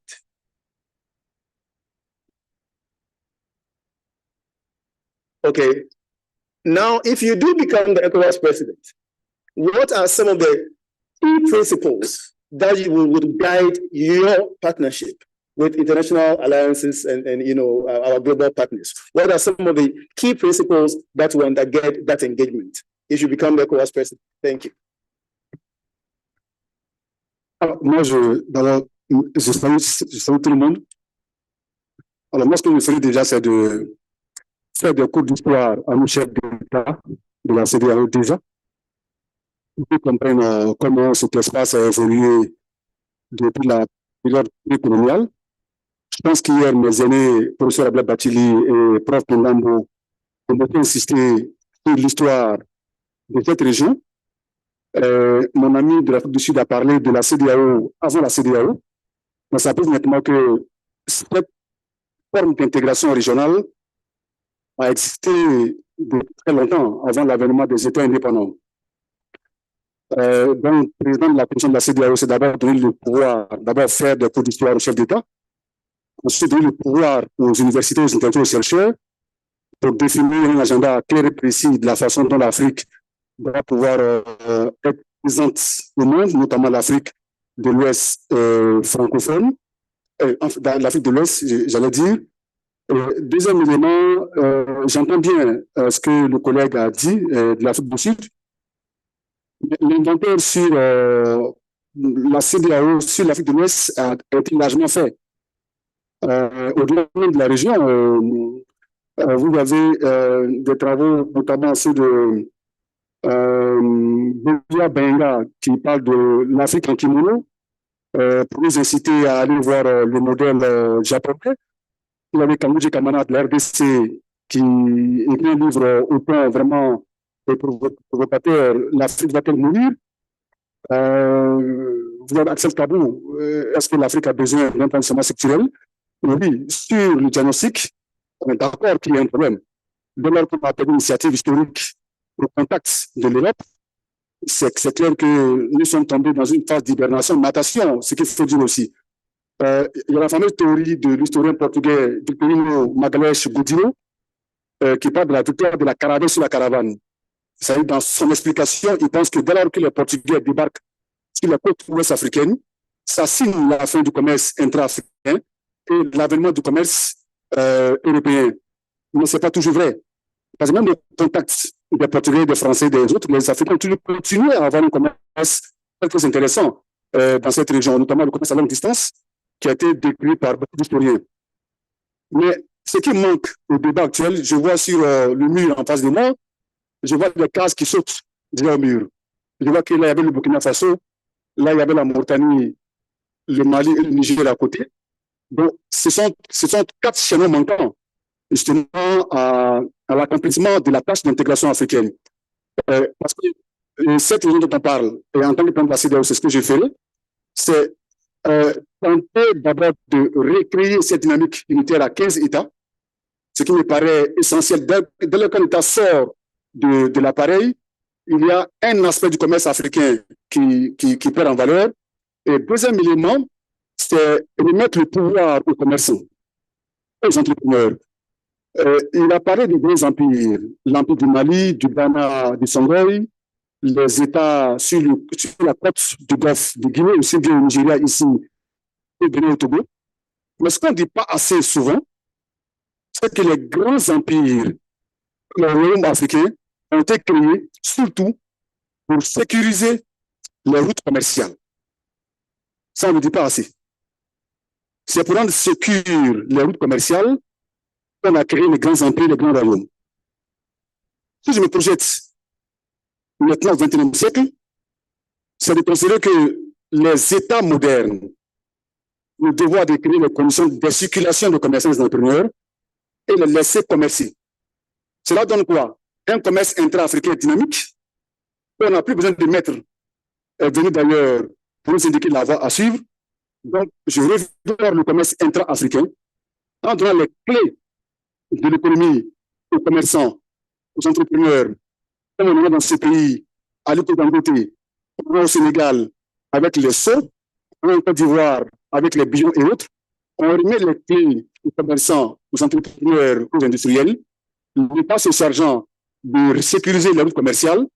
Avec ce moment, on n'a plus besoin d'aller chercher des mètres ailleurs. Deuxième élément de ma politique, ça va être de regarder vers le sud. Parlant de la coopération Afrique-Union européenne, Daniel Bache parle de partenariat sans prospérité. C'est-à-dire, il dit clairement que l'alliance de la France avec l'Afrique n'a pas produit de fruits intéressants pour l'Afrique. Donc, il faut regarder ailleurs. Regarder ailleurs veut dire quoi? Voir le sud global. L'alliance Mercosur, ASEAN plutôt, est née dans ces conditions. Le Mercosur décide que pour rompre avec l'hégémonie américaine, il fallait regarder vers le sud et ils ont une alliance avec l'ASEAN. L'Afrique peut faire la même chose, la CEDEAO. C'est-à-dire aller plus vers le Mercosur, vers l'ASEAN, le sud global, n'est-ce pas? Et de ce point de vue, Souleymane Bassir Diagne, philosophe sénégalais, parle beaucoup du bandung épistémique. À Bandung en 1955, il a été question de recentrer le débat sur les pays du Sud. Cet esprit-là renaît de ses cendres aujourd'hui. Mais ce qu'on ne dit pas assez aussi, c'est que Bandung, à l'époque, a beaucoup insisté sur le commerce entre les pays du Sud colonisés par l'Europe précisément. Alors, donc, Bandung décide qu'il faut qu'il y ait des rapports commerciaux vraiment beaucoup plus denses entre l'Asie du Sud-Est, l'Amérique latine et puis l'Afrique. Donc, le troisième élément de ma politique, c'est de revenir à l'esprit de Bandung de 55 en mettant l'accent sur l'économie cette fois-ci, en faisant en sorte que les circulations puissent se faire entre l'Afrique, la CEDEAO, l'Asie du Sud-Est et puis l'Amérique latine. Je pense que le président de la CEDEAO, je le veux bien, je veux demain être assis ici en train de diriger notre commission, ça me fera plaisir. Rassurez-moi, je ne vais pas renoncer à ce que j'ai dit maintenant. Première date, une fois président de la CEDEAO, c'est que je vais mettre en pratique, je vous le garantis.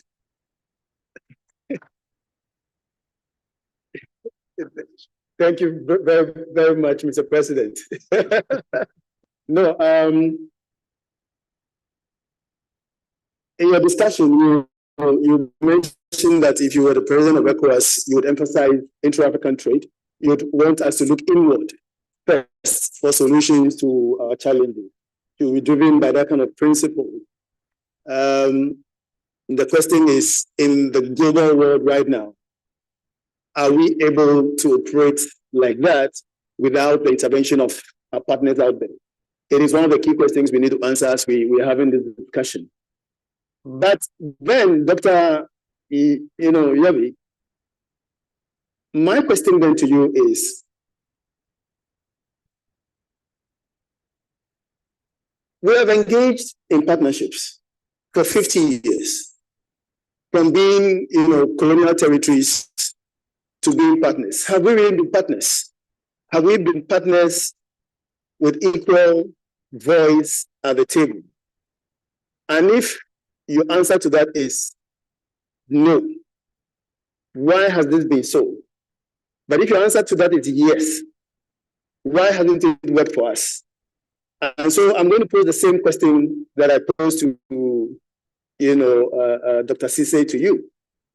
If you have the opportunity to be the ECOWAS president, what are the key principles, in addition to what he has mentioned, that will drive your engagement with global partners, looking at what we have done over the past 50 years and looking at how something should change or what should change in terms of our approach when it comes to partnerships? What are some of those key principles that would guide your engagement with partners if you were the ECOWAS president? Thank you. Thank you very much. I will start in English, maybe to try and respond to a second question, and then probably I will go back to French for more clarity on a few things. I think if I were the president of a commission, I would certainly don't consider that I should be the one deciding, based on what I feel, what should be the principle that should guide partnership. I think that would be, if I do that, that would be an illustration of the problem that we have in terms of how we make decisions. I think that we should be having a whole conversation, not only on what ECOWAS should do, but how ECOWAS should be restructured to be in a better position to do things more efficiently, which is a different question. So the question of principle, it should be based on an internal strategic capacity where we think about all the different blocks, all the different powers, the emerging powers, what are the interests, what are our interests, what are the areas of convergence, what are the areas of divergence. We have natural resources. Do we believe really that the countries that have an advantage in having access to resources at a low cost, do we believe that they will just facilitate our work in keeping our natural resources and making the transformation at home, that we create more jobs for our youth? But do we think that the US and the others, they will just stay and then they will, let it happen? No, because, and for me, it's not a question of colonialism. That I think that the fixation on colonialism distracts us from the reality of countries defending what they consider as being their strategic interest. Be they the former colonial powers or not, it doesn't matter. What matters now is what the reality of the world we are living in. I don't think that the Chinese or the Russians or the Vietnamese or the Turks, their primary interest is to make sure that they defend the security of the country and the people, and including the economic security as well. So when we think about the terms of the partnership with all those powers, I think we need to keep in mind the very interest of the West African people, but at the same time being extremely realistic about the reality of the rapport de force. Because if we don't understand the balance of power, then we'll just keep having very nice, heroic people who get killed, who get neutralized. I don't think that that will advance the continent to have more and more kind of heroic, sovereign guys who just say they want to liberate the continent. At the very end, we actually increase the vulnerability of the continent by weakening our institutions. I think we should be investing on our institution of knowledge, and I fully agree with what was said by the brother from South Africa. We should be basing our decision-making process in an institution like ECOWAS based on knowledge, based on collective thinking, based on flexible network of researchers that will be providing analysis to make those who make decisions. And we should not be going to meeting with, China or Russia or Japan without having a clear clarity about what we want. And we should also discuss, the fact that on all strategic issues, we cannot ask for funding from external partners. It doesn't make sense to say that we want to be independent and we are not able to fund even strategic documents without external funding. It's just not consistent to do that. So that is maybe what I can add for now. Thanks very much, Dr. Yabi, for that. And my next question, to Ms. Nyoni, based on what he has said and what has been reflected around, the table, my question is, how do we ensure that the voice of the market woman in Lomé or in Accra or in Abidjan is heard when our heads of state are negotiating deals on our behalf at the international level? How do we ensure? What are some of the practical ways that we can ensure that the voice of that market woman is heard in that room in Paris, in that room in Switzerland, in that space in Geneva? Yes.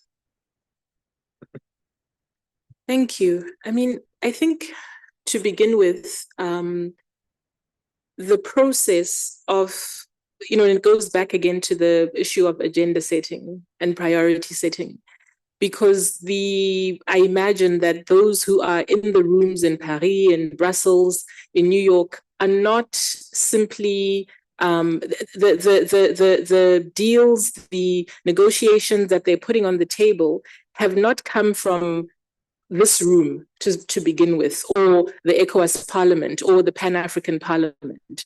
The people in those rooms represent, or I would hope, represent a constituency.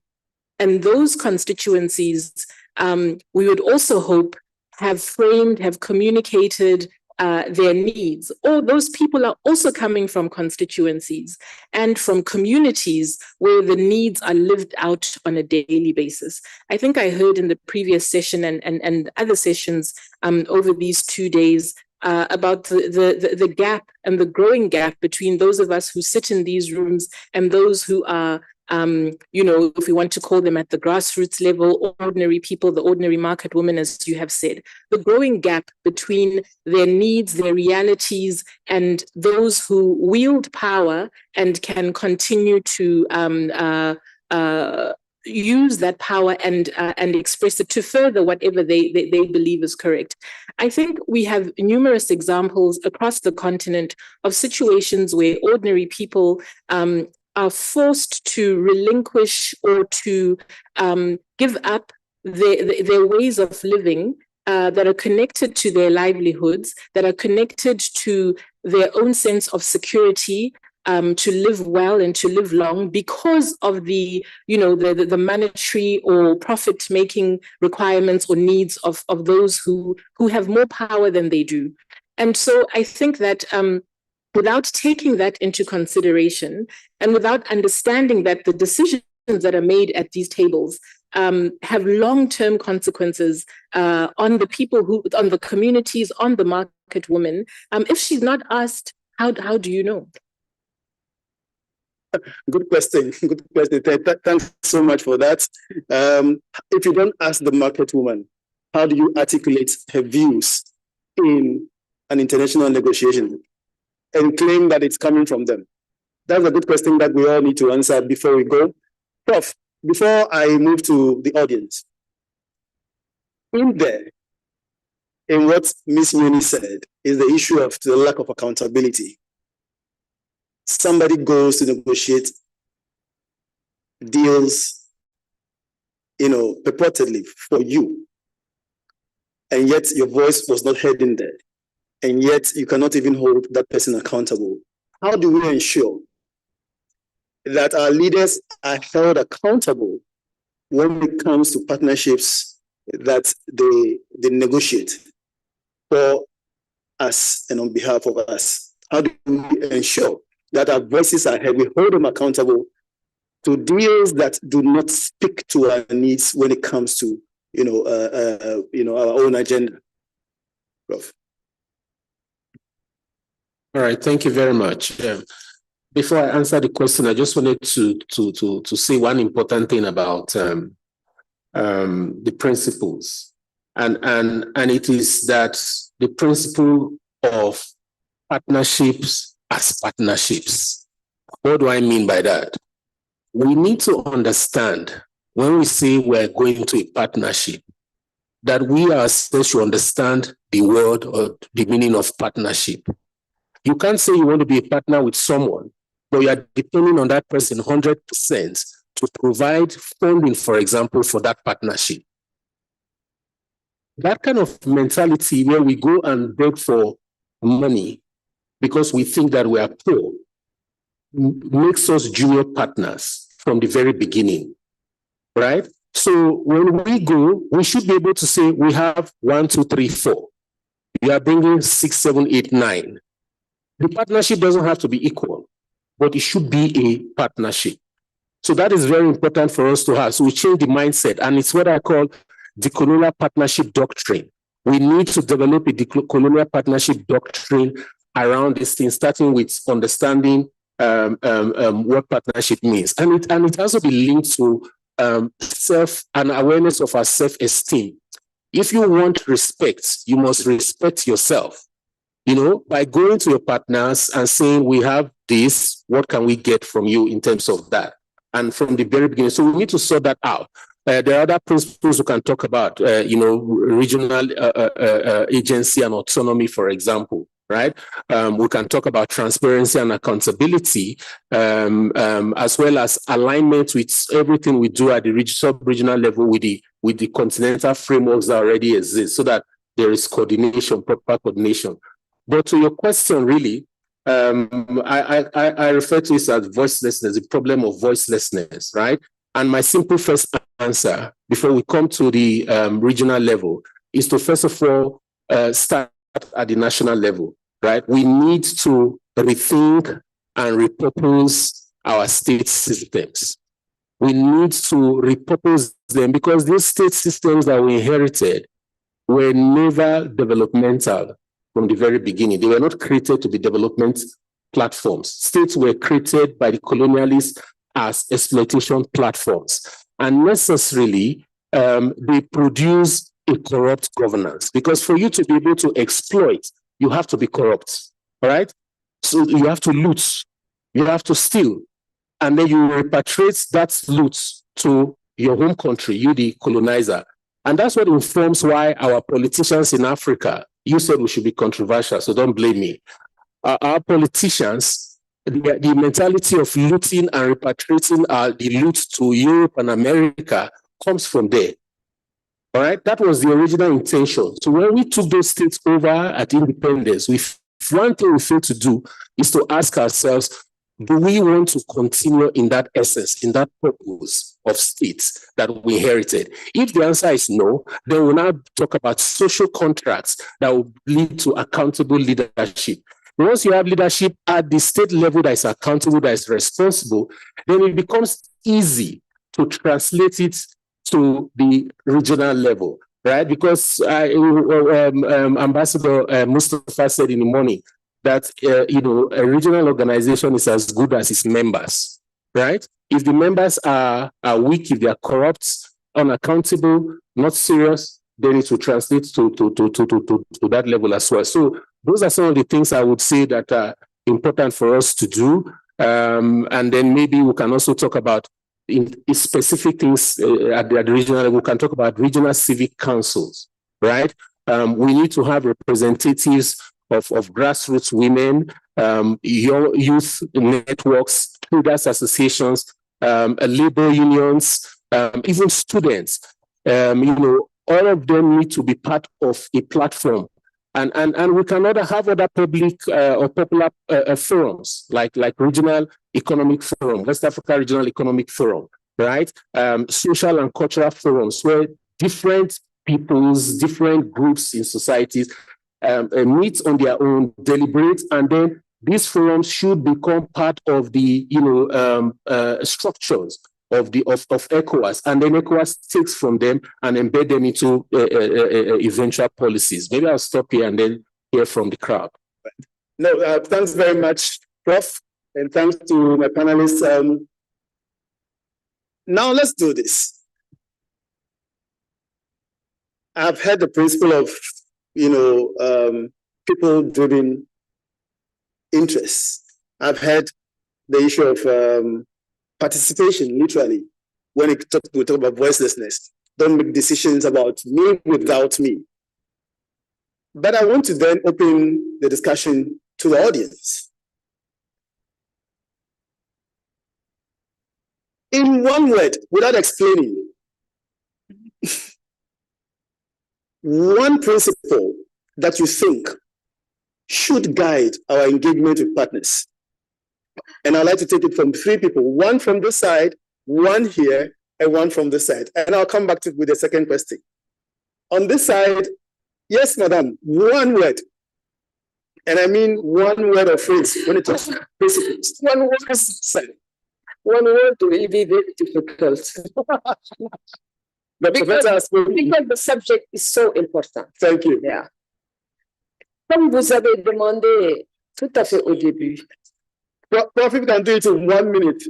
Oui, je vais essayer. Mais si vous passez votre temps à me donner des directives, le temps va passer. Laissez-moi parler. Alors, vous savez, le continent africain, et ce qu'on tous les historiens le disent, a toujours été très exposé.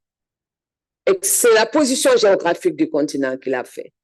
Je ne vais pas faire un cours sur ça, mais Est, on a les Asiatiques, les Arabes, les Iraniens, tous sont venus vers l'Est.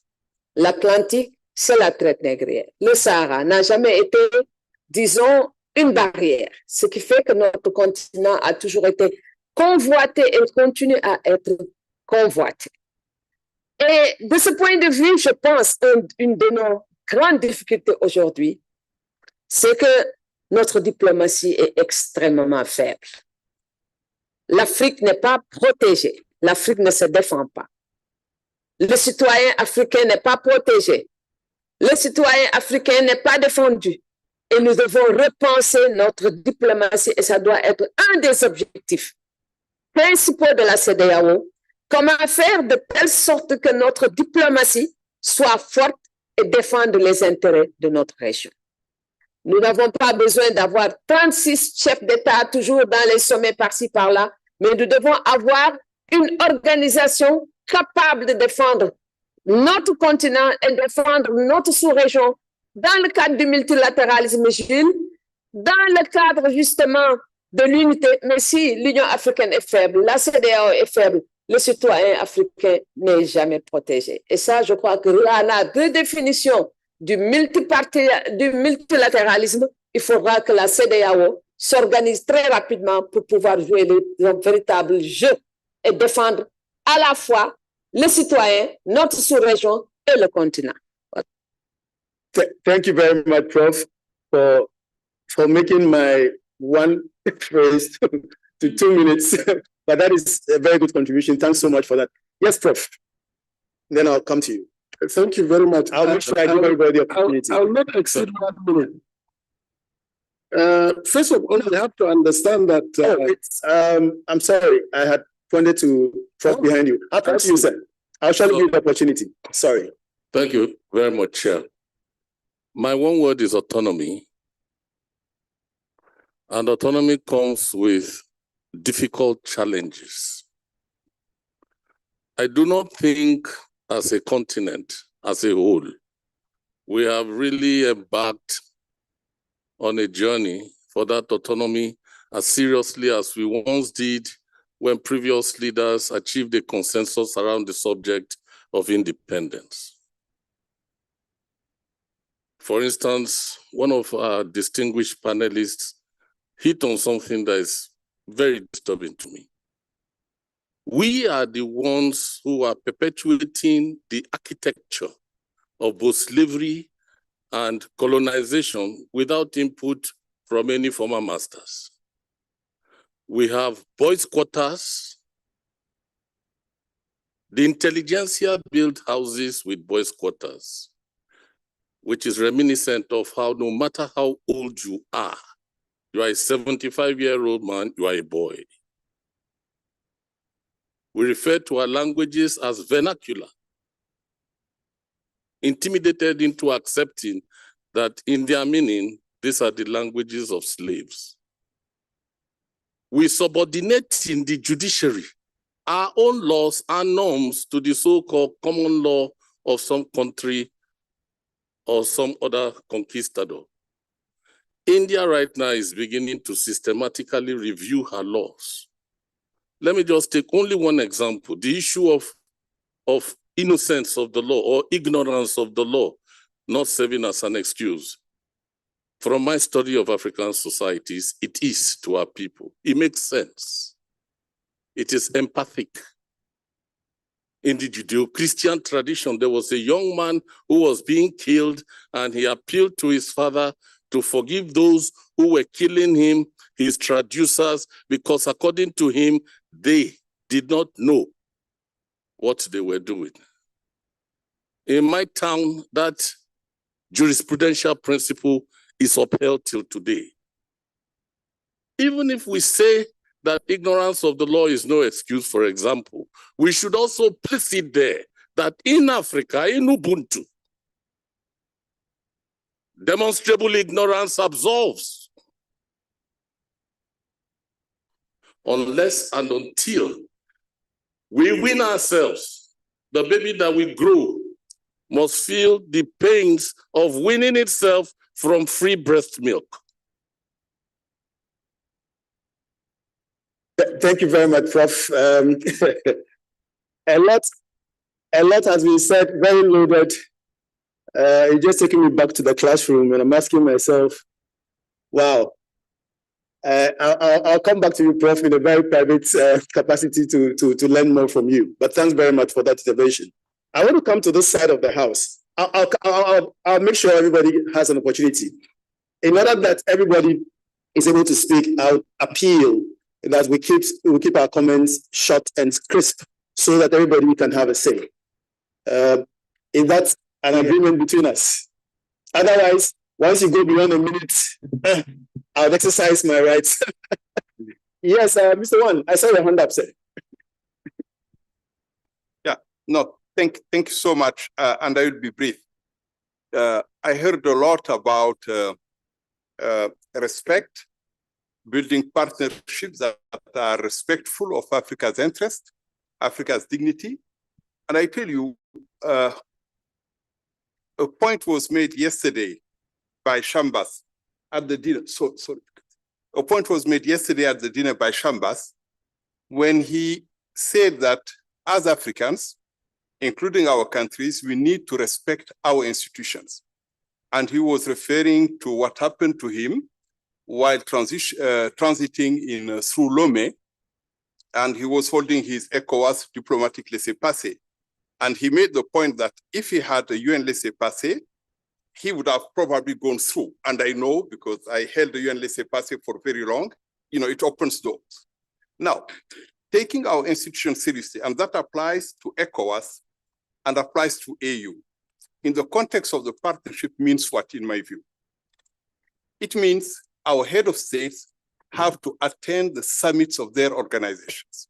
And I will explain why. Probably you may follow partnership with one country, Japan, China, US. Soon in Luanda, you will have a partnership meeting between the AU and the EU. All African head of states will be there. When it comes to their own summit, less than 20 or 25 attend the summit. And I've worked for the AU for over 2 decades. And when I say they attend, it means in actual fact, they are there at the opening. By midday, half of them have left. The last day when decisions are being adopted, apart from the chair, the president who has been elected as chair of the union, and the chairperson of the commission, you would hardly find an African head of state. The only African head of state I know of who attend AU summit from beginning to end is Thabo Mbeki, because he understood what it meant. So respectful partnership start first and foremost by respecting our institutions and respecting ourselves. So if one recommendation was to come out of this meeting, and I'm concluding here, you, civil society, should keep a tally of African head of states who attend ECOWAS summit, and of West African head of states who attend ECOWAS summit, and West African head of states who go to Japan, go to New York, go to Paris, and don't attend ECOWAS meeting. Name them and shame them, because even for them, out of self-respect, it's okay. Thank you. Thank you so much, Mr. Wan. Thank you so much. I mean, knowing where you have sat in the past, I mean, chief of staff, you surely know what is happening. I mean, and this includes the fact that, apart from what Mr. Wan has mentioned, I don't know how an organization decides that these are my needs. And then in the budgetary allocations, the needs do not meet the budget, or the budget does not stick to the needs. For me, your budget is a declaration of your intent. So if you say education is where your energy should go, and you put less in education and more in travels and more in other things, it means that you probably did not get your priorities right. It means that you're not putting your money where your, how do you say it, where your mouth is. You see it? So we have ECOWAS Agenda 2050, AU 2063, prioritizing our needs. And yet every year when I look at the budget is not speaking to these agendas. And I'm asking myself, where did we sleep? How did we go wrong? And so as a program officer, I'm transiting, yes, to the embassy. But as a program officer, every year, I'm forced to look for funding for things that heads of state said were priorities. So part of my job is to go and look for the funding and then what is then put in the budget is the heavy travel costs of officials. That for me is not how to run an institution like this if it's an institution about the people. And so it is something that we all need to think through. I saw a few hands up. I'm going to take all of you. Please make it crisp. Dr. Ajibewa, Prof. Auntie, I saw your hand. Please. I'll also have it, and then I'll come to this side. So let's take the last three from this end, and I'll come here, and then we'll go into the last bit. I think earlier you were saying the key word, I have it here, strategic autonomy. The word, because ECOWAS needs to be able to have that capacity to make and implement collective decision in its own interests, socially, politically, economically, and in terms of military.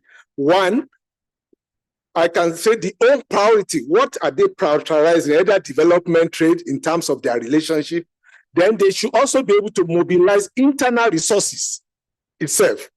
Then thirdly, they should also be able to engage partners, as rightly said here, on equal and reciprocal terms. Before I joined ECOWAS and Dr. Musa there, the EU ordinary third secretary will come to say we want to see Dr. Chambers. But when I came with my experience overseas with Dr. Musa, we said when a third secretary comes, third secretary must meet, even if it's at EU partners. Ask from 205, we lay that down. So it must be an equal partnership, because at the end of the day, then you must also look for, it must be a reciprocal term. That's it, what we are now. Then finally, we must look for a regional actor. Another negotiation, it goes along with what we say. Some of our partners look for negotiating with individuals like the EPA and the ECOWAS.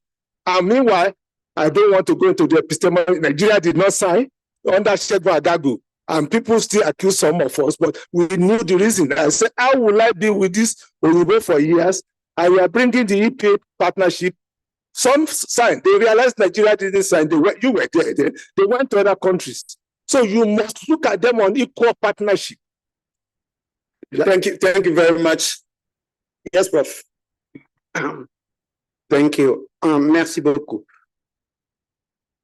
Pour le partenariat, je pense pour les débats aujourd'hui, il y a un point qui me manquait, c'est la prospective. Parce que si on veut positionner la CEDEAO en 2050, la dynamique démographique va changer. Peut-être qu'il y aura beaucoup plus de vieux, peut-être qu'il y aura beaucoup moins de jeunes. Il faut voir ce qu'il en est. La structure technologique va changer. Aujourd'hui, Natvia a une capitalisation de 5 000 milliards de dollars supérieure au PIB de la France et de l'Allemagne.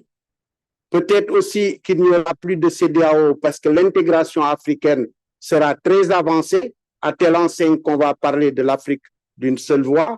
Peut-être. Donc, il y a ces éléments de prospective, peut-être qu'il faudrait amener dans le débat. Maintenant, pour conclure, ce que Prof a dit sur Pretoria, en tout cas, moi, je ne me reconnais pas dans ça, puisque mon centre, qui est un centre d'excellence pour le leadership et le management pour le développement de l'Afrique, a commencé des études sur l'aspect d'un leadership effectif et efficient, articulé à un management contextualisé et novateur, prenant en compte notre culture, notre histoire, nos priorités, notre prospective, les données dont nous avons à notre disposition et faire le mapping, comme il le dit, du partenariat. Parce que le partenariat, le terme qui peut le définir, à mon humble avis, c'est mutuellement bénéfique. Parce que la durabilité d'un partenariat découle du fait que chacun des deux partenaires y trouve son intérêt pour aller de l'avant. 30 secondes, si vous le permettez, juste pour dire que le leadership, il doit être articulé à un management pour exécuter. Je donne un exemple juste pour terminer. On voit aujourd'hui la Chine se positionner. Si vous êtes intéressé pour savoir quand est-ce qu'ils ont vu cette vision d'être aujourd'hui une des premières puissances, sinon la première, c'est en 1949 que Mao Zedong a réuni tous les stratèges et ils ont créé what they called the 100-year marathon. Ce qui fait qu'en 2049, la Chine va overtake. Donc, si la CEDEAO et l'Afrique veut évoluer, faisons un network de think tanks aujourd'hui qui regardent toute la granularité de l'analyse dont ils ont besoin pour prendre des décisions basées sur une analyse prospective, des données, une compréhension sociologique, historique, culturelle de notre zone géographique. Merci. Thank you very much, Prof. Thank you very much, Prof. So what I hear is there should be more collaboration among the think tanks, but also to ensure that we don't reinvent the wheel. I mean, if one institution is doing something, perhaps we can, assist that institution to do it better. That's what I heard. Dr. Diallo, I saw your hand up.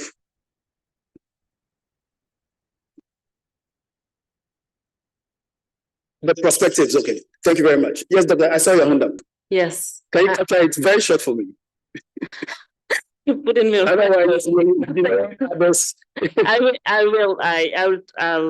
be short.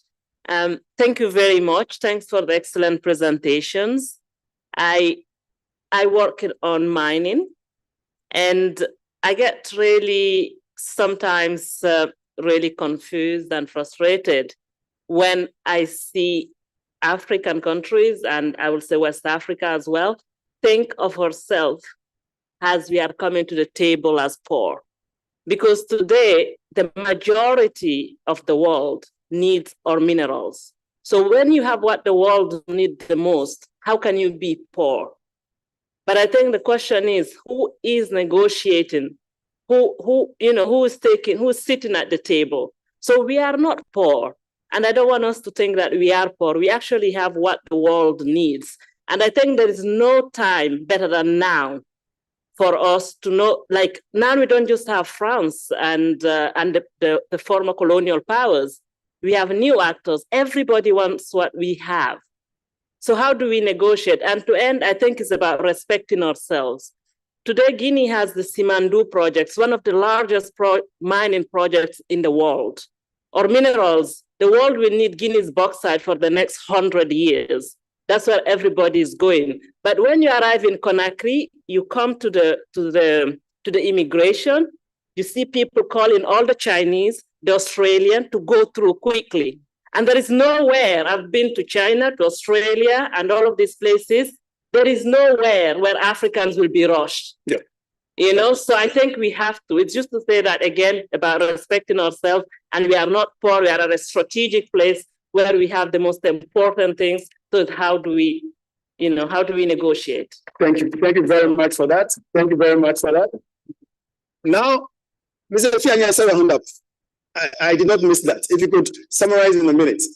Okay, just to add, because already a lot has been said, but ECOWAS is a supranational political institution, and I think the Prof has talked about the decision-making process within ECOWAS.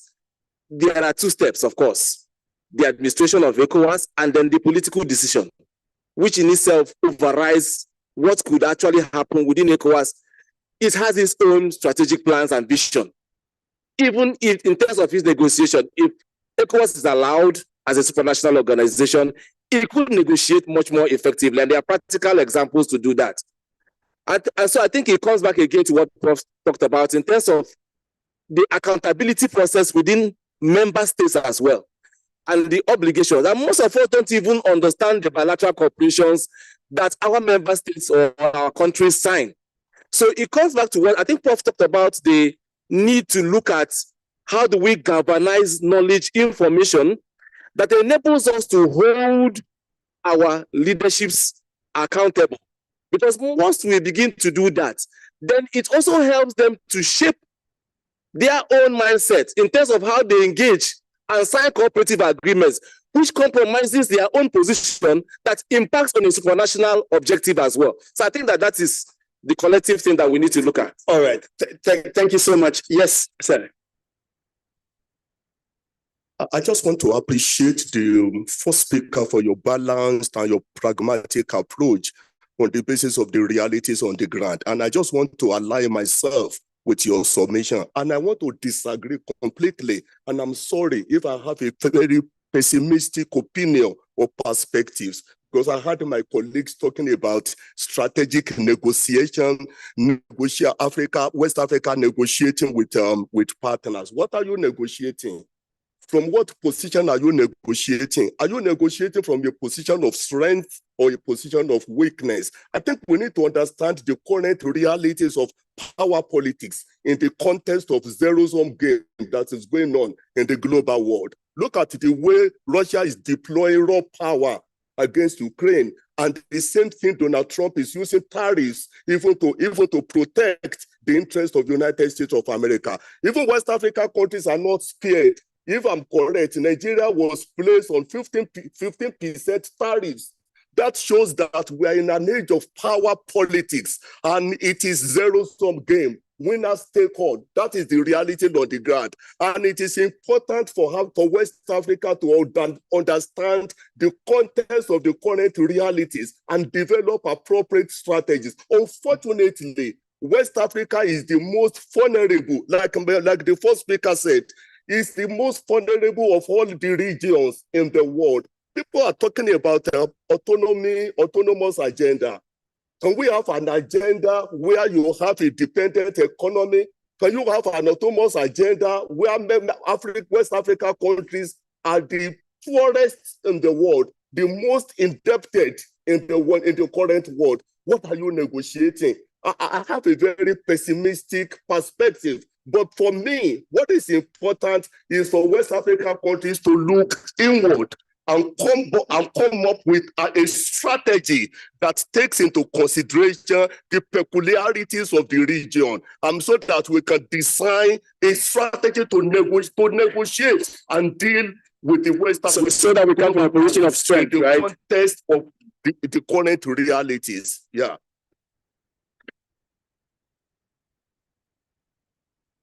I mentioned that I would want us to be controversial, and I like the fact that we can agree to disagree on some of these principles. But I'm told that my time is up, and so I want to come back to my panelists to give them a minute each to round up, and then we'll end the discussion. And I start with Ms. Nyoni.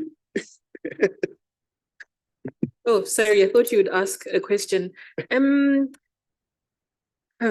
So we've heard a lot. I think maybe I can end with opportunities that relate to in terms of the principles, right? About how we renegotiate.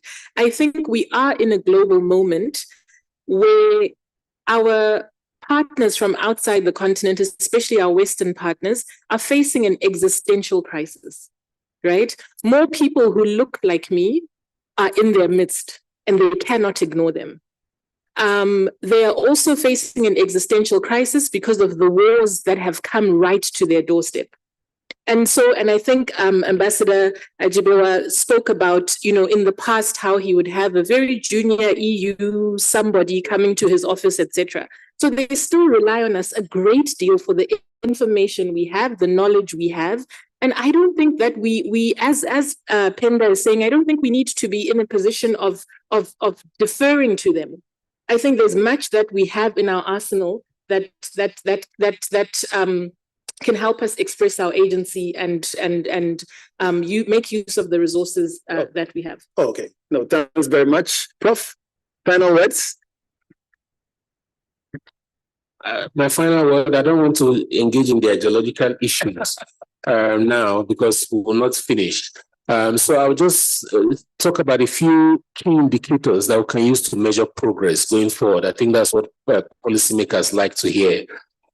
So some of the things we can use to measure whether we're making progress or not in the next 10 years will be percentages of major external contracts that have been publicly disclosed and subject to parliamentary review. In other words, we're measuring transparency. Then the share or percentage of contracts with enforceable local content and technology transfer, right? Number of projects with community consent, with social audits completed, as a way, to measure those things. Then, volume of pool procurement transactions and cost savings that's achieved. Those are some of the things that we can look for, to measure whether we're making progress or not. Thanks so much, Prof. 1 minute. Alors, vous ne pouvez pas m'imposer 1 minute parce que on n'est pas équitable dans la distribution de la parole. Chacun n'a pas débattu 2 fois la parole. J'ai été le seul à parler une seule fois. Donc, c'est pas équitable du point de vue de la distribution du propos. Donc, 1 minute, pour moi, me semble tout à fait injuste parce que j'ai manqué un tour de parole. C'est ma belle faute. Mais soit dit. Puisque nous sommes tenus par le temps, je pense que ceux qui ont parlé, il n'y a pas eu de questions, il y a eu plutôt de contributions. Cela montre clairement que la CEDEAO, si elle n'existait pas, il aurait quand même fallu l'inventer, déjà de ce point de vue. Deuxième chose que je vois, c'est un décalage réel entre le pays légal et le pays réel. Quel type de CEDEAO voulons-nous? Moi, je suis historien, je fais le constat qu'après 50 ans, il y a une histoire par le haut qui est faite au niveau de la CEDEAO, là où je m'attendais plus. Ainsi d'ailleurs, comme la vision 2050 l'avait préconisé. Alors, donc, sortir des sentiers battus en fait de compte, il ne faut pas camper sur le pessimisme de notre ami ici. Il faut remettre la clé du pouvoir au en fin de compte. C'est-à-dire que laisser la société civile africaine, ouest africaine, décider de la marche à suivre plutôt que de laisser le soin. Parce que ce débat-là, on l'a. Je pense qu'il y a une vraie défiance. Vous savez, quand je venais à cet atelier, des amis nigériens me disaient que si c'est, vous savez qu'en Afrique de l'Ouest, il y a 2 puissances, le Nigeria et la France. On peut dire que les pays francophones sont à la sorte de la France, et ça me fait rigoler. Mais on a ce genre de débat idéologique, comme mon ami l'avait dit tout à l'heure, dans lequel on va pas tomber. Mais pour ma part, et c'est mon dernier mot, je pense que ce qu'il faut faire, nous avons là une bonne opportunité en 2025 de réinventer la CEDEAO, mais la condition principale, à mon avis, c'est de dégager une masse critique de chercheurs capables de faire de la prospective pour voir dans quel sens on peut lancer la dynamique. Le deuxième élément, redescendre le pouvoir au sein du peuple, parce que c'est lui qui décide finalement en fin de compte pour la suite des débats au sein de la CEDEAO. Je vous remercie. Thank you very much, Dr. Sissé. Dr. Abi, last stop. Thank you very much. Thank you very much. 2 points. I will be very quick. The first one, again, I think it's not to be pessimistic, but we need to look at the reality as it is. And that's actually the only way to survive, which is the first objective that we should have as a region.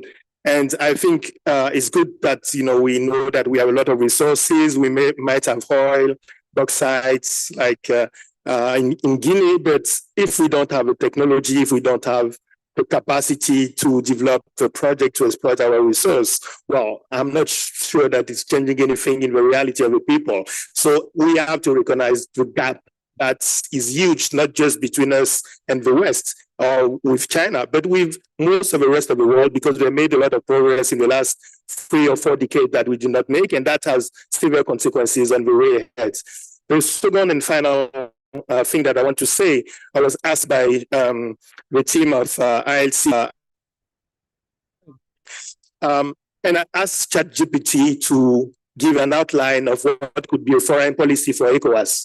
It's quite troubling. In just less than 1 minute, you have something which is quite interesting, defining key principles and how ECOWAS builds a foreign policy. And I think that should be one of the objectives in the next 10 years, to be able to have a proper foreign policy of the community. We should not replace the foreign policy of individual member states, but will be a coordinating mechanism so that we can have on strategic issues a common voice of West Africa. And I think, again, I'm happy to share that. Thank you very much. No, thanks very much, colleagues. On behalf of the panel, I want to say thanks to the audience, but also to panel members for a very insightful discussions. I mentioned that you could be controversial, and we had very controversial ideas when it comes to partnership.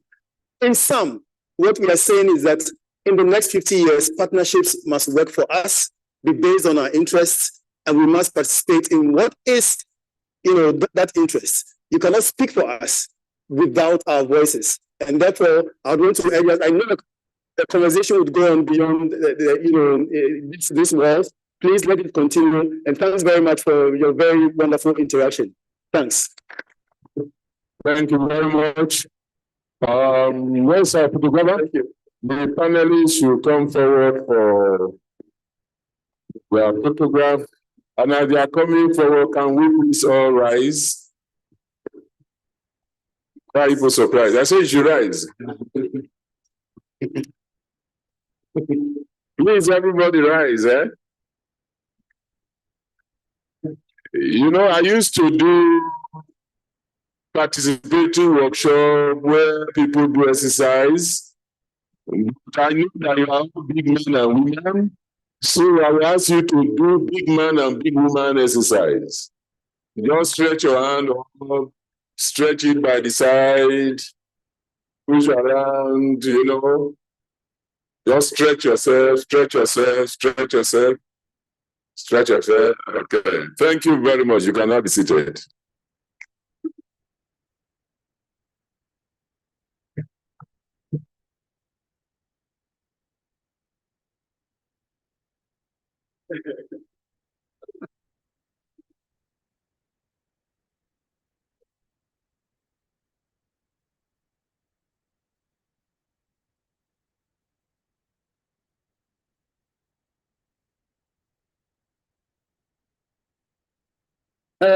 Merci beaucoup. Merci, Dr. Rotive, pour ces étirements. Alors, chers participants, nous arrivons à la dernière session thématique de cette conférence, et non des moindres. L'avenir de la communauté ouest-africaine pour une CEDEAO des peuples, de la paix et de la prospérité pour tous. Cette 6e session constitue en quelque sorte la synthèse de toutes nos réflexions menées au cours de ces 2 derniers jours. Quelle forme d'intégration pour répondre aux attentes de tous? Quelle organisation pour transformer la CEDEAO en une véritable communauté des peuples? Et que nous enseigne l'expérience de l'Union africaine? Autant de questions qui seront bien évidemment abordées dans ce panel dont la modération sera assurée par le docteur Emmanuel Akwete. Docteur Emmanuel Akwete, est-ce qu'il est là? Veuillez nous rejoindre sur l'estrade. Alors, il est directeur exécutif de l'Institut for Democracy and Governance. Alors, il sera entouré par 4 experts, à savoir le général El Hadj Babacar Faye, expert en contre-terrorisme, défense et sécurité. Général El Hadj Babacar Faye. L'ambassadeur Abdoulaye Cheikhou, ancien ambassadeur du Nigeria en Russie. Honorable Maman Kandé, du Parlement panafricain de Banjul.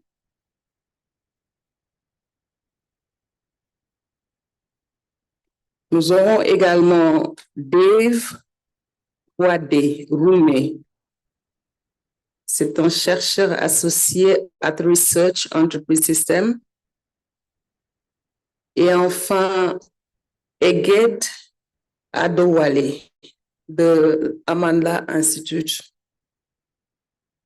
Je vous prie de les applaudir, s'il vous plaît.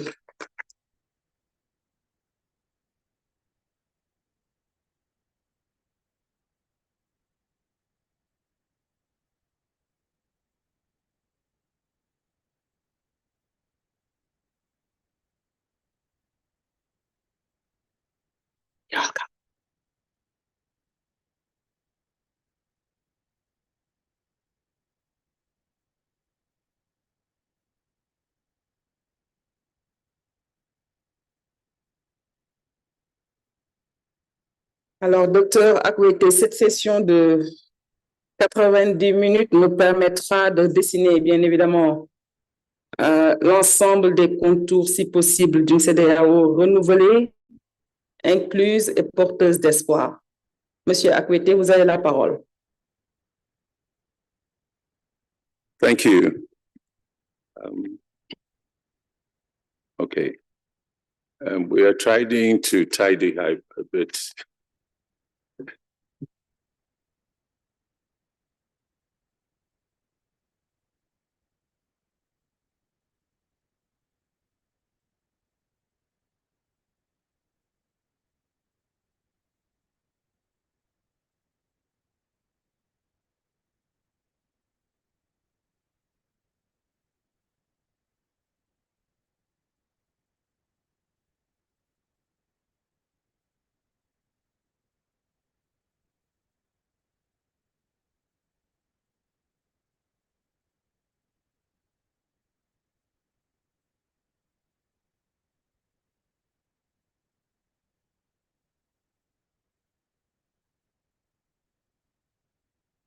Good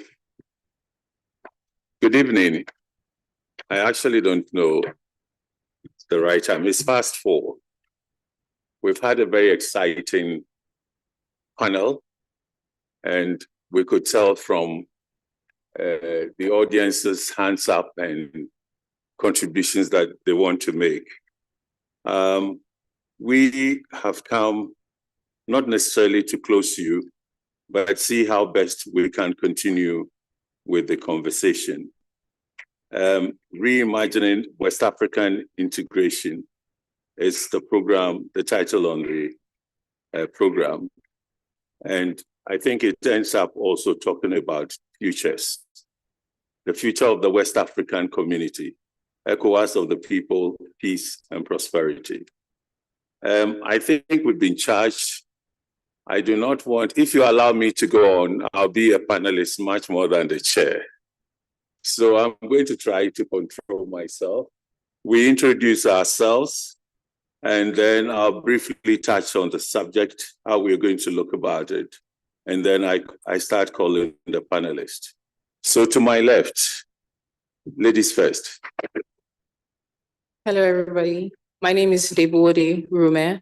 I'm an early career researcher focused on using communications and storytelling to drive change, civic engagement. Thank you. Good evening, everyone. My name is Egghead Odewale, and I'm currently the Director of Policy and Operations at Amandla Institute.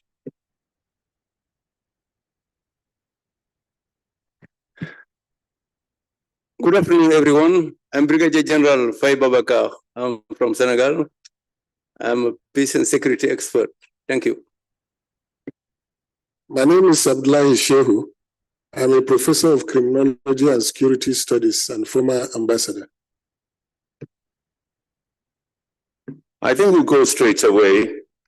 Reimagining West Africa or West African integration, the future of the West African community, ECOWAS of the people, peace, and prosperity.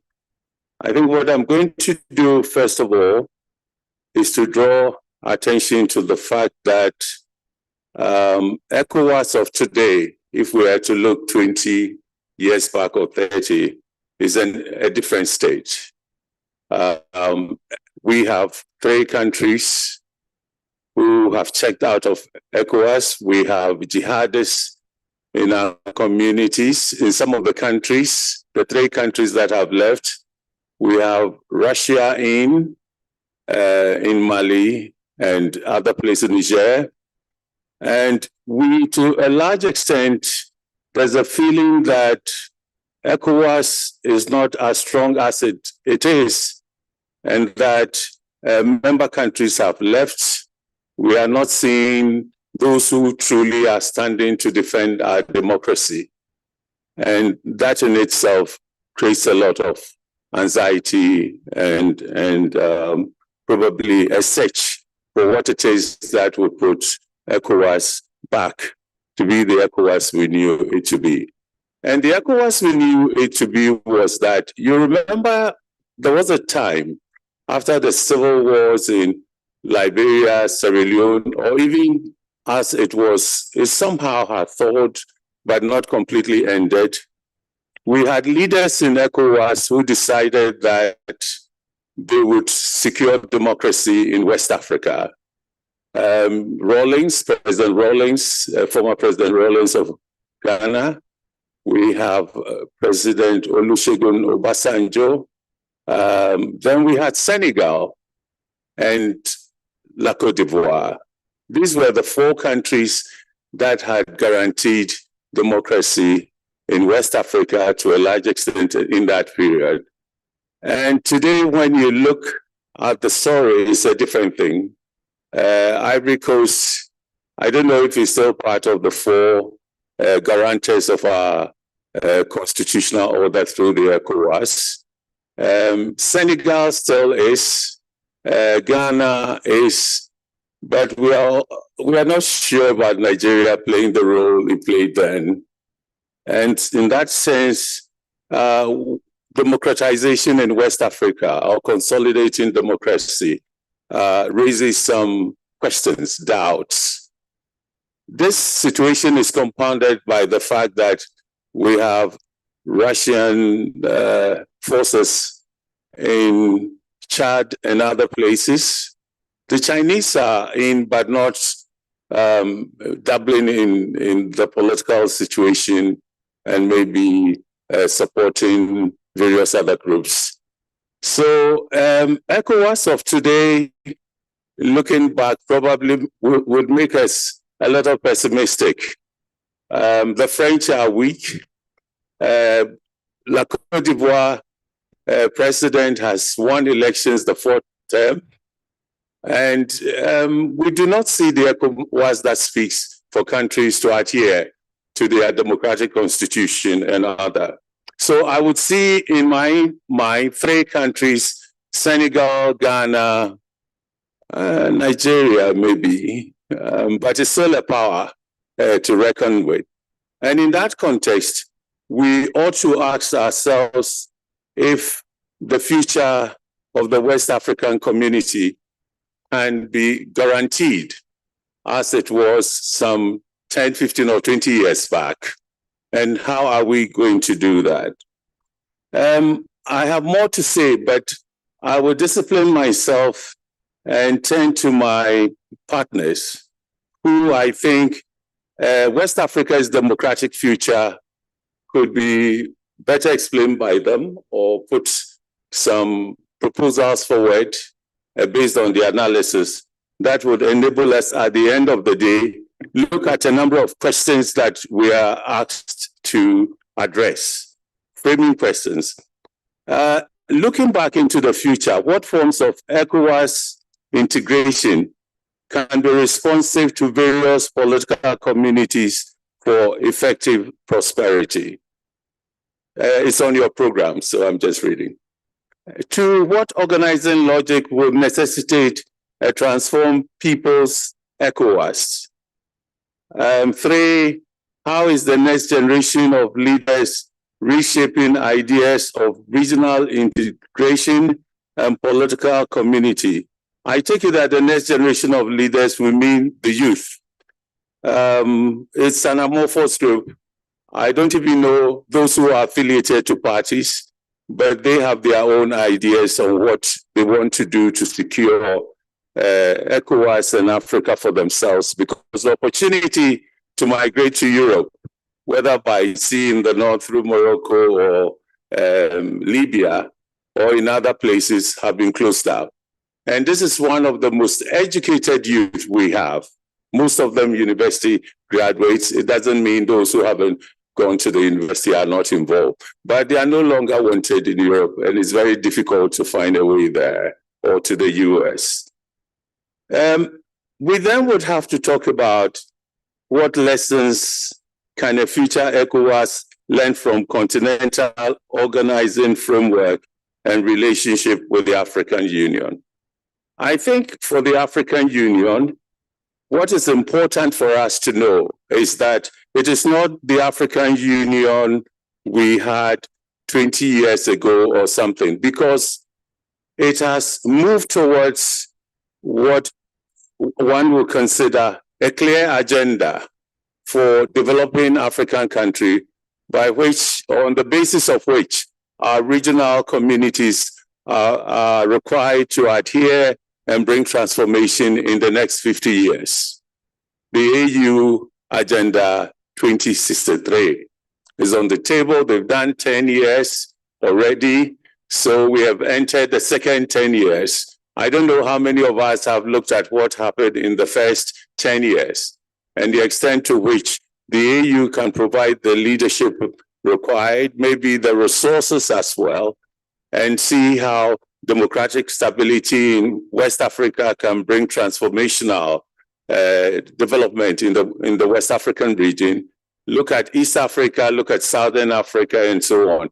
I think what will strike you is that democracy is in trouble, and probably few countries could provide leadership and turn it around.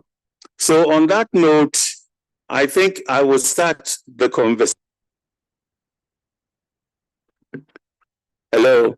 I know who switched it off, but it's okay. I'll go on. On that note, these are 4 men and a lady.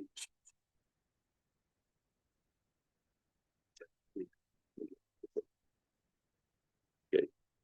I tell you, I don't want to talk anymore because the panelists are already deciding who is going to start first and who follows. So in that case, I think I would ask General El Haji Baba Kapai to kick us off. Merci beaucoup. Merci, monsieur le modérateur, de me donner la parole. Merci à Amanda Institute de me convier à ce forum qui, depuis hier, cherche des réponses sur la viabilité des modèles actuels d'intégration, l'adaptabilité face aux mutations géopolitiques, technologiques et climatiques, la légitimité des organisations régionales auprès des populations et surtout l'efficacité des mécanismes d'intégration existants. Alors que nous regardons vers l'avenir en nous appuyant sur les leçons du passé, la question de la forme d'intégration capable de répondre aux besoins des diverses communautés politiques de la région devient cruciale. Les récents défis, coups d'État militaires, sorties d'États membres, menaces sécuritaires persistantes et aspirations populaires non satisfaites nous obligent à repenser fondamentalement le modèle d'intégration régionale. La CEDEAO des peuples, centrée sur la paix et la prospérité pour tous, comme mentionné dans l'agenda 2050, exige une transformation profonde de notre approche institutionnaliste. Je vais traiter le point sur 3 aspects. D'abord, les limites du modèle actuel. Ensuite, la vision transformative. Et enfin, les piliers de la prospérité collective. Les limites du modèle actuel. D'abord, il faut noter une intégration élitiste et institutionnelle. L'architecture actuelle de la CEDEAO souffre d'un déficit démocratique majeur. Conçue principalement comme un projet interétatique, elle a privilégié les accords entre gouvernements au détriment de l'implication des populations. Les citoyens ouest-africains perçoivent souvent la CEDEAO comme une institution lointaine, bureaucratique, et dont les décisions semblent déconnectées de la réalité quotidienne. Cette distanciation entre l'appareil institutionnel et les communautés de base explique en partie le faible sentiment d'appartenance régionale et le scepticisme vis-à-vis des décisions des projets d'intégration. L'inadéquation face aux nouvelles dynamiques sécuritaires. Les menaces sécuritaires contemporaines, terrorisme, criminalité transnationale, conflits communautaires ont révélé l'insuffisance de mécanismes de réponse collective. L'approche sécuritaire de la CEDEAO, souvent perçue comme réactive et militarisée, n'a pas réussi à s'attaquer aux causes profondes de l'instabilité. Le troisième élément, l'intégration économique inachevée. Malgré des décennies d'efforts, le commerce intra-CEDEAO demeure remarquablement faible, représentant moins de 15% du commerce total de la région. Les économies ouest-africaines restent structurellement orientées vers l'extérieur, principalement vers les anciennes puissances coloniales et les nouveaux partenaires émergents. Le projet de monnaie unique, l'ECO, symbolise les difficultés d'approfondissement de l'intégration.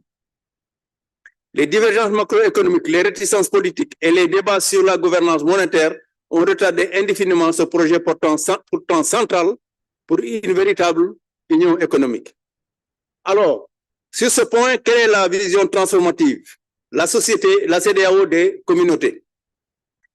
L'intégration par le bas, placer les peuples au centre. La forme d'intégration responsive que nous appelons de tous nos voeux doit partir des communautés elles-mêmes.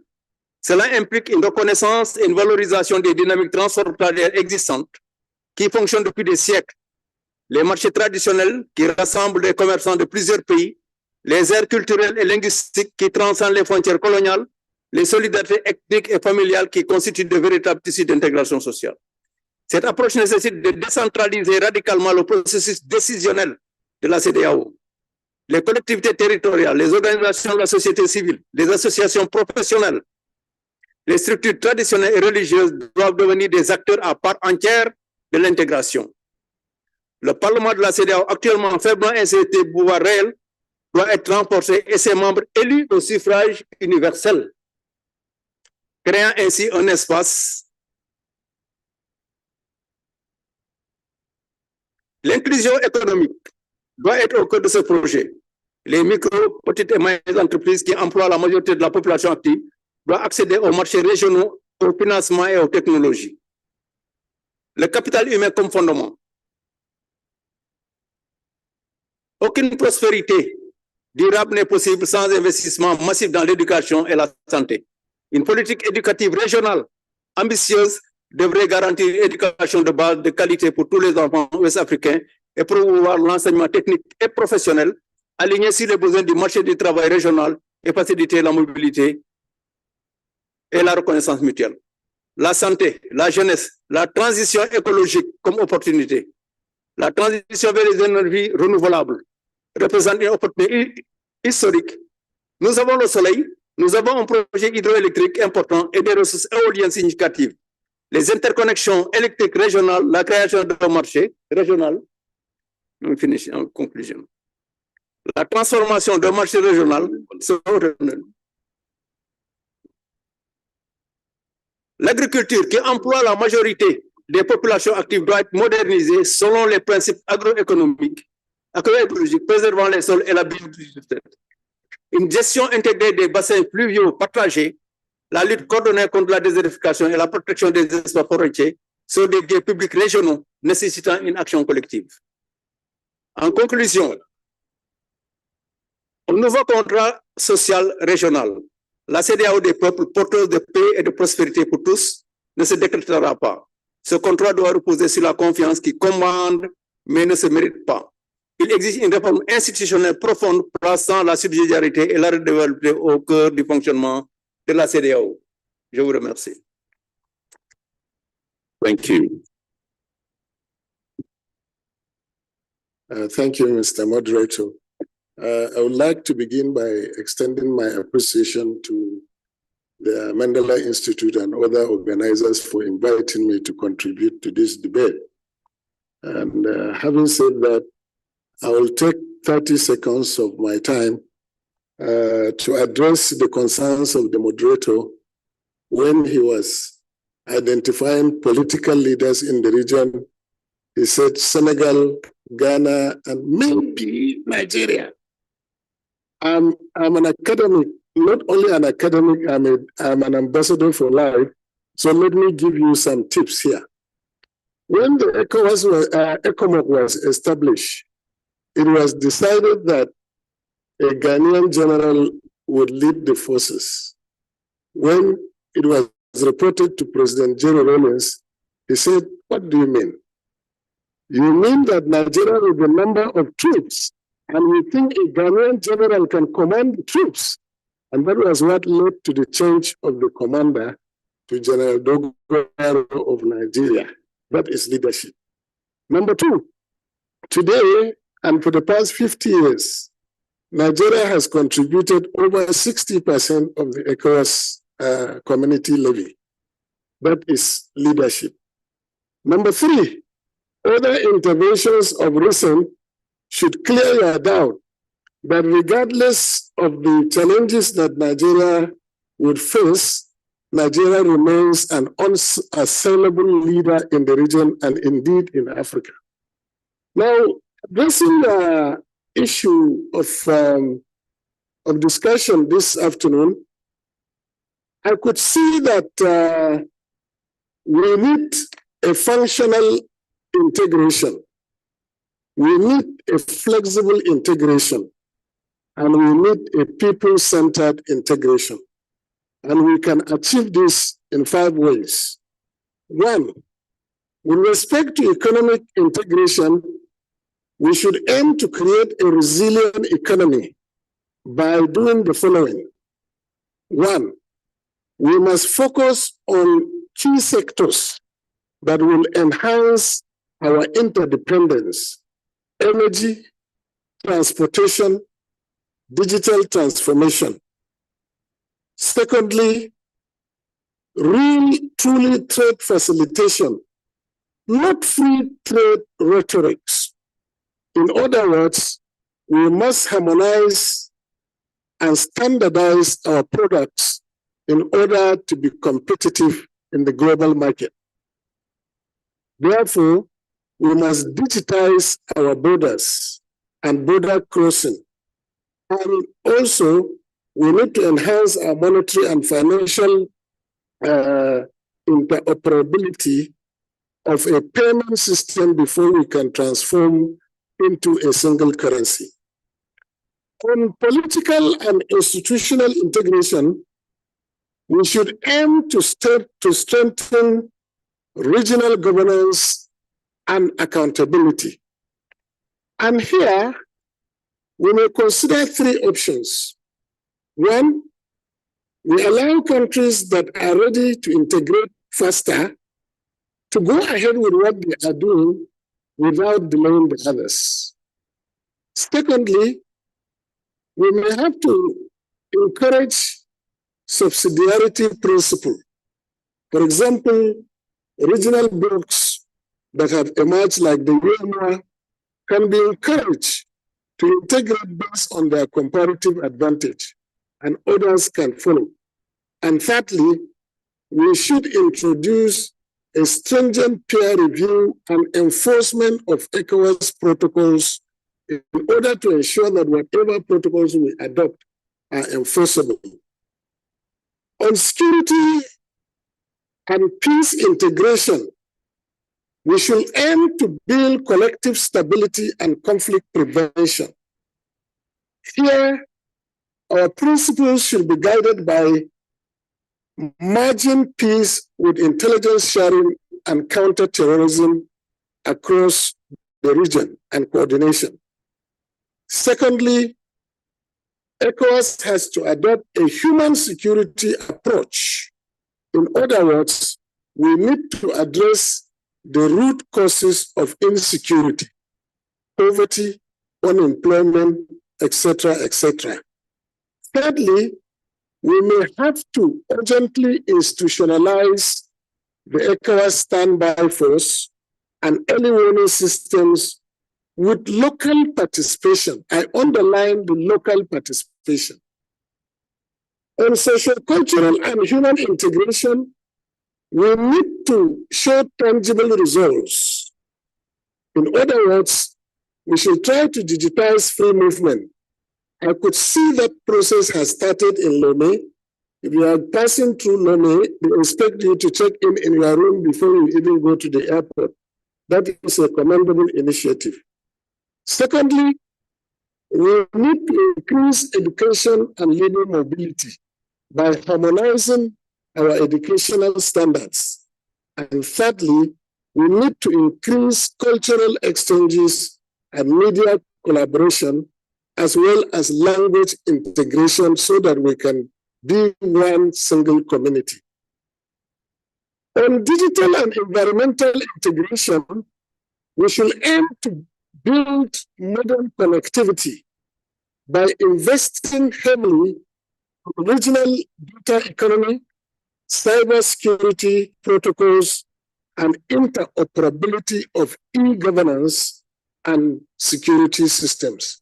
I believe on these 5 cardinal principles that are contained in the Vision 2050 of ECOWAS, we can make significant progress during the review of the ECOWAS at 50th anniversary. I thank you.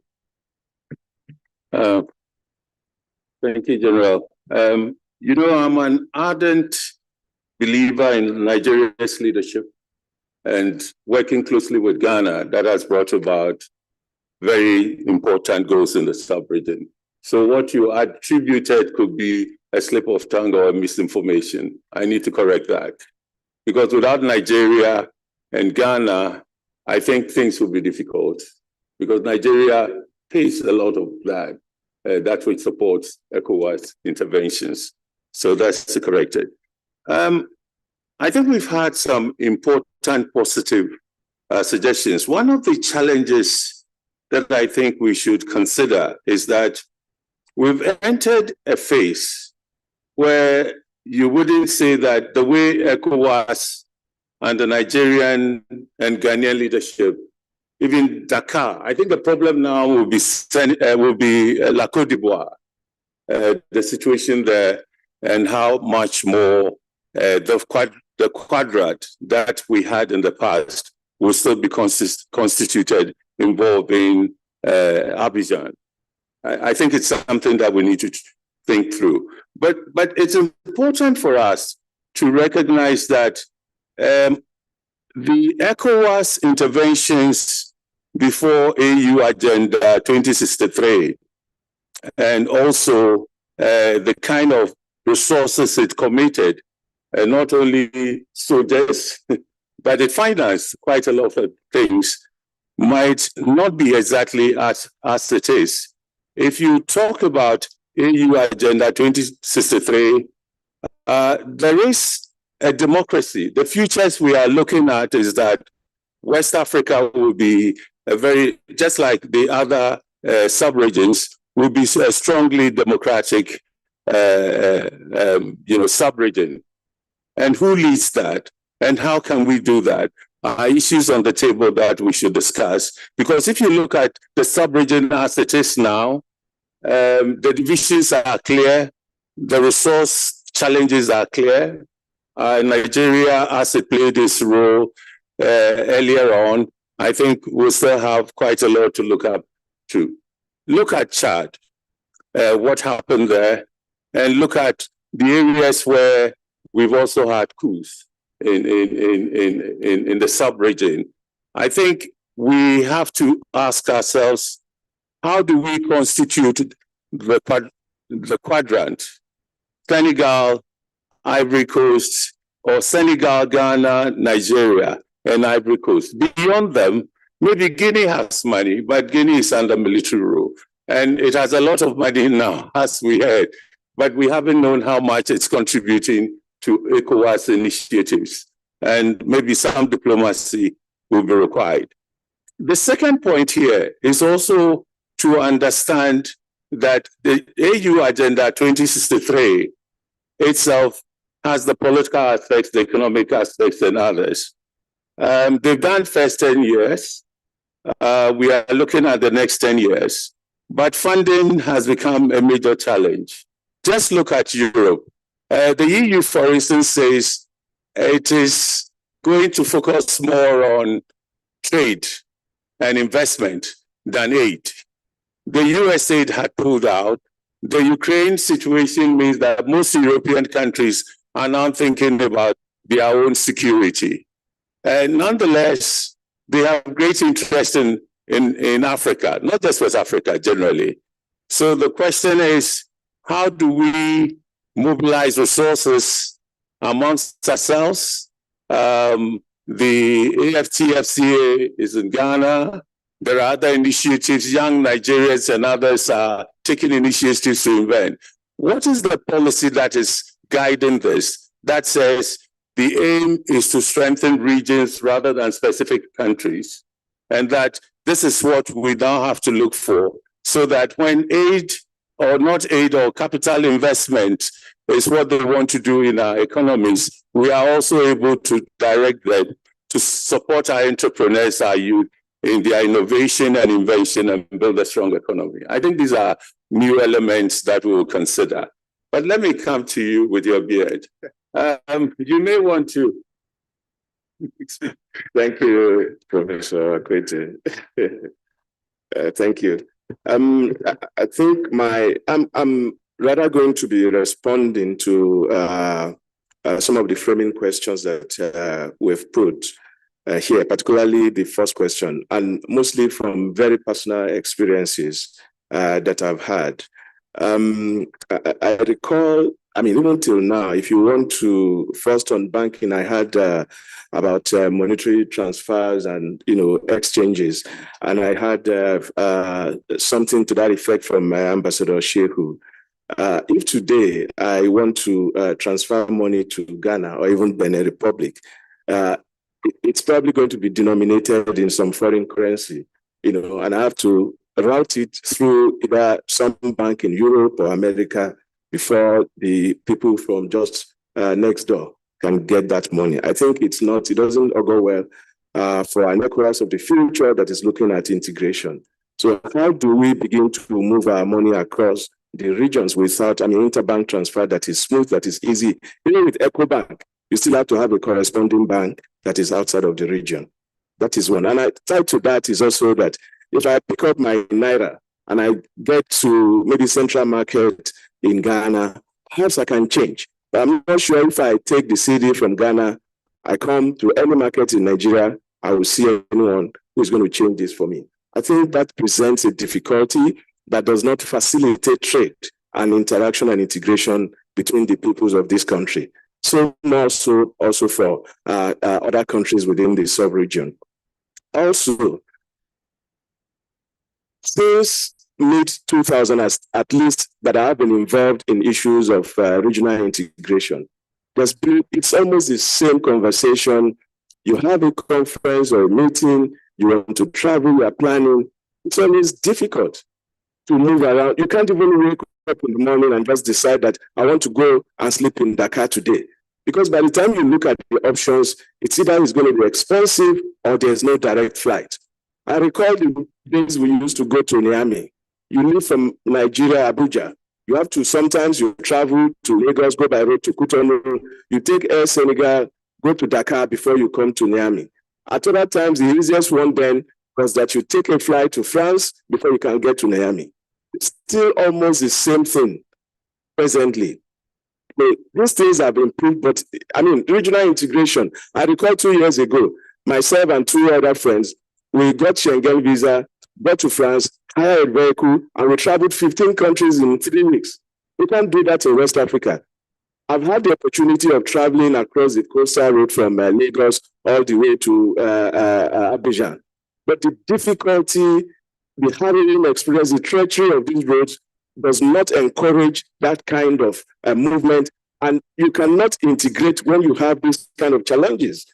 These facilities, if they are there and people choose not to travel, I think it is fine. But the fact that you don't even have them, or that when you have the need to make this movement, you don't have the facilities to ease the movement, I think it doesn't speak to an ECOWAS of the future that is looking at integrating people and building, a common union across the region. I know that ECOWAS doesn't. There's visa freedom for movement, but it's not as free as we say it. There are certain other conditionalities. If you don't, even without the visa, you can only stay 90 days. But those that I know ECOWAS eroded the notion about ECOWAS of people, integrating people rather than institutions or government. But the Europeans have done this, and they have moved further and faster than we have done. Now you can be citizen of one country, one European country, and decide in the morning that you don't want to be in that country again, move to another country, and you leave without let or hindrance. But it's not as easy in ECOWAS. So even when you have visa freedom, you cannot stay beyond 90 days. You cannot travel without a passport. You cannot travel. Even if you have a national ID card that is recognized and it is in the database. I think these are some of the very simple but important issues that ECOWAS needs to focus on, and is how people integrate and unionize going forward. Thank you. I stop there.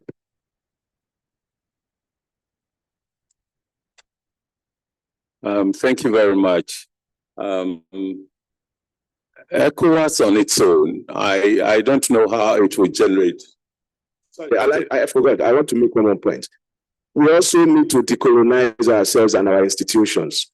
I can imagine if we have this meeting without all of these phony phones that we call ourselves.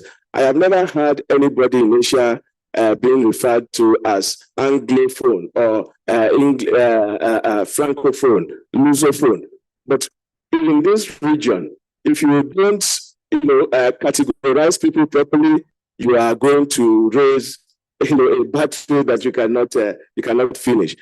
Why do we not have an integrated language that is essentially our own language, rather than all these imported languages that we now hold very dearly. And if you don't make arrangements for your meetings to be conducted in these languages, our people don't even recognize the language, our own languages again. And as Professor Bruno contributed earlier, we now call our own languages vernacular. Yet there is Hausa that is actually regionally acceptable in many of the countries of the region. But we didn't adopt that. We are looking at adopting English, French, Portuguese. And if you don't now bring these languages into the room, you create a quarrel. I don't think we need to decolonize from that also.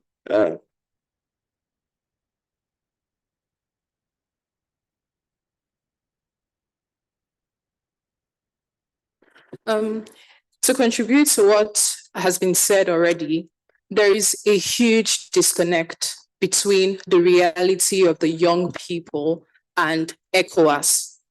If you don't play in the field, if you're not in the development sector, the only thing you know about ECOWAS is the passport. If you go to the community and you ask a local trader, what do you know about ECOWAS? Person probably doesn't even know about ECOWAS because they don't have a local passport. And that is something we need to take forward in the next 50 years. We have young people. There is AI that is fueling a lot of disinformation, misinformation, alternative information. So there is a lot of distrust in the system because it is fueled by so many fake news. We have people who probably use Facebook. They're not researchers. They don't do deep finds. And the thing they would see about ECOWAS once they search the internet is Niger leaving ECOWAS and all of the fake videos online. That fuels fear. So in moving forward and in reintegration, we should think about ECOWAS communication strategy, how it harnesses the young people. How can we take the message to the grassroots? How can we look at a trader and ask the person about ECOWAS? And in their local language, they can tell you a thing or two about ECOWAS. So if we're not thinking in that direction, I don't know that we're really talking about reintegration because it's a huge, huge gap. Thank you.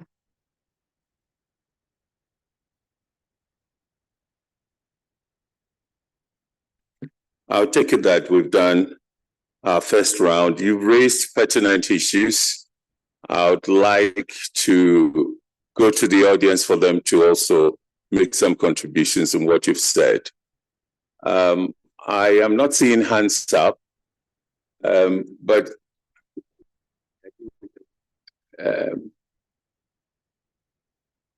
okay. I think we are going to start from the back. Do you have microphones for them too? Yes, the gentleman could come forward. I thought there was a mic. Yeah. Please come forward and come. Okay.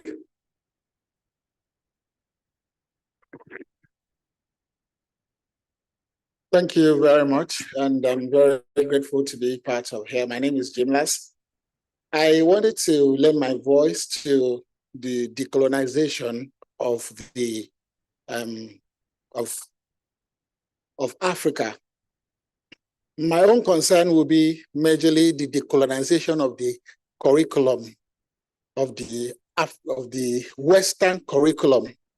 Up until now, in as much as so much have changed over time and the age of AI and technology that we are in and innovation, our universities in Africa is still saddled with curriculums that are not relevant to people. Are still going to study for degrees in universities and our polytechnics that are not even relevant at all to today's world.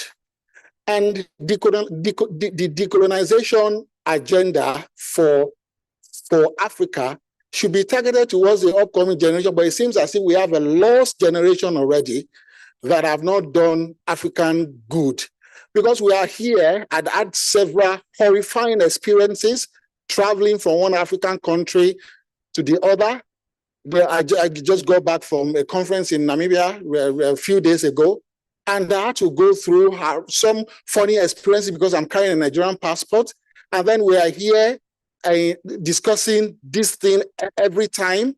And there is so much barrier. When are we going to do something really? This is a call to the leaders of Africa. When are we really going to do something? We're still speaking other people's languages, and we're not even encouraging. The Chinese have done very well in teaching and educating their people in their indigenous languages.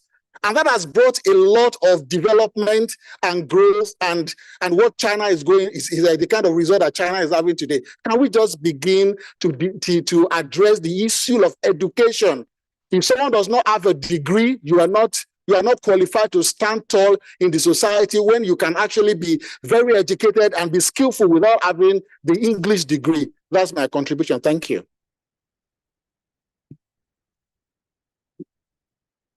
Yes, there's a lady, please. Do you have a mic? Yeah.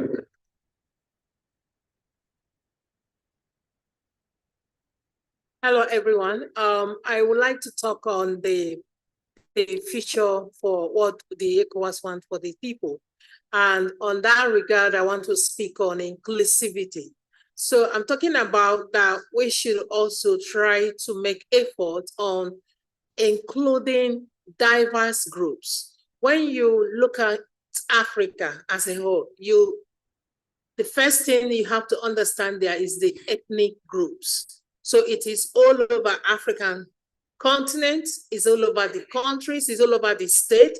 And even when you go to even state and even local government, I was surprised one day I was speaking to a colleague from Akwa Ibom, and he was telling me that he married a wife from the same local government, and yet they don't speak the same language.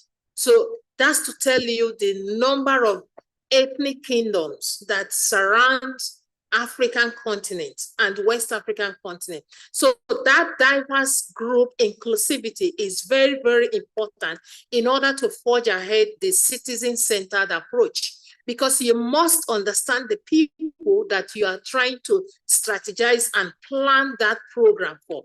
For you to understand my interest, you must understand my background. So that cultural, ethnic, diverse inclusion is very, very significant for the future of ECOWAS, for us to implement that citizen-centered approach. Thank you.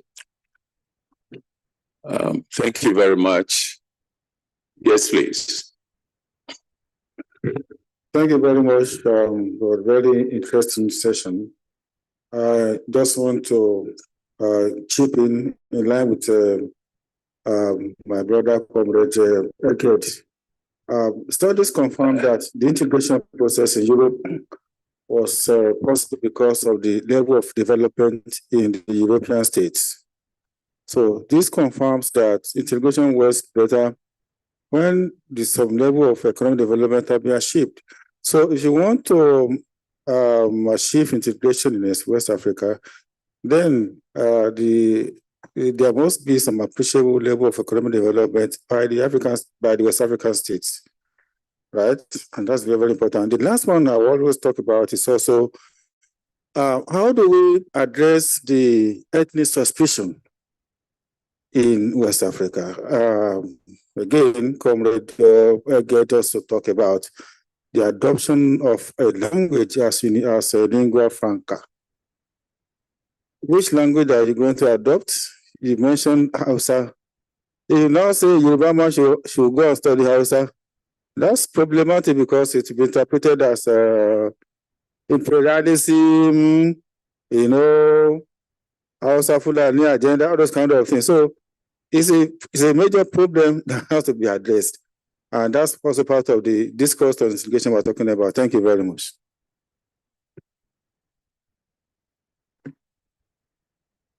Okay, you're close by. Thank you very much. To bridge the gap of your name first, please. Identify yourself. Akim Jamil. To bridge the gap of disparate according to the young lady, I think we need to include ECOWAS integration in our school in our school curriculum, but I have a little addition. We have to start from primary school. Our children should be familiar with ECOWAS right from infancy. If we are really serious, if we are thinking of the next 50 years, it is imperative for our people in primary school to learn about ECOWAS as a regional organization by introducing it in school curriculum and basic concepts about regional integration like cultural diversity and economic cooperation, because it's going to be a suitable approach. You can call it indoctrination if you like, but this should become a part of fundamental orientation of ECOWAS citizens from childhood. And this should have a technology background that will be updated in the curriculum as new technology emerges. At secondary school level, students can delve deeper into the history, structure, and functions of ECOWAS while exploring its impacts on West African countries and citizens. And this should also be technologically based with critical thinking and analysis. When incorporating ECOWAS into the curriculum will go a long way in making students to develop a deeper understanding of regional cooperation, and it will educate even students in high school can come home and educate their parents about ECOWAS. Then this should be ratified at the ECOWAS Parliament so as to have a legal backing. And again, we also need the political will to be able to do this. Thank you very much. I think I'll do two more here so you can get some answers. Your mic, please. Yes, sir. Yeah, thank you. I agree that there needs to be curricular change, pedagogical modifications, and all that. But I think awareness is best created as an outcome of lived experience. And ECOWAS structurally exists a step above the nation. And you find that at the community level, most of the citizens there being poor are alienated from governance in their own countries. Okay, they don't know how the mechanisms of government, what rights they are entitled to in their own countries, and it becomes a little fictional to expect that they can bypass that and start having a profoundly lived experience of a conurbation in a sense. So we need to, one, I think, adopt a life course perspective, which I think was integrated in the community strategic framework that was supposed to run from 2016 to 2020. The idea of the youth becoming problematic is a distinctly Western industrial production. Adolescence as a problematic phase in life is not biological. It was created by the demands of the first industrial revolution. In other parts of the world, where they were not disturbed or disrupted by that revolution and the industrialization that then took place, you find out that adolescence was not problematic at all because they knew what they were doing. David was out looking after the sheep of his father, and then the young people also were custodians of certain kinds of vigilanteism in traditional Africa. If we adopt a life course perspective, this is what will happen. In terms of perinatal care, in terms of antenatal care, we will know what the needs of the citizen are before and immediately after being born.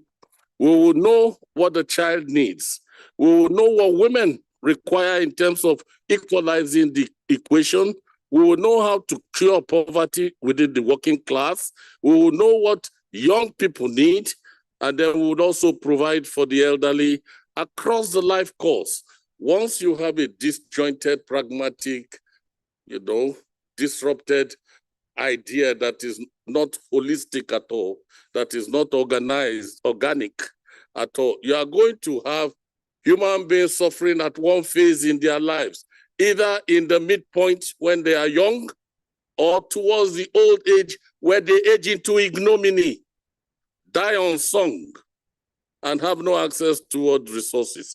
The community has to come up with some kind of peer review mechanism that shows the adequacy of policy and policy implementation, monitoring, evaluation, and learning across the life course of the citizen in the region. Thank you, sir. All of us to remember that we are not looking at a specific country's strategy and policies and programs to deal with that. It's very important. But there is also a collective strategy. If you take AU Agenda 2063, it's into 5, 10-yearly strategies.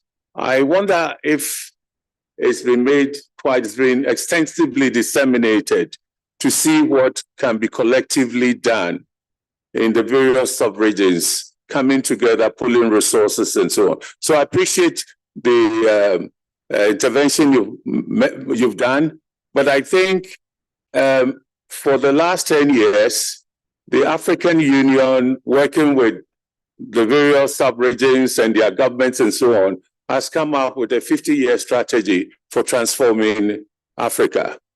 The AU Agenda 2063, every 10 years, there is another set of objectives, but without leaving the gaps that needs to be closed to give us a stronger economy, a more development impact, and unify us. So, I think we will have this conversation later because I think you thoroughly misunderstood where I was coming from or going to. But in the interest of time, I think we very definitely should have this conversation after this. But that's not what I was addressing at all. Thank you very much. I'm just trying to add to what you're doing, that there is a bigger framework now to conceive of what we need to do to strengthen West Africa and other African countries under the AU Agenda 2063, a 10-yearly plan. And we would still have our regional or our country-specific programs, but these are also to guide us. General, please. I thought you wanted to respond to that. Okay, thank you, Mr. Moderator. I agree entirely with the sentiments regarding decolonizing our mentality and action. That is very, very true. But you see, you cannot take multiple steps at the same time. You need to be strategic in what you are doing. ECOWAS was not created to replace member states. ECOWAS, the purpose of ECOWAS is to serve as a normative framework to facilitate coming together as a collective security and for promoting economic integration, social and political development. Therefore, most of the issues that have been raised regarding challenges with free movement, with residency, with educational qualification and standards and labor mobility are things that member states can do on their own. And when they do very well, ECOWAS will be strengthened as a regional body to promote that. I can cite an example where even the EU countries you are citing have learned from Africa. The free movement was introduced by ECOWAS in the whole world before even EU introduced the Schengen visa. So it means we have led the world in a best practice to introduce something that is beneficial to the world, and they can learn from us. So there are many other things that member states can do to better ECOWAS. And finally, that leads me to the issue the moderator raised regarding what sort of organizing logic we need to deepen this integration. In my view, we need to move from sovereignty to shared governance. And that is where we are talking about inclusivity, involving more of the civil society. But we must have to accept and agree on a principle to bring in the civil society and other stakeholders and how we can empower the non-state actors to contribute to regional integration. Of course, we may think about reforming the machinery of integration, that is the ECOWAS Commission. It was because of this that ECOWAS was transformed from a secretariat to a commission. The purpose of that transformation was to make ECOWAS as a more efficient machinery to deepen regional integration. Now, we need to promote bottom-top integration by linking our countries with infrastructure, by establishing regional hubs, and encouraging the kind of subsidiarity that works. We also need to uplift the youth and non-state actors to contribute and prioritize regional value chains in agriculture, in technology, etc., etc. So these are not things that must be done solely at the regional level. ECOWAS is as strong as its member states. And if member states are doing well, ECOWAS will ultimately be doing very well. Thank you.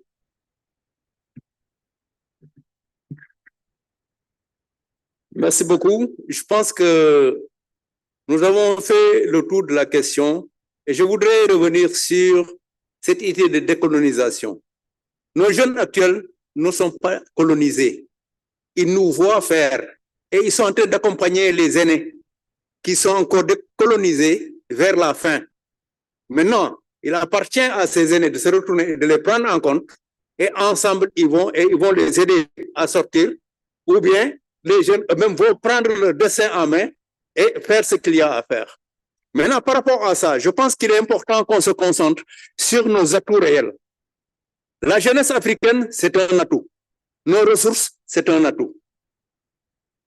Alors, pour cette jeunesse, je pense qu'il faut prendre la démographie comme un facteur moteur.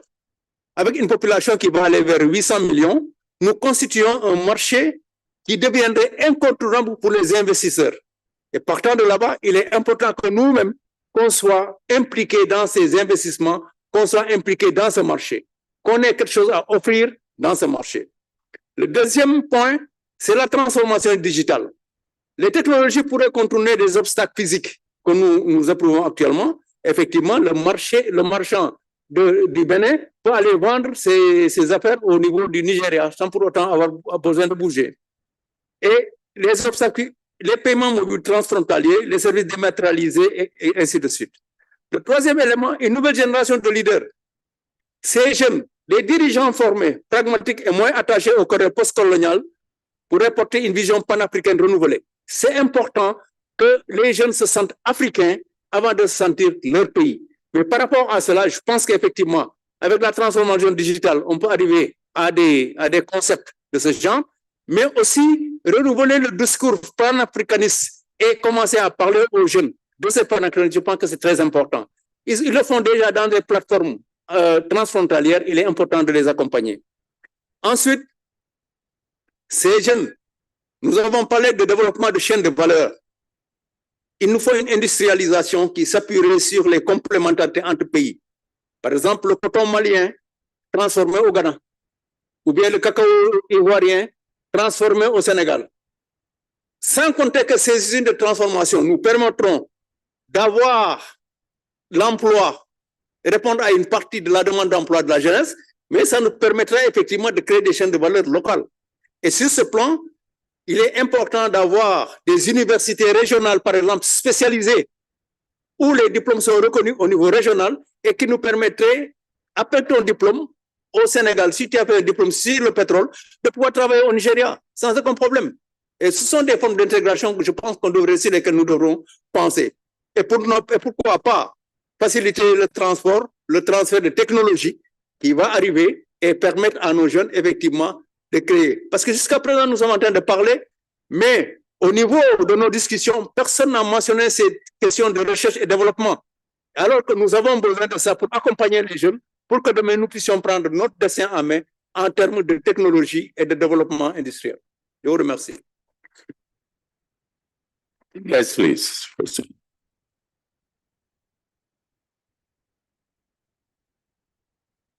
Merci beaucoup. J'avais beaucoup de choses à dire, mais après les interventions de l'ambassadeur Chérou et du général Faye, je ne peux que insister sur le fait qu'on ne dira jamais assez l'importance de parler aux jeunes, de planter l'idée d'intégration dans la tête des jeunes pour qu'ils se mobilisent et faire en sorte que nous avancions vers nos objectifs.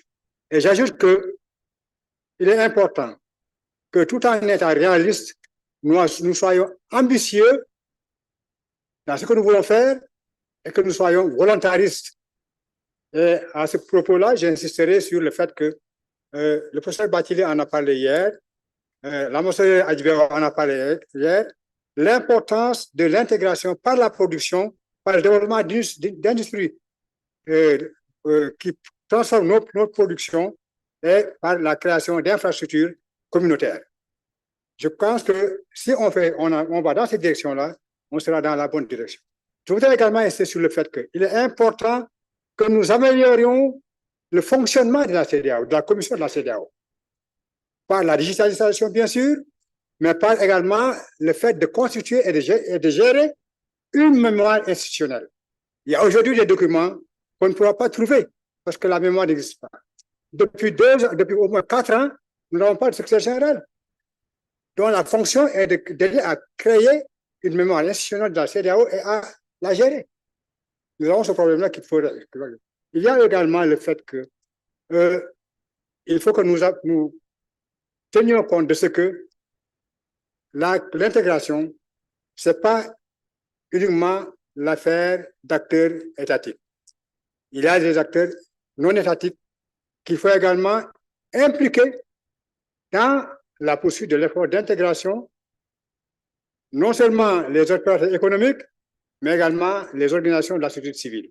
Je pense que c'est la direction qu'il nous faut prendre et il faut le faire avec volontarisme et en ayant vraiment l'idée de faire en sorte que nous incluions dans cette entreprise-là les jeunes, que nous leur donnions la place qui est la leur, que nous incluons également les femmes.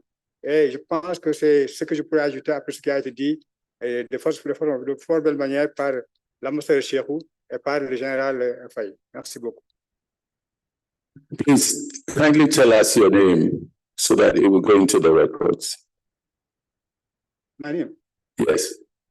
My name is, je m'appelle Babacar Carlos Mbaye, ambassadeur à la retraite. J'ai été conseiller politique du président de la commission de la CEDEAO également. Merci.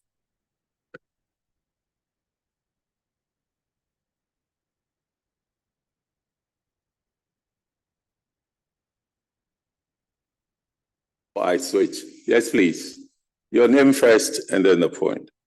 Thank you. My name is Emeka Bertram. I represent Persons with Disability Action Network, Human Rights Ambassador, National Human Rights Commission, Nigeria. I personally appreciate the organizers who have done so much. Historically, you have to look at interventions they've done in their past as actors in mainstreaming the rights of gender, people with disabilities, and then inviting us to be part of this proceeding.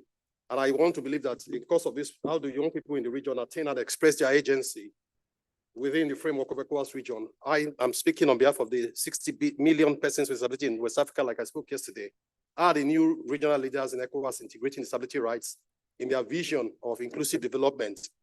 I believe that one of the mechanisms is to see how we can adopt a meaningful participation of people with disability and see how we can bring them into the parliament. Oh, sorry. Thank you. We're looking at how we can bring them into the parliament and see how we can have a future-proof ECOWAS that ensures that all rights of everybody, including people with disabilities, are incorporated.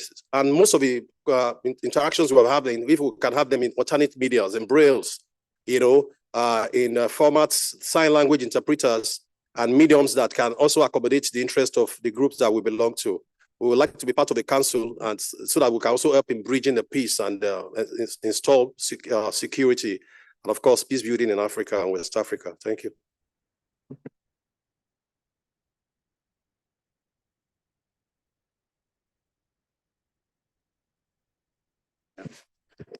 Thank you very much. My name is Faisal Garba. 2 quick points. The first one is General Fai's point around value chains and industrial innovation. And I think that's really important in terms of foregrounding complementarity as opposed to the logic of competition. that drives ECOWAS at the moment. If you think of what the EPS did to industrial policy in the sub-region, it has created a situation whereby countries duplicate each other's strategies, whereby before EPS and open regionalism, the idea had been that you have these backward and forward linkages, okay, whereby each country is able to focus on its area of comparative advantage. So focusing on complementarity, therefore, links directly to the question of free movement, right? In the sense that those traders that move across the region are not only engaging in commercial activity relegated to exchange, but actually upscaling through crafts work and small scale production that could actually create a value chain if we upscale it into industrialization, which is grounded. The second point I want to make is related to that question of language, right? It's true that our diversity means that ethnicity becomes a major question in the public sphere. But within the context of mobility, we begin to see these things as social products that change. They are not fixed. To cite an example, in Ghana, the Yoruba population is largely part of what we call the Zongo communities. The Zongo communities are these stops that were created from the trans-Saharan trade, but continue to serve as sites of migrant communities across the sub-region. And so the Zongo communities are connected through the Hausa language. So Yoruba people in Ghana who live in Zongos are part of the local structures of Zongos that use Hausa as a vehicle of communication. Now, that example begins to show us how these differences break down within the context of everyday life through struggles for livelihood. So instead of really finding these identities as fixed and unchanging, we begin to see them as very much linked to how social processes shift and change around struggles over livelihoods. Thank you very much. Thank you. Panelist on my right, could you comment on some of the points made? Okay, I think my point on language, I'm not sure if it was my proposal about an African language that can help us build unity or commonality. I'm not sure it was prescriptive. I mean, if a Yoruba man is opposed to learning Hausa or adopting Hausa as the lingua, the Hausa man is opposed to Yoruba, but both of them will fight tooth and nail to go and learn English or French and die on the heels of use of these foreign languages. I think it leaves much to be desired. Minus that is that, I mean, language is very, very powerful. And I mean, I dare say that in Nigeria, we've picked up English and sort of recreated it. And now we have what we call Pidgin. And Pidgin is now gradually being internationalized. And it's a language that, you know, at least can be shared. And we have that even to some extent, what is called Creole in Sierra Leone and in other places. And, you know, a huge population of Nigeria exists in Côte d'Ivoire that did something. When they got there, in learning French, they were using Pidgin to learn the French. And they created what is now Pidgin French. If I recall someone cautioning me to not go to Côte d'Ivoire to learn French because their French is not formal French. And I felt, you know, pray at some point where I met an ambassador and I was greeting him on Dikwa, you know, which is not proper French, because that was what I could hear in the streets of Abidjan. So it is important that we can, you know, come off these phones, as I said, and be able to find a language under which we can operate. And I'm sure that that would rapidly help us to integrate. There was also the point about our curriculum. And I do agree fully, you know, about the fact that we need to change the curriculum, but not about whether or not we teach ECOWAS in the schools. Rather, like we used to have WAEC, But gradually, and I thought that sort of integrated us, especially in the English-speaking West African nations, where we have the curriculum was similar, and then you know that you get to a certain stage of schooling, of learning, that you then take similar exams. But now it's not the same again. I think right now is mostly in Nigeria. So if we want to, in one part, we want to integrate, but on some of the actions, we are actually disintegrating. And I think that does not speak to ECOWAS of the future that is looking at building unity of people.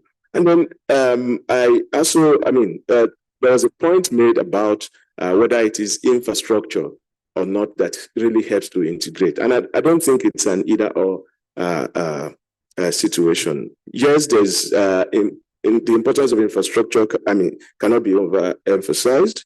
We need to build that, but it needs to respond to the existential issues. I mentioned something about moving around in West Africa.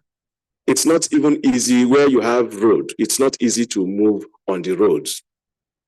If you ever venture to travel, sir, with your vehicle, and you are lucky to cross the border at Seme, every police stop across between Seme and Lakonji, you will be stopped for carrying a Nigerian plate number. And we are integrating in ECOWAS.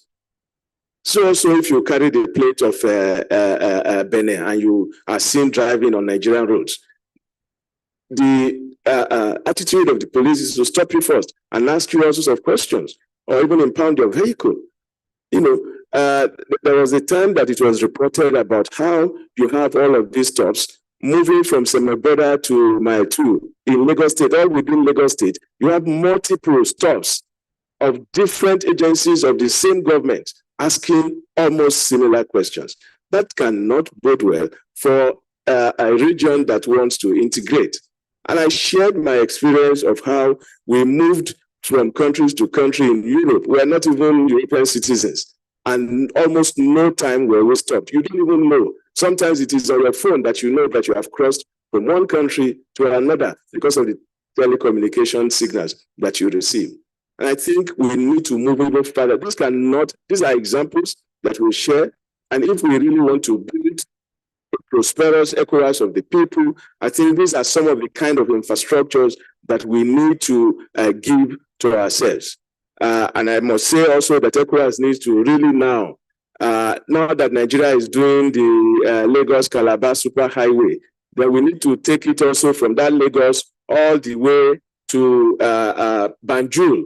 That superhighway needs to cross the region on the other side. So also the plan that has been on ground for a railway infrastructure, a regional railway infrastructure, I think it's also a time to revisit it and really build that infrastructure, and I'm sure it will help our regional integration efforts. Piggybacking on what he has just said, in fostering regional integration as well, there is also the way we disseminate information that meets people where they are. My memory fails me now, but there is an African researcher who, in disseminating his research findings, used music in the local language. Aside publishing it in the journal, he used music. And we know that as a young people, I think Africa has the youngest population, youth population in Africa, in the world or in the continent. We use social media a lot. There is music, we have Afrobeats, we have tech founders having partners across Africa. So in the curriculum, in bringing ECOWAS to the people at the regional level, we also have to think about the informal economy. One size doesn't fit all. Different approaches should be thought about thoroughly. How do we get to the people being in their lived realities? I think that would also foster a lot of trust, a lot of renewed hope, and a sense of belonging to ECOWAS or the people of ECOWAS. Okay. Thank you. I'm turning to the audience, the final round, because you're supposed to close at 5:30. You've spoken, isn't it? Okay, go on. No, I've not. Thank you. Yes, please. Okay. My name is Gima Foje. I've listened carefully, and I think there is clarity on the fact that they need to target the youth going forward is something which an ECOWAS for the future and ECOWAS that is people-centric should, focus on. We are all from villages, like saying this all the time, we're from villages, and our traditional rulers do play an important role in the communities where we come from. In fact, in a lot of places, the traditional rulers are closer to the people than the government itself, so to speak. So I think that, for an ECOWAS of the future that also wants to get across to the youth, those that we will say people at the grassroots, we need to find a way of creating some space, some avenue, some form of structure for traditional rulers to have a space where, they express their voice and, of course, the voice of the people. So I think that's something which we need to also consider. Thank you. Thank you. Yes, please.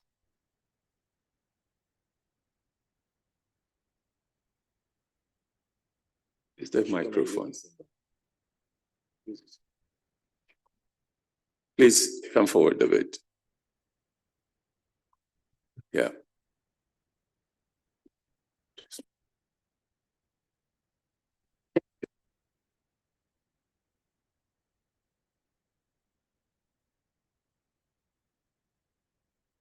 Good evening, everybody.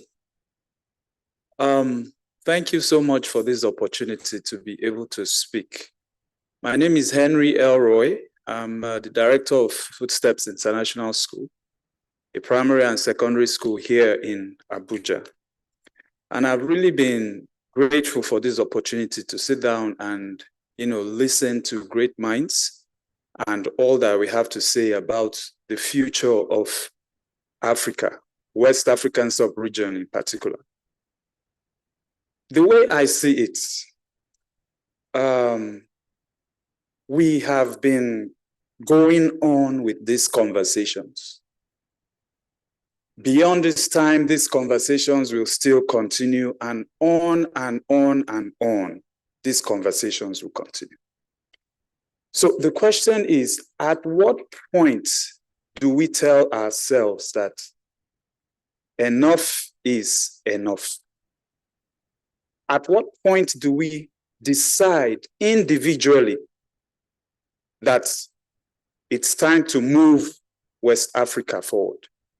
And for me, the way I see it, it just boils down to personal decisions, sincerity. It's because of insincerity that we keep bringing up lots of excuses. We keep hiding under different guises. We talk about women's inclusion. Do women need a space? So just imagine for a moment that we give the women all of the space that they need. Will that change the circumstance of West Africa? We keep talking about, okay, it's about us. My brother just spoke about the traditional rulership. Let's believe that all of the traditional rulers decide that, okay, the West African sub-region should be a possibility. We should move it forward. Will that happen? I think it boils down to personal decisions. And all of the things that we are saying here, no matter what we say, at the end of the day, there are people that are meant to implement all of these suggestions which we are making. How sincere are they to implement these suggestions to the very letter?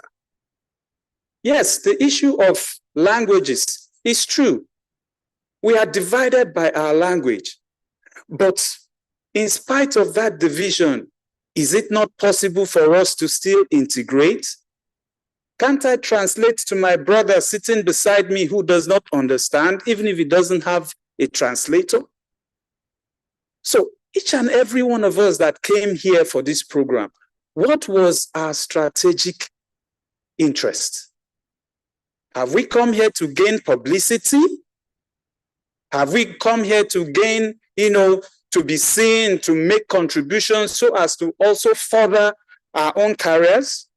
Or are we here to move the West African sub-region forward?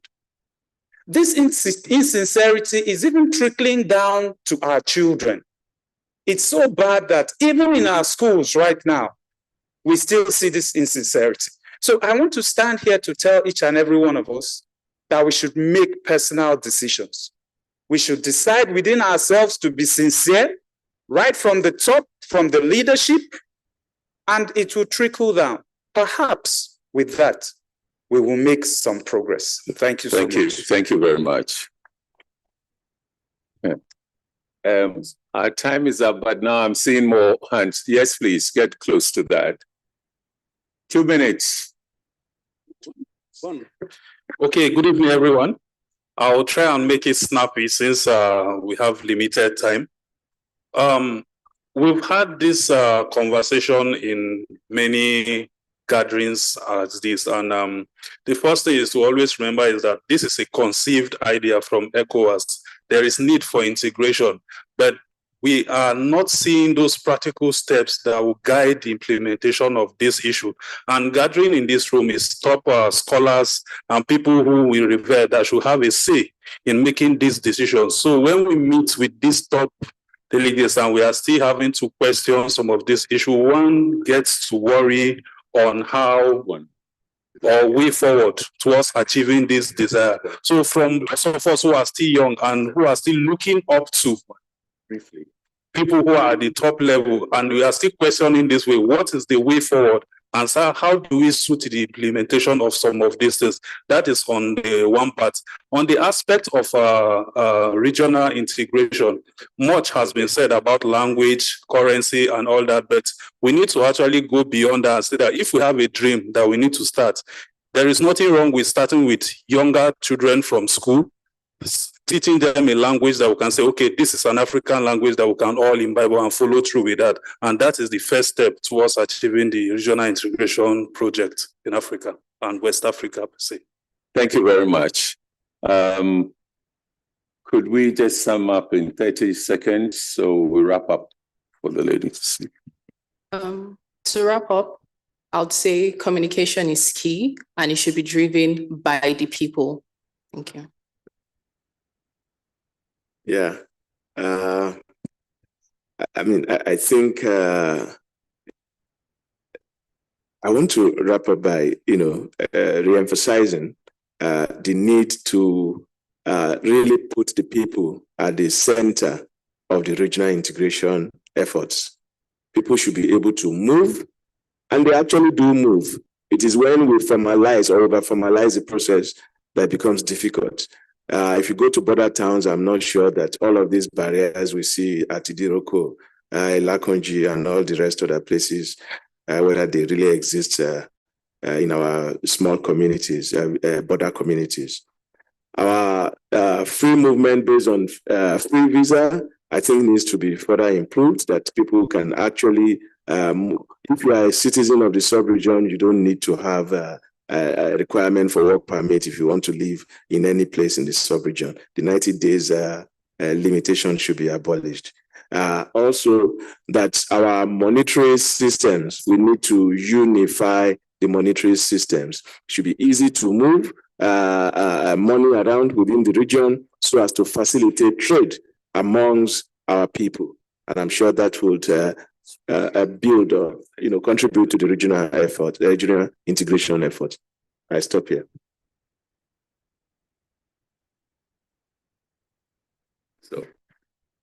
Mais je pense que l'intégration dans certaines formes est déjà là. Je pense qu'il faut l'accompagner. Il faut l'accompagner avec des infrastructures de communication, les routes, les rails, même le fleuve.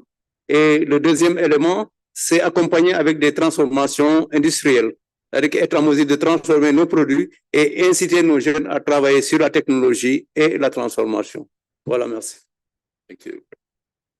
When we started yesterday, there was this allegation that the youth and women were not on the table.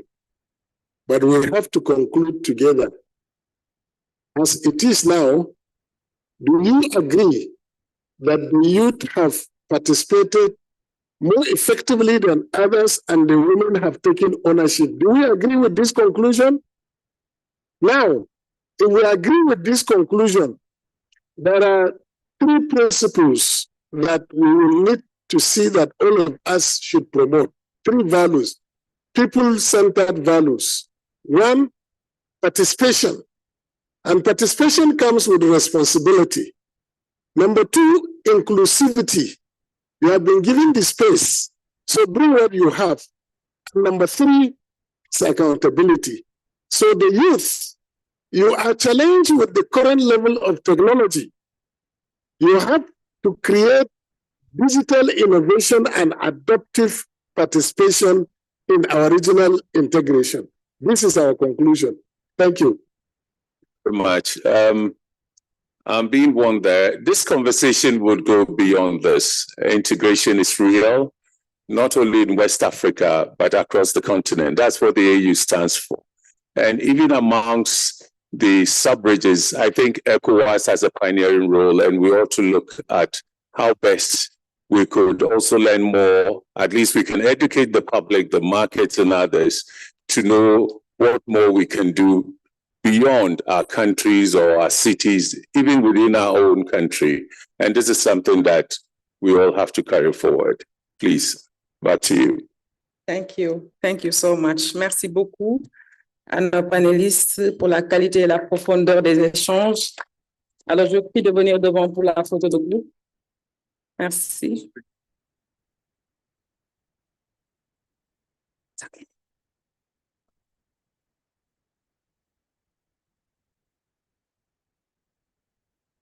Panel, go for your pictures. And we are going to the closing section. Let me invite the Executive Secretary of CODESRA to come and give closing remarks and next steps. Dr. Godwin Murunga. Please put your hands together for him.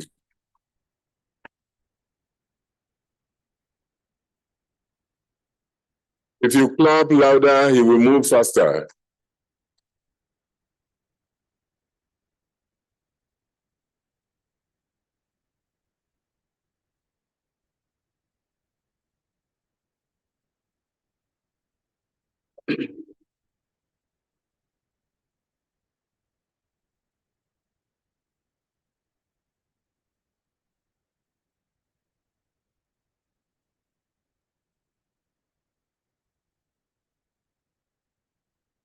Thank you very much, moderator. I feel very excited that one day after the birthday, I not only feel younger, but I feel wiser. But I was told this morning there's no correlation between getting old and getting wiser. So let me not pretend that there is anything much that I can add to the conversation that we've had in the last 2 days. I think we have had 2 days of extremely enriching discussions, often some provocative debates, but most importantly, forward-looking reflections on ECOWAS, but also on issues that have a much broader Pan-African relevance. And so it would be wrong to walk out of this meeting imagining that this was singularly a conversation about ECOWAS. I think it has been a conversation that carries some really important Pan-African messages. In a moment when Pan-Africanism isn't thought of too much, I feel that it is something that we want to carry on board and really think about these reflections as not just being relevant to ECOWAS, but being relevant to other regional organizations that have made a difference in the lives of different regions of this continent. Two, we framed our discussion around a provocative question of reimagining West African regional cooperation and interaction by loudly wondering, by loudly wondering if regional organizations are necessary for regional integration in Africa. And I'm not sure that my own reading of this represents a consensus, but I feel that we try to arrive at some consensus, which seemed to make the argument that while regional organizations are indeed necessary, a necessary condition for integration, there was a caveat which seemed to suggest also to me that they alone are not a sufficient element of the agenda. They are not sufficient in driving the agenda for regional integration. So they are necessary, but not necessarily providing a sufficient, themselves being sufficient for the agenda of integration. And I think that there were several reasons canvassed in the discussions around this. One of the reasons for the caveat was that these are one of the reasons for this was around questions of forms of engagement that the regional organizations have fostered in the process of facilitating the drive towards integration. The point there being that while we have been mobilized around a set of actors, while we have developed institutions that are supposed to drive the agenda for integration, clearly the actors who need to be mobilized for the purpose has not been all inclusive, that there are other actors indeed who ought to be at the table. And there was extensive discussion about the important role that non-state actors could play in driving the agenda, and that engagement with them, in fact, would be a very important part of the work that we need to do. There were debates that were mobilized in our discussion that would be relevant in enjoining all those actors to play a sufficient role in the purposeful drive for the agenda of integration. Indeed, the importance of non-state actors has been repeated several times with an emphasis that the various diversities of the region, be they gender, be they generational, be they in terms of age, be they linguistic, all diversities would be useful actors in driving the agenda of integration, and that a more purposeful, a more deliberate attempt to think through the various actors would be useful in terms of thinking about the ECOWAS of the future, but also important in terms of thinking about the Pan-African agenda that we all, I think, buy into. And so, even though there was greater emphasis on the gender question, even though there was greater emphasis on the youth question, I think that the expansive discussion suggests to me and suggests to a number of colleagues that I have spoken to that the diversity question is a lot more important beyond the gender, beyond the youth and generational point that was discussed. But we don't want to undermine the point about gender. I know that there has been a mobilized consensus a few minutes ago about the youth playing a role, the women playing a role. I don't think we want to deceive ourselves that even greater push on the gender question is actually important for making the point around greater participation of women. Because often in some of our institutions, in some of the policies that we develop, it's not too clear and it's not too emphasized that there are specific challenges that women face that are important for the integration agenda. I think that we've had examples cited here about trade across borders, about livelihood questions that become a concern only for women, and that some of these, it's important to begin to emphasize the gender dimension precisely because it has a way of changing the system around which we are working. Among the key concerns that showed up on the table, but I feel that it could have been, we could have had a bigger discussion about this, the role of external actors in the drive towards integration. And that while some of them do in fact play a significant role in terms of facilitating the process of integration through our regional organizations, that the intentions are never always straightforward. The intentions are never always about us. That every external actor who shows up at the table has one hand on the table and another one under the table. And that consciousness around the various roles that the different hands play, I think is important. In the particular case of West Africa, I wish that we had had a really more rigorous discussion around monetary policy. And I feel that we missed one important target around this. Living in Dakar in the last couple of years, looking at the way the youth were struggling against a whole number of institutions, the monetary question sits at the table. And of course, why don't we have the ECO as the currency of the region? I think this is something that we could have had a more rigorous reflection in this meeting.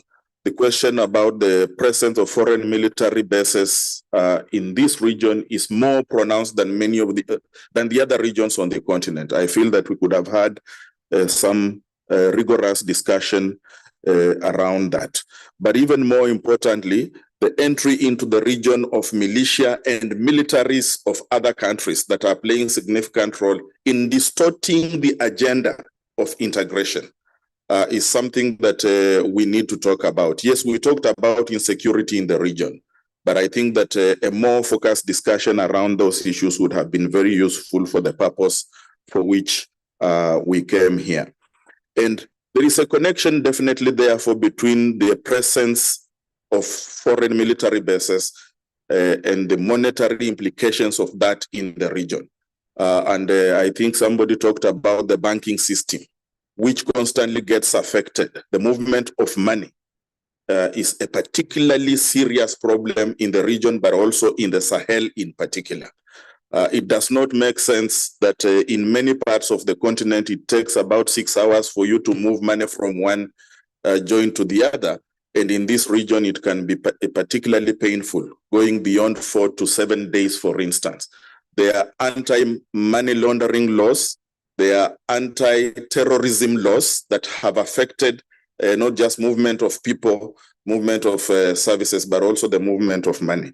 But also the very important legacy of the French franc and the arrangement around the monetary system that continues to exist in the region is something that is of particular importance to our discussion. And I feel that we could have had a bigger discussion around that. We could also have had a bigger discussion around, a more deep discussion about the issue of minerals, mining. There are discussions to be had about the water masses around the region and the implication that that has for our own history, for our own future, and ECOWAS plays a central role in this. And I feel that if we talk about next steps and we are identifying areas of engagement that we need to think about, this could be some of the areas that we want to talk about. To conclude, I think missing from the discussion has been the role of research and the role of higher education institutions. I don't know how we're doing with the universities in Nigeria, for instance. I'll just say in Kenya, we are having serious problems with universities actually decaying. I think in Kenya, we're now in the 3rd week, and I know we're doing badly compared to Nigeria and a few places here. But when you have an education system that is not functional, you have to worry. And I think this shouldn't just be a national question. It should be a regional question. Abdullahi Batili would tell you that in the older days, it was not just, it was not a necessary distinction to say that this is a national university, this is playing a regional role and all that. The university system was intertwined in the region, irrespective of the language distinctions. And I feel that if we're not going to pay attention to research, and if we're not going to pay specific attention to research in the social sciences and in the humanities, we're missing something that is very informative for regional integration. And I just want to conclude by saying that there's no society that has developed based on research that is grudgingly embraced, research that is grudgingly produced, research that is produced based on funding coming from personal pockets. The region has to begin to think about a better framework for mobilizing research. And I just want to think that we need to grow regional civil society organizations that are supporting investment in learning, in higher education, in research. I feel that that is a topic that was missing from this. Otherwise, I want to appreciate the very rich conversations that have taken place. I want to appreciate everybody who has played a role in this. There are very many excellent guests, people from the policy world who have been listening to us, and we have listened to them. I think that this has been a very, very interesting conversation that has taken place. I want to thank the ALC for joining into this conversation. I want to thank Amandla Institute, Worthy, for doing this. I want to thank the program coordinators who have been harassing us, including the one who is standing near me right now. It's in the interest of time, and that's the only reason I appreciate you. Thank you very much. All the very best. And thank you for your understanding that the harassment is in the interest of time. And as the rapporteurs are putting finishing touches to make the presentation, and then after that, we'll call on Ambassador Musa. But let me call on Dr. Garba Bari, a board member of Amandla Institute, to give a brief vote of thanks on behalf of the host.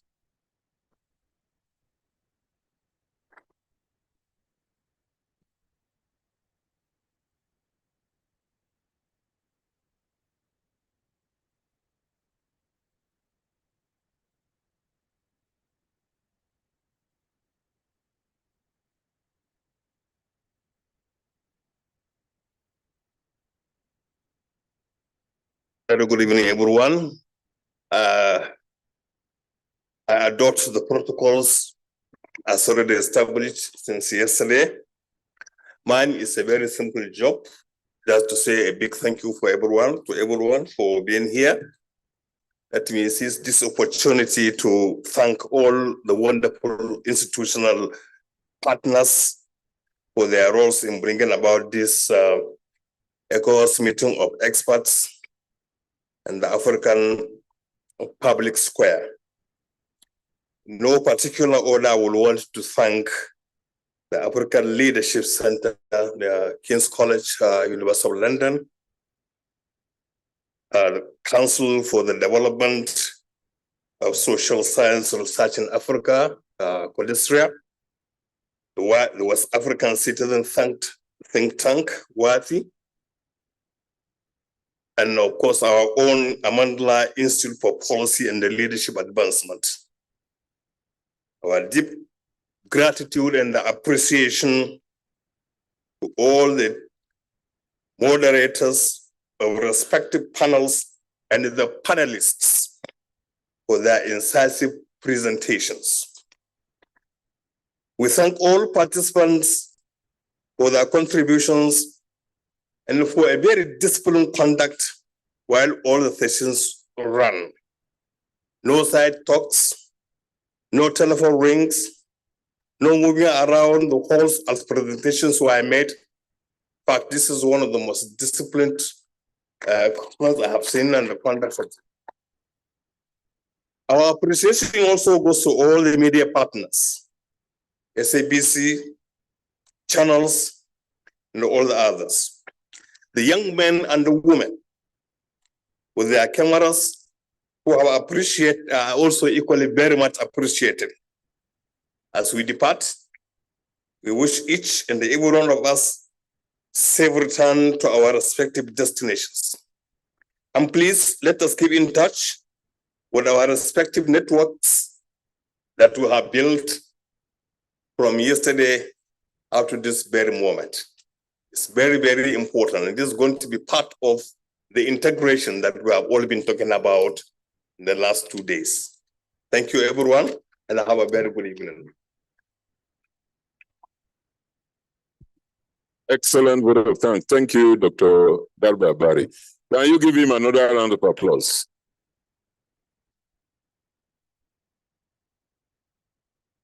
Since yesterday, a group of rapporteurs have been taking notes And it's my pleasure to invite the Chief Rapporteur to come and give us the key takeaways before we have the closing remarks by Ambassador Musa. Please put your hands together for Mr. James Gardin.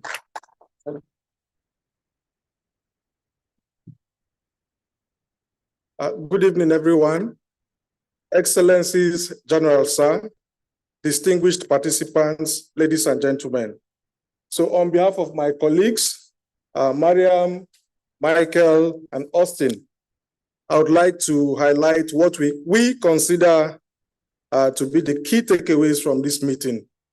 Over the last 2 days, we have held conversations around the theme, starting out from the opening session, during which the leaders of the convening and partner organizations, including firstly, Dr. Muranga, Professor Fumi, my boss, Dr. Kayode Fayemi, and my former boss also, Ambassador Fatah Musa, spoke. They pointed out that the ECOWAS at 50 milestone serves both as a celebration and a call to action, because the region now stands at a crossroad, and that the future of West Africa depends on the choices that we make today. They also reaffirmed the central role of ECOWAS in fostering peace, integration, and collective progress in West Africa, and the urgent need for reinvention to ensure that the community remains relevant. We then held the Africa Public Square debate. During that live debate, we provided a platform for an energizing intergenerational reflection on the future of regional integration in Africa. The various interventions highlighted the following. One, that there is support for maintaining but reinventing regional organizations, including by making them more inclusive, more transparent, and responsive, aligning their raison d'etre, their missions, visions, etc., with the aspirations of Africans, especially the youth, and that needs to be underlined.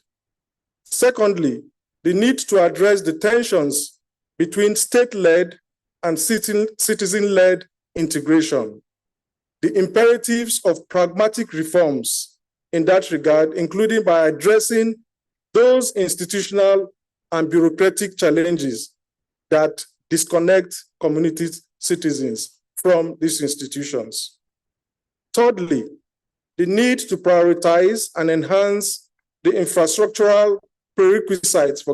Please forgive me if I didn't pronounce that correctly. The infrastructural prerequisites, those that are physical, digital, linguistics, educational, and even musical, for functional integration and connectivity, whilst also enhancing the inclusion of our rural populations, especially again, the youth and the women. So Excellencies, General Sir, distinguished participants, ladies and gentlemen, following the debate, the meeting of experts convened in 6 successive sessions on reimagining regional integration in West Africa along the following lines. 1, a projection of anticipated key trends over the next 50 years. 2, the future of regional economic integration and sustainable development. 3, the ECOWAS Vision 2050 and new technologies, artificial intelligence, digital transformation, communication, and social media. 4, the future of ECOWAS partnership and relations with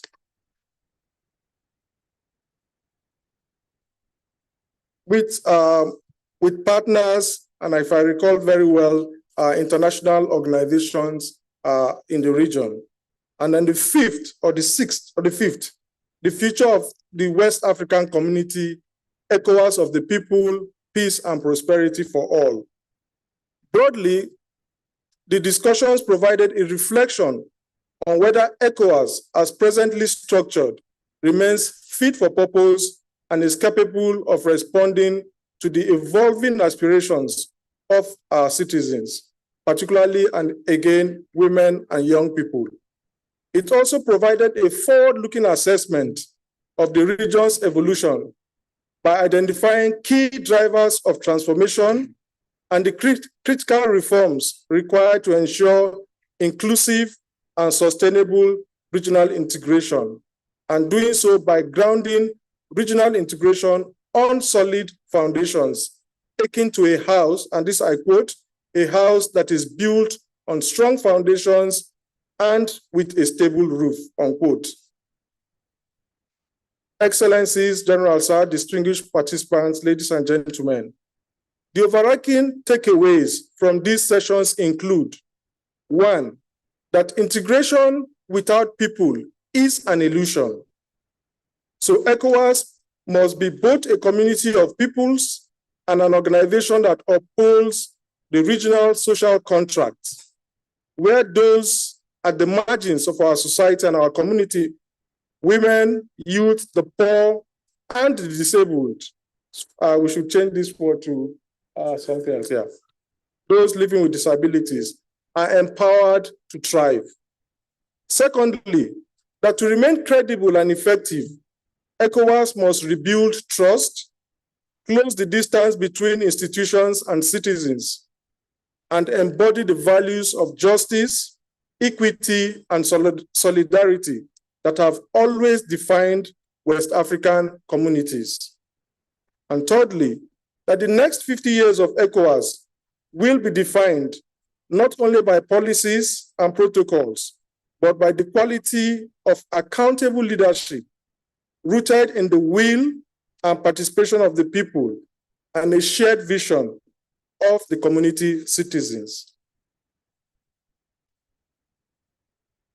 Excellencies, distinguished ladies and gentlemen,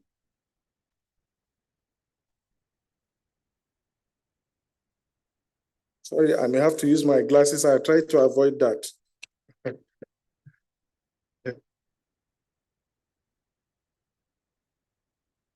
Our reflections also threw up a number of recommendations that should guide the next phase of ECOWAS evolution. And that's one that is economically competitive, socially inclusive, and anchored in the aspirations of its citizens. Some of the key recommendations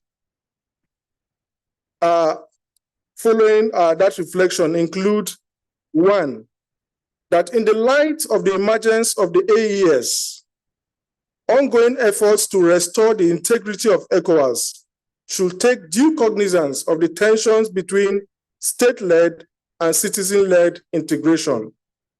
And so ECOWAS, with the support of relevant stakeholders, should address these institutional and bureaucratic challenges that disconnect community citizens, so that a reinvented, and we would like to point out that all our recommendations highlight this point, so that a reinvented ECOWAS is one that is more inclusive and more responsive to the aspirations of the community citizens. Recommendation number 2, in the light of the significant and perceived decline in democratic governance, marked by a resurgence of military coups, constitutional manipulations by incumbent leaders, and a failure to deliver economic and security dividends to citizens, a reinvented ECOWAS, again with the support of relevant stakeholders, should prioritize ethical leadership and accountability in various spheres of governance, so that the ordinary community citizens, particularly again the youth population, would better appreciate the role and the utility of ECOWAS in facilitating regional integration, particularly in those areas of infrastructure related to innovation, the creative economy, artificial intelligence, sports, among others, through developing and/or enhancing these requisite physical and digital infrastructure for functional integration. Recommendation number 3 is that against the background of the vital role of women and girls in governance, peace, security, and economic development, underlined by how females have contributed to economic activities across our borders on the continent. A reinvented ECOWAS should bridge existing policy practice gaps, create intergenerational spaces, and promote transformational, ethical, and accountable leadership to dismantle rigid hierarchies, inspire cultural shifts, and ensure inclusive participation from community level to regional levels. Recommendation number 4. Against the background of heightened competing geostrategic interests in the region, ECOWAS should build partnerships and relations with international alliances and groups. There's a distinction here, partnerships and relations. However, and most importantly, such partnerships must be respectful of our dignity as a people and of our institutions. And so the reinvented ECOWAS has to be in a position to make and to implement decisions in such partnerships and relations in ways and manners that are in our own interest, including by committing the required resources, particularly finances, to protect our dignity, the dignity of our peoples and those of our institutions. Our last recommendation, which is recommendation number 5. Against the background of the significant limitations and inadequacies of the existing ECOWAS collective security architecture to effectively and sustainably address our prevailing security threats and challenges, the reinvented ECOWAS, which should be an ECOWAS of the people, has to include the realization of the 5 pillars outlined in the ECOWAS Vision 2050 in all ongoing processes to revise and to enhance our applicable text, placing the peace and the prosperity of the ordinary citizen at the core of ECOWAS interventions, projects, and programs. Excellencies, General Sir, distinguished participants, ladies and gentlemen. So overall, the call to action was clear, and that call is to move from an ECOWAS of states to an ECOWAS of peoples, build on shared prosperity, inclusive governance, and resilience, sustainable regional cooperation and integration. A central point of convergence is that a regional organization like ECOWAS is now more essential than ever. However, we must acknowledge the limitations and challenges in its functioning and its relationship with the community citizen in order to move towards a reconstruction that will enable it to serve the individual and collective well-being of the community citizens. That's what my team and I have put together. We hope it fully captures our discussions yesterday and today. Thank you, Your Excellencies.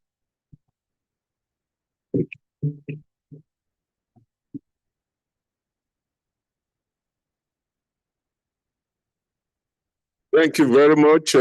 Excellent capturing of what happened in 2 days. I'm sure that it will be sent to all participants. I don't know whether I should ask, does anybody object seriously to anything in that rendition, that if it is released, somebody will die? All right, so yes. In my view, that are important. The perspective, you cannot build the future without understanding what would be your positioning in the future. The second is climate. Climate is a major driver in, at least in the Sahel, but I do guess also in West Africa. Thank you very much. Thank you. Is noted by the group? Any? Yes, quickly. Merci, c'est juste, je crois que c'est juste un oubli. Quand le rapporteur énumérait les différentes sections, il a oublié de mentionner la section sur les femmes. Thank you very much. Merci. Any other comment? All right. So we'll go to the person who will have the last say for this two-day conference. The ECOWAS Commissioner for Political Affairs, Peace and Security, His Excellency, Ambassador Abdel Fattah Musa. Please put your hands together for him. Please continue clapping. If your clap is very strong, then you will not keep us here for the next 30 minutes. I'm sure you trust Ambassador Musa. Less than 10 minutes, sir. Thank you very much. Yeah, okay. Yeah, don't worry. Yeah. Yeah, Excellencies, experts, I think we owe ourselves an ovation. You know, may I crave your indulgence? Yeah, to clap for the success of this meeting. Yeah, thank you very much. It has already been said that the very nature of the discussion that have been here, I never saw the camera catching anybody dozing, sleeping, which tells you about the interest, you know, that this meeting has generated. It has been very participatory, and ECOWAS is very delighted. Let me be clear. ECOWAS throughout this meeting has exercised strategic silence. Strategic silence, you know, simply because we decided to give the citizens of West Africa their say on what they make of the ECOWAS integration project. The only time ECOWAS has intervened during the various discussions that have taken place since September has been probably to provide clarity, to explain certain decisions of ECOWAS in order to help the citizens make informed decisions on what ECOWAS is doing. This particular session, I will describe as perhaps the best. We have had discussions on democracy and governance.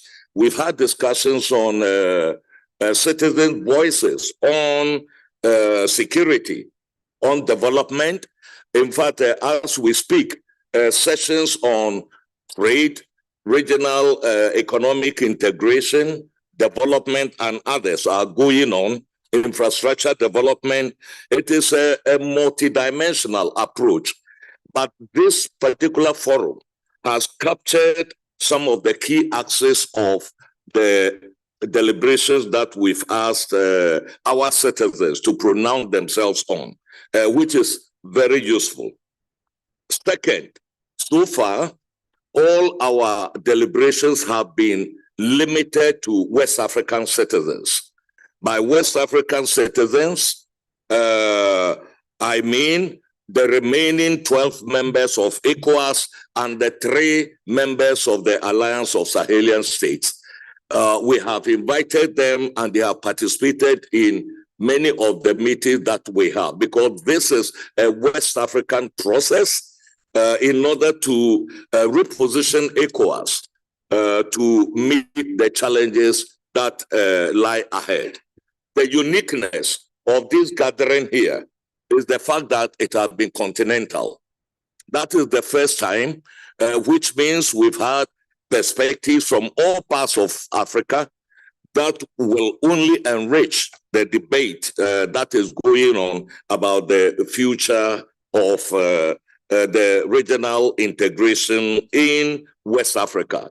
And from the discussion that we've had, it is very obvious that the team here could have been retitled imagining East Africa, imagining Central Africa, imagining North Africa, imagining East Africa, which further proves that the continental unity is the way to go, and that there is so much that unites us than divide us, and we need to concentrate on the points of convergence in our continental integration, process. But for ECOWAS, I think the most important thing is this. There is a saying, when you are in the middle of the ocean drowning, it is not the time to think about swimming practices. It is about saving yourself, getting to out of the water, and then rethinking your priorities. So even while we are thinking about this, there are immediate and real threats that face our region, and we are taking already very practical steps in order to deal with them. The first is the whole issue of terrorism, violent extremism, transnational organized crime in all its forms. So ECOWAS heads of state have decided that we must activate 1650 personnel counter-terrorism force to deal with the danger we are facing right now. Because it is going to be very difficult to deal with all other issues when we see that in some of our member states, up to about 60 to 70% of their territory is out of state control. So this is an agency that we are working on. And the member states have also decided that they are going to pay for the activation of this force. Member states have already pledged troops for it and also capabilities. And, we are just waiting to finalize it by a decision of the heads of state and, authority. That is a very, important, point, here that I think we need to take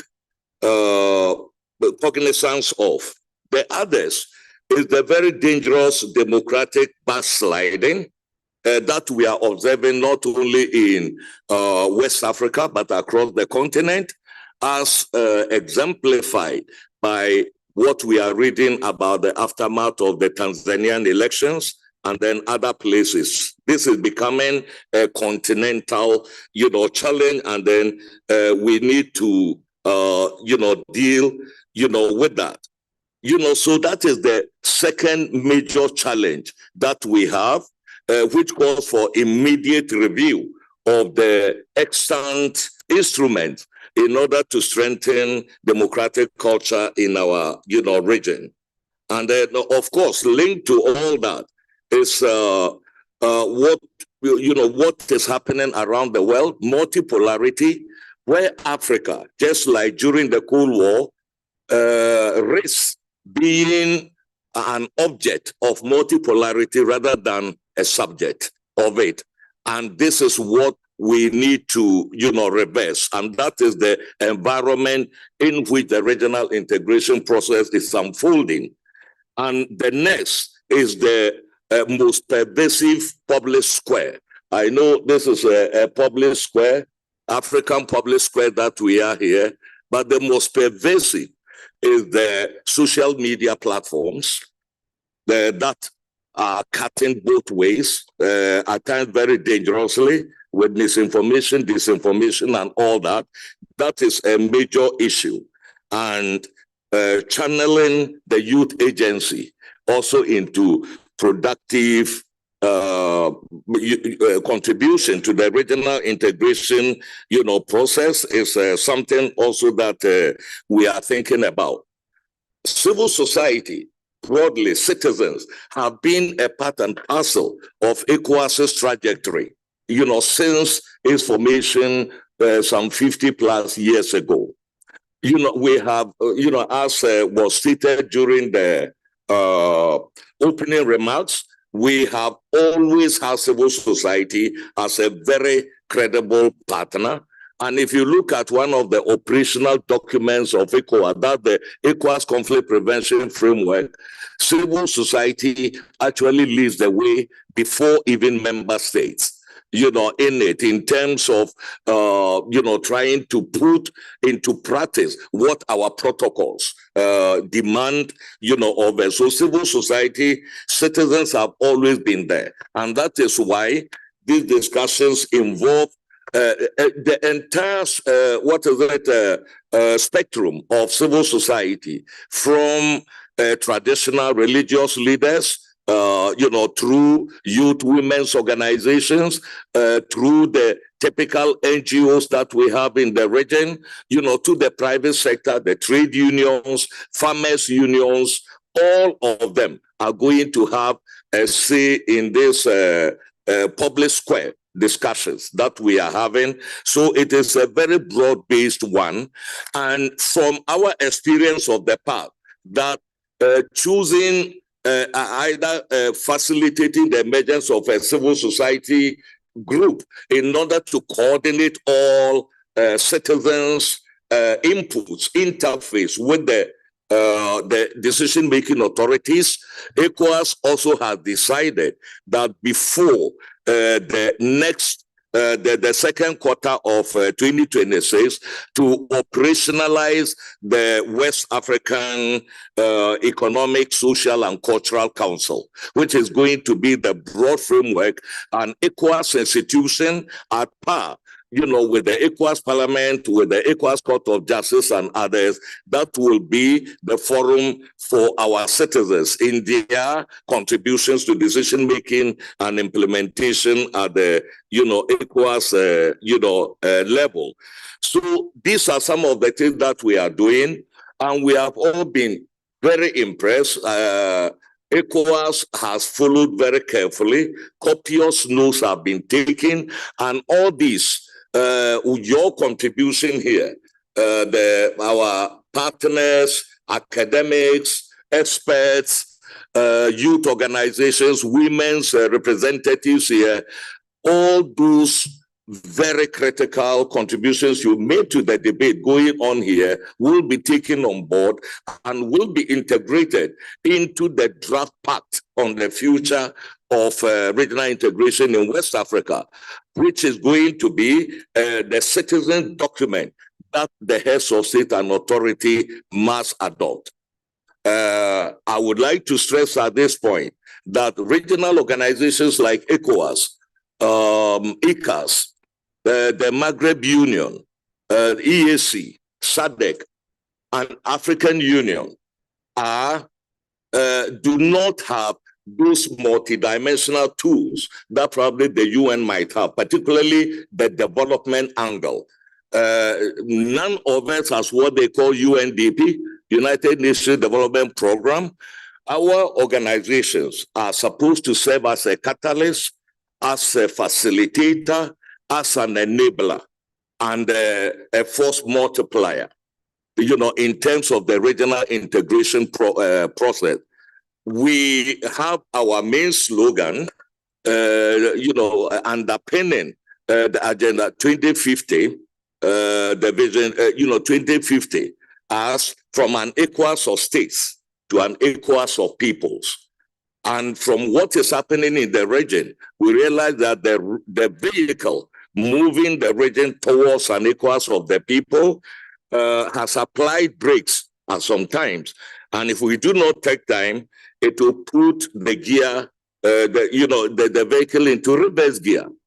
And it is citizens who are going to make sure that we jumpstart that vehicle towards an ECOWAS of the people. And these contributions that have been made here are very critical. That is why we want citizens to take the lead in the member states, because a very objective observation that we can make is that where citizens are dormant, when there is a graveyard stability, where people cannot talk, and others, it is very important almost impossible for organizations like ECOWAS, AU to intervene. We cannot replace the citizens, but we are there to accompany them. And the action has to start there, following the rules that the region has voluntarily set itself on our way to democracy, good governance, and then, others. So this is where we are. And I have to really, add that I have enjoyed these 2 days fully. And I think my colleagues also share the same thing. And for that, I would like to thank our long-term partner, the African Leadership Center and the King's College, first and foremost, for the imaginative way, together with Amandla Institute and Codesria, that the Wati is also another facilitator of this process alongside, what is Amandla Institute and the African Leadership Center and the King's College. They have played a major role, and yesterday's on-the-spot opinion polls is unique in this format. And I think it has already given us a snapshot of what we think of the regional integration agenda. So just on behalf of ECOWAS Commission, I would like to thank you all very much for this very productive partnership, and we hope it is not going to end here. We will have a continuation of it. We have talked a lot about the Anglophones, Francophones, and others, and the difficulties listening to each other. But thanks to our magicians, the interpreters, we've been able to listen to each other. And we would like to, also say a very big thank you, for going beyond the line of duty to stay with us even late into the night. Normally, our interpreters don't stay beyond 5 p.m. During the day, but I think they themselves also have enjoyed this experience, and we want to thank them very much for it. And I think the catering has not been bad either. During this meeting, we were able to sample African dishes here. I don't know, maybe I didn't see Injera and, the others, but I think at the next meeting, we'll make sure that all corners of Africa are represented as far as the culinary, what is the dimension is concerned, which is it. But finally, I would want to pay, a particular tribute, not only to the foot soldiers of Amandla and others who have been working with ECOWAS colleagues to make this a possibility. And of course, our Conferenc department for being so generous with their support to all this exercise. To all of you, I thank you, and on behalf of ECOWAS, we wish you a very, very enjoyable stay here for the rest of the time you'll be here, and very safe travels to your destination. Thank you very much.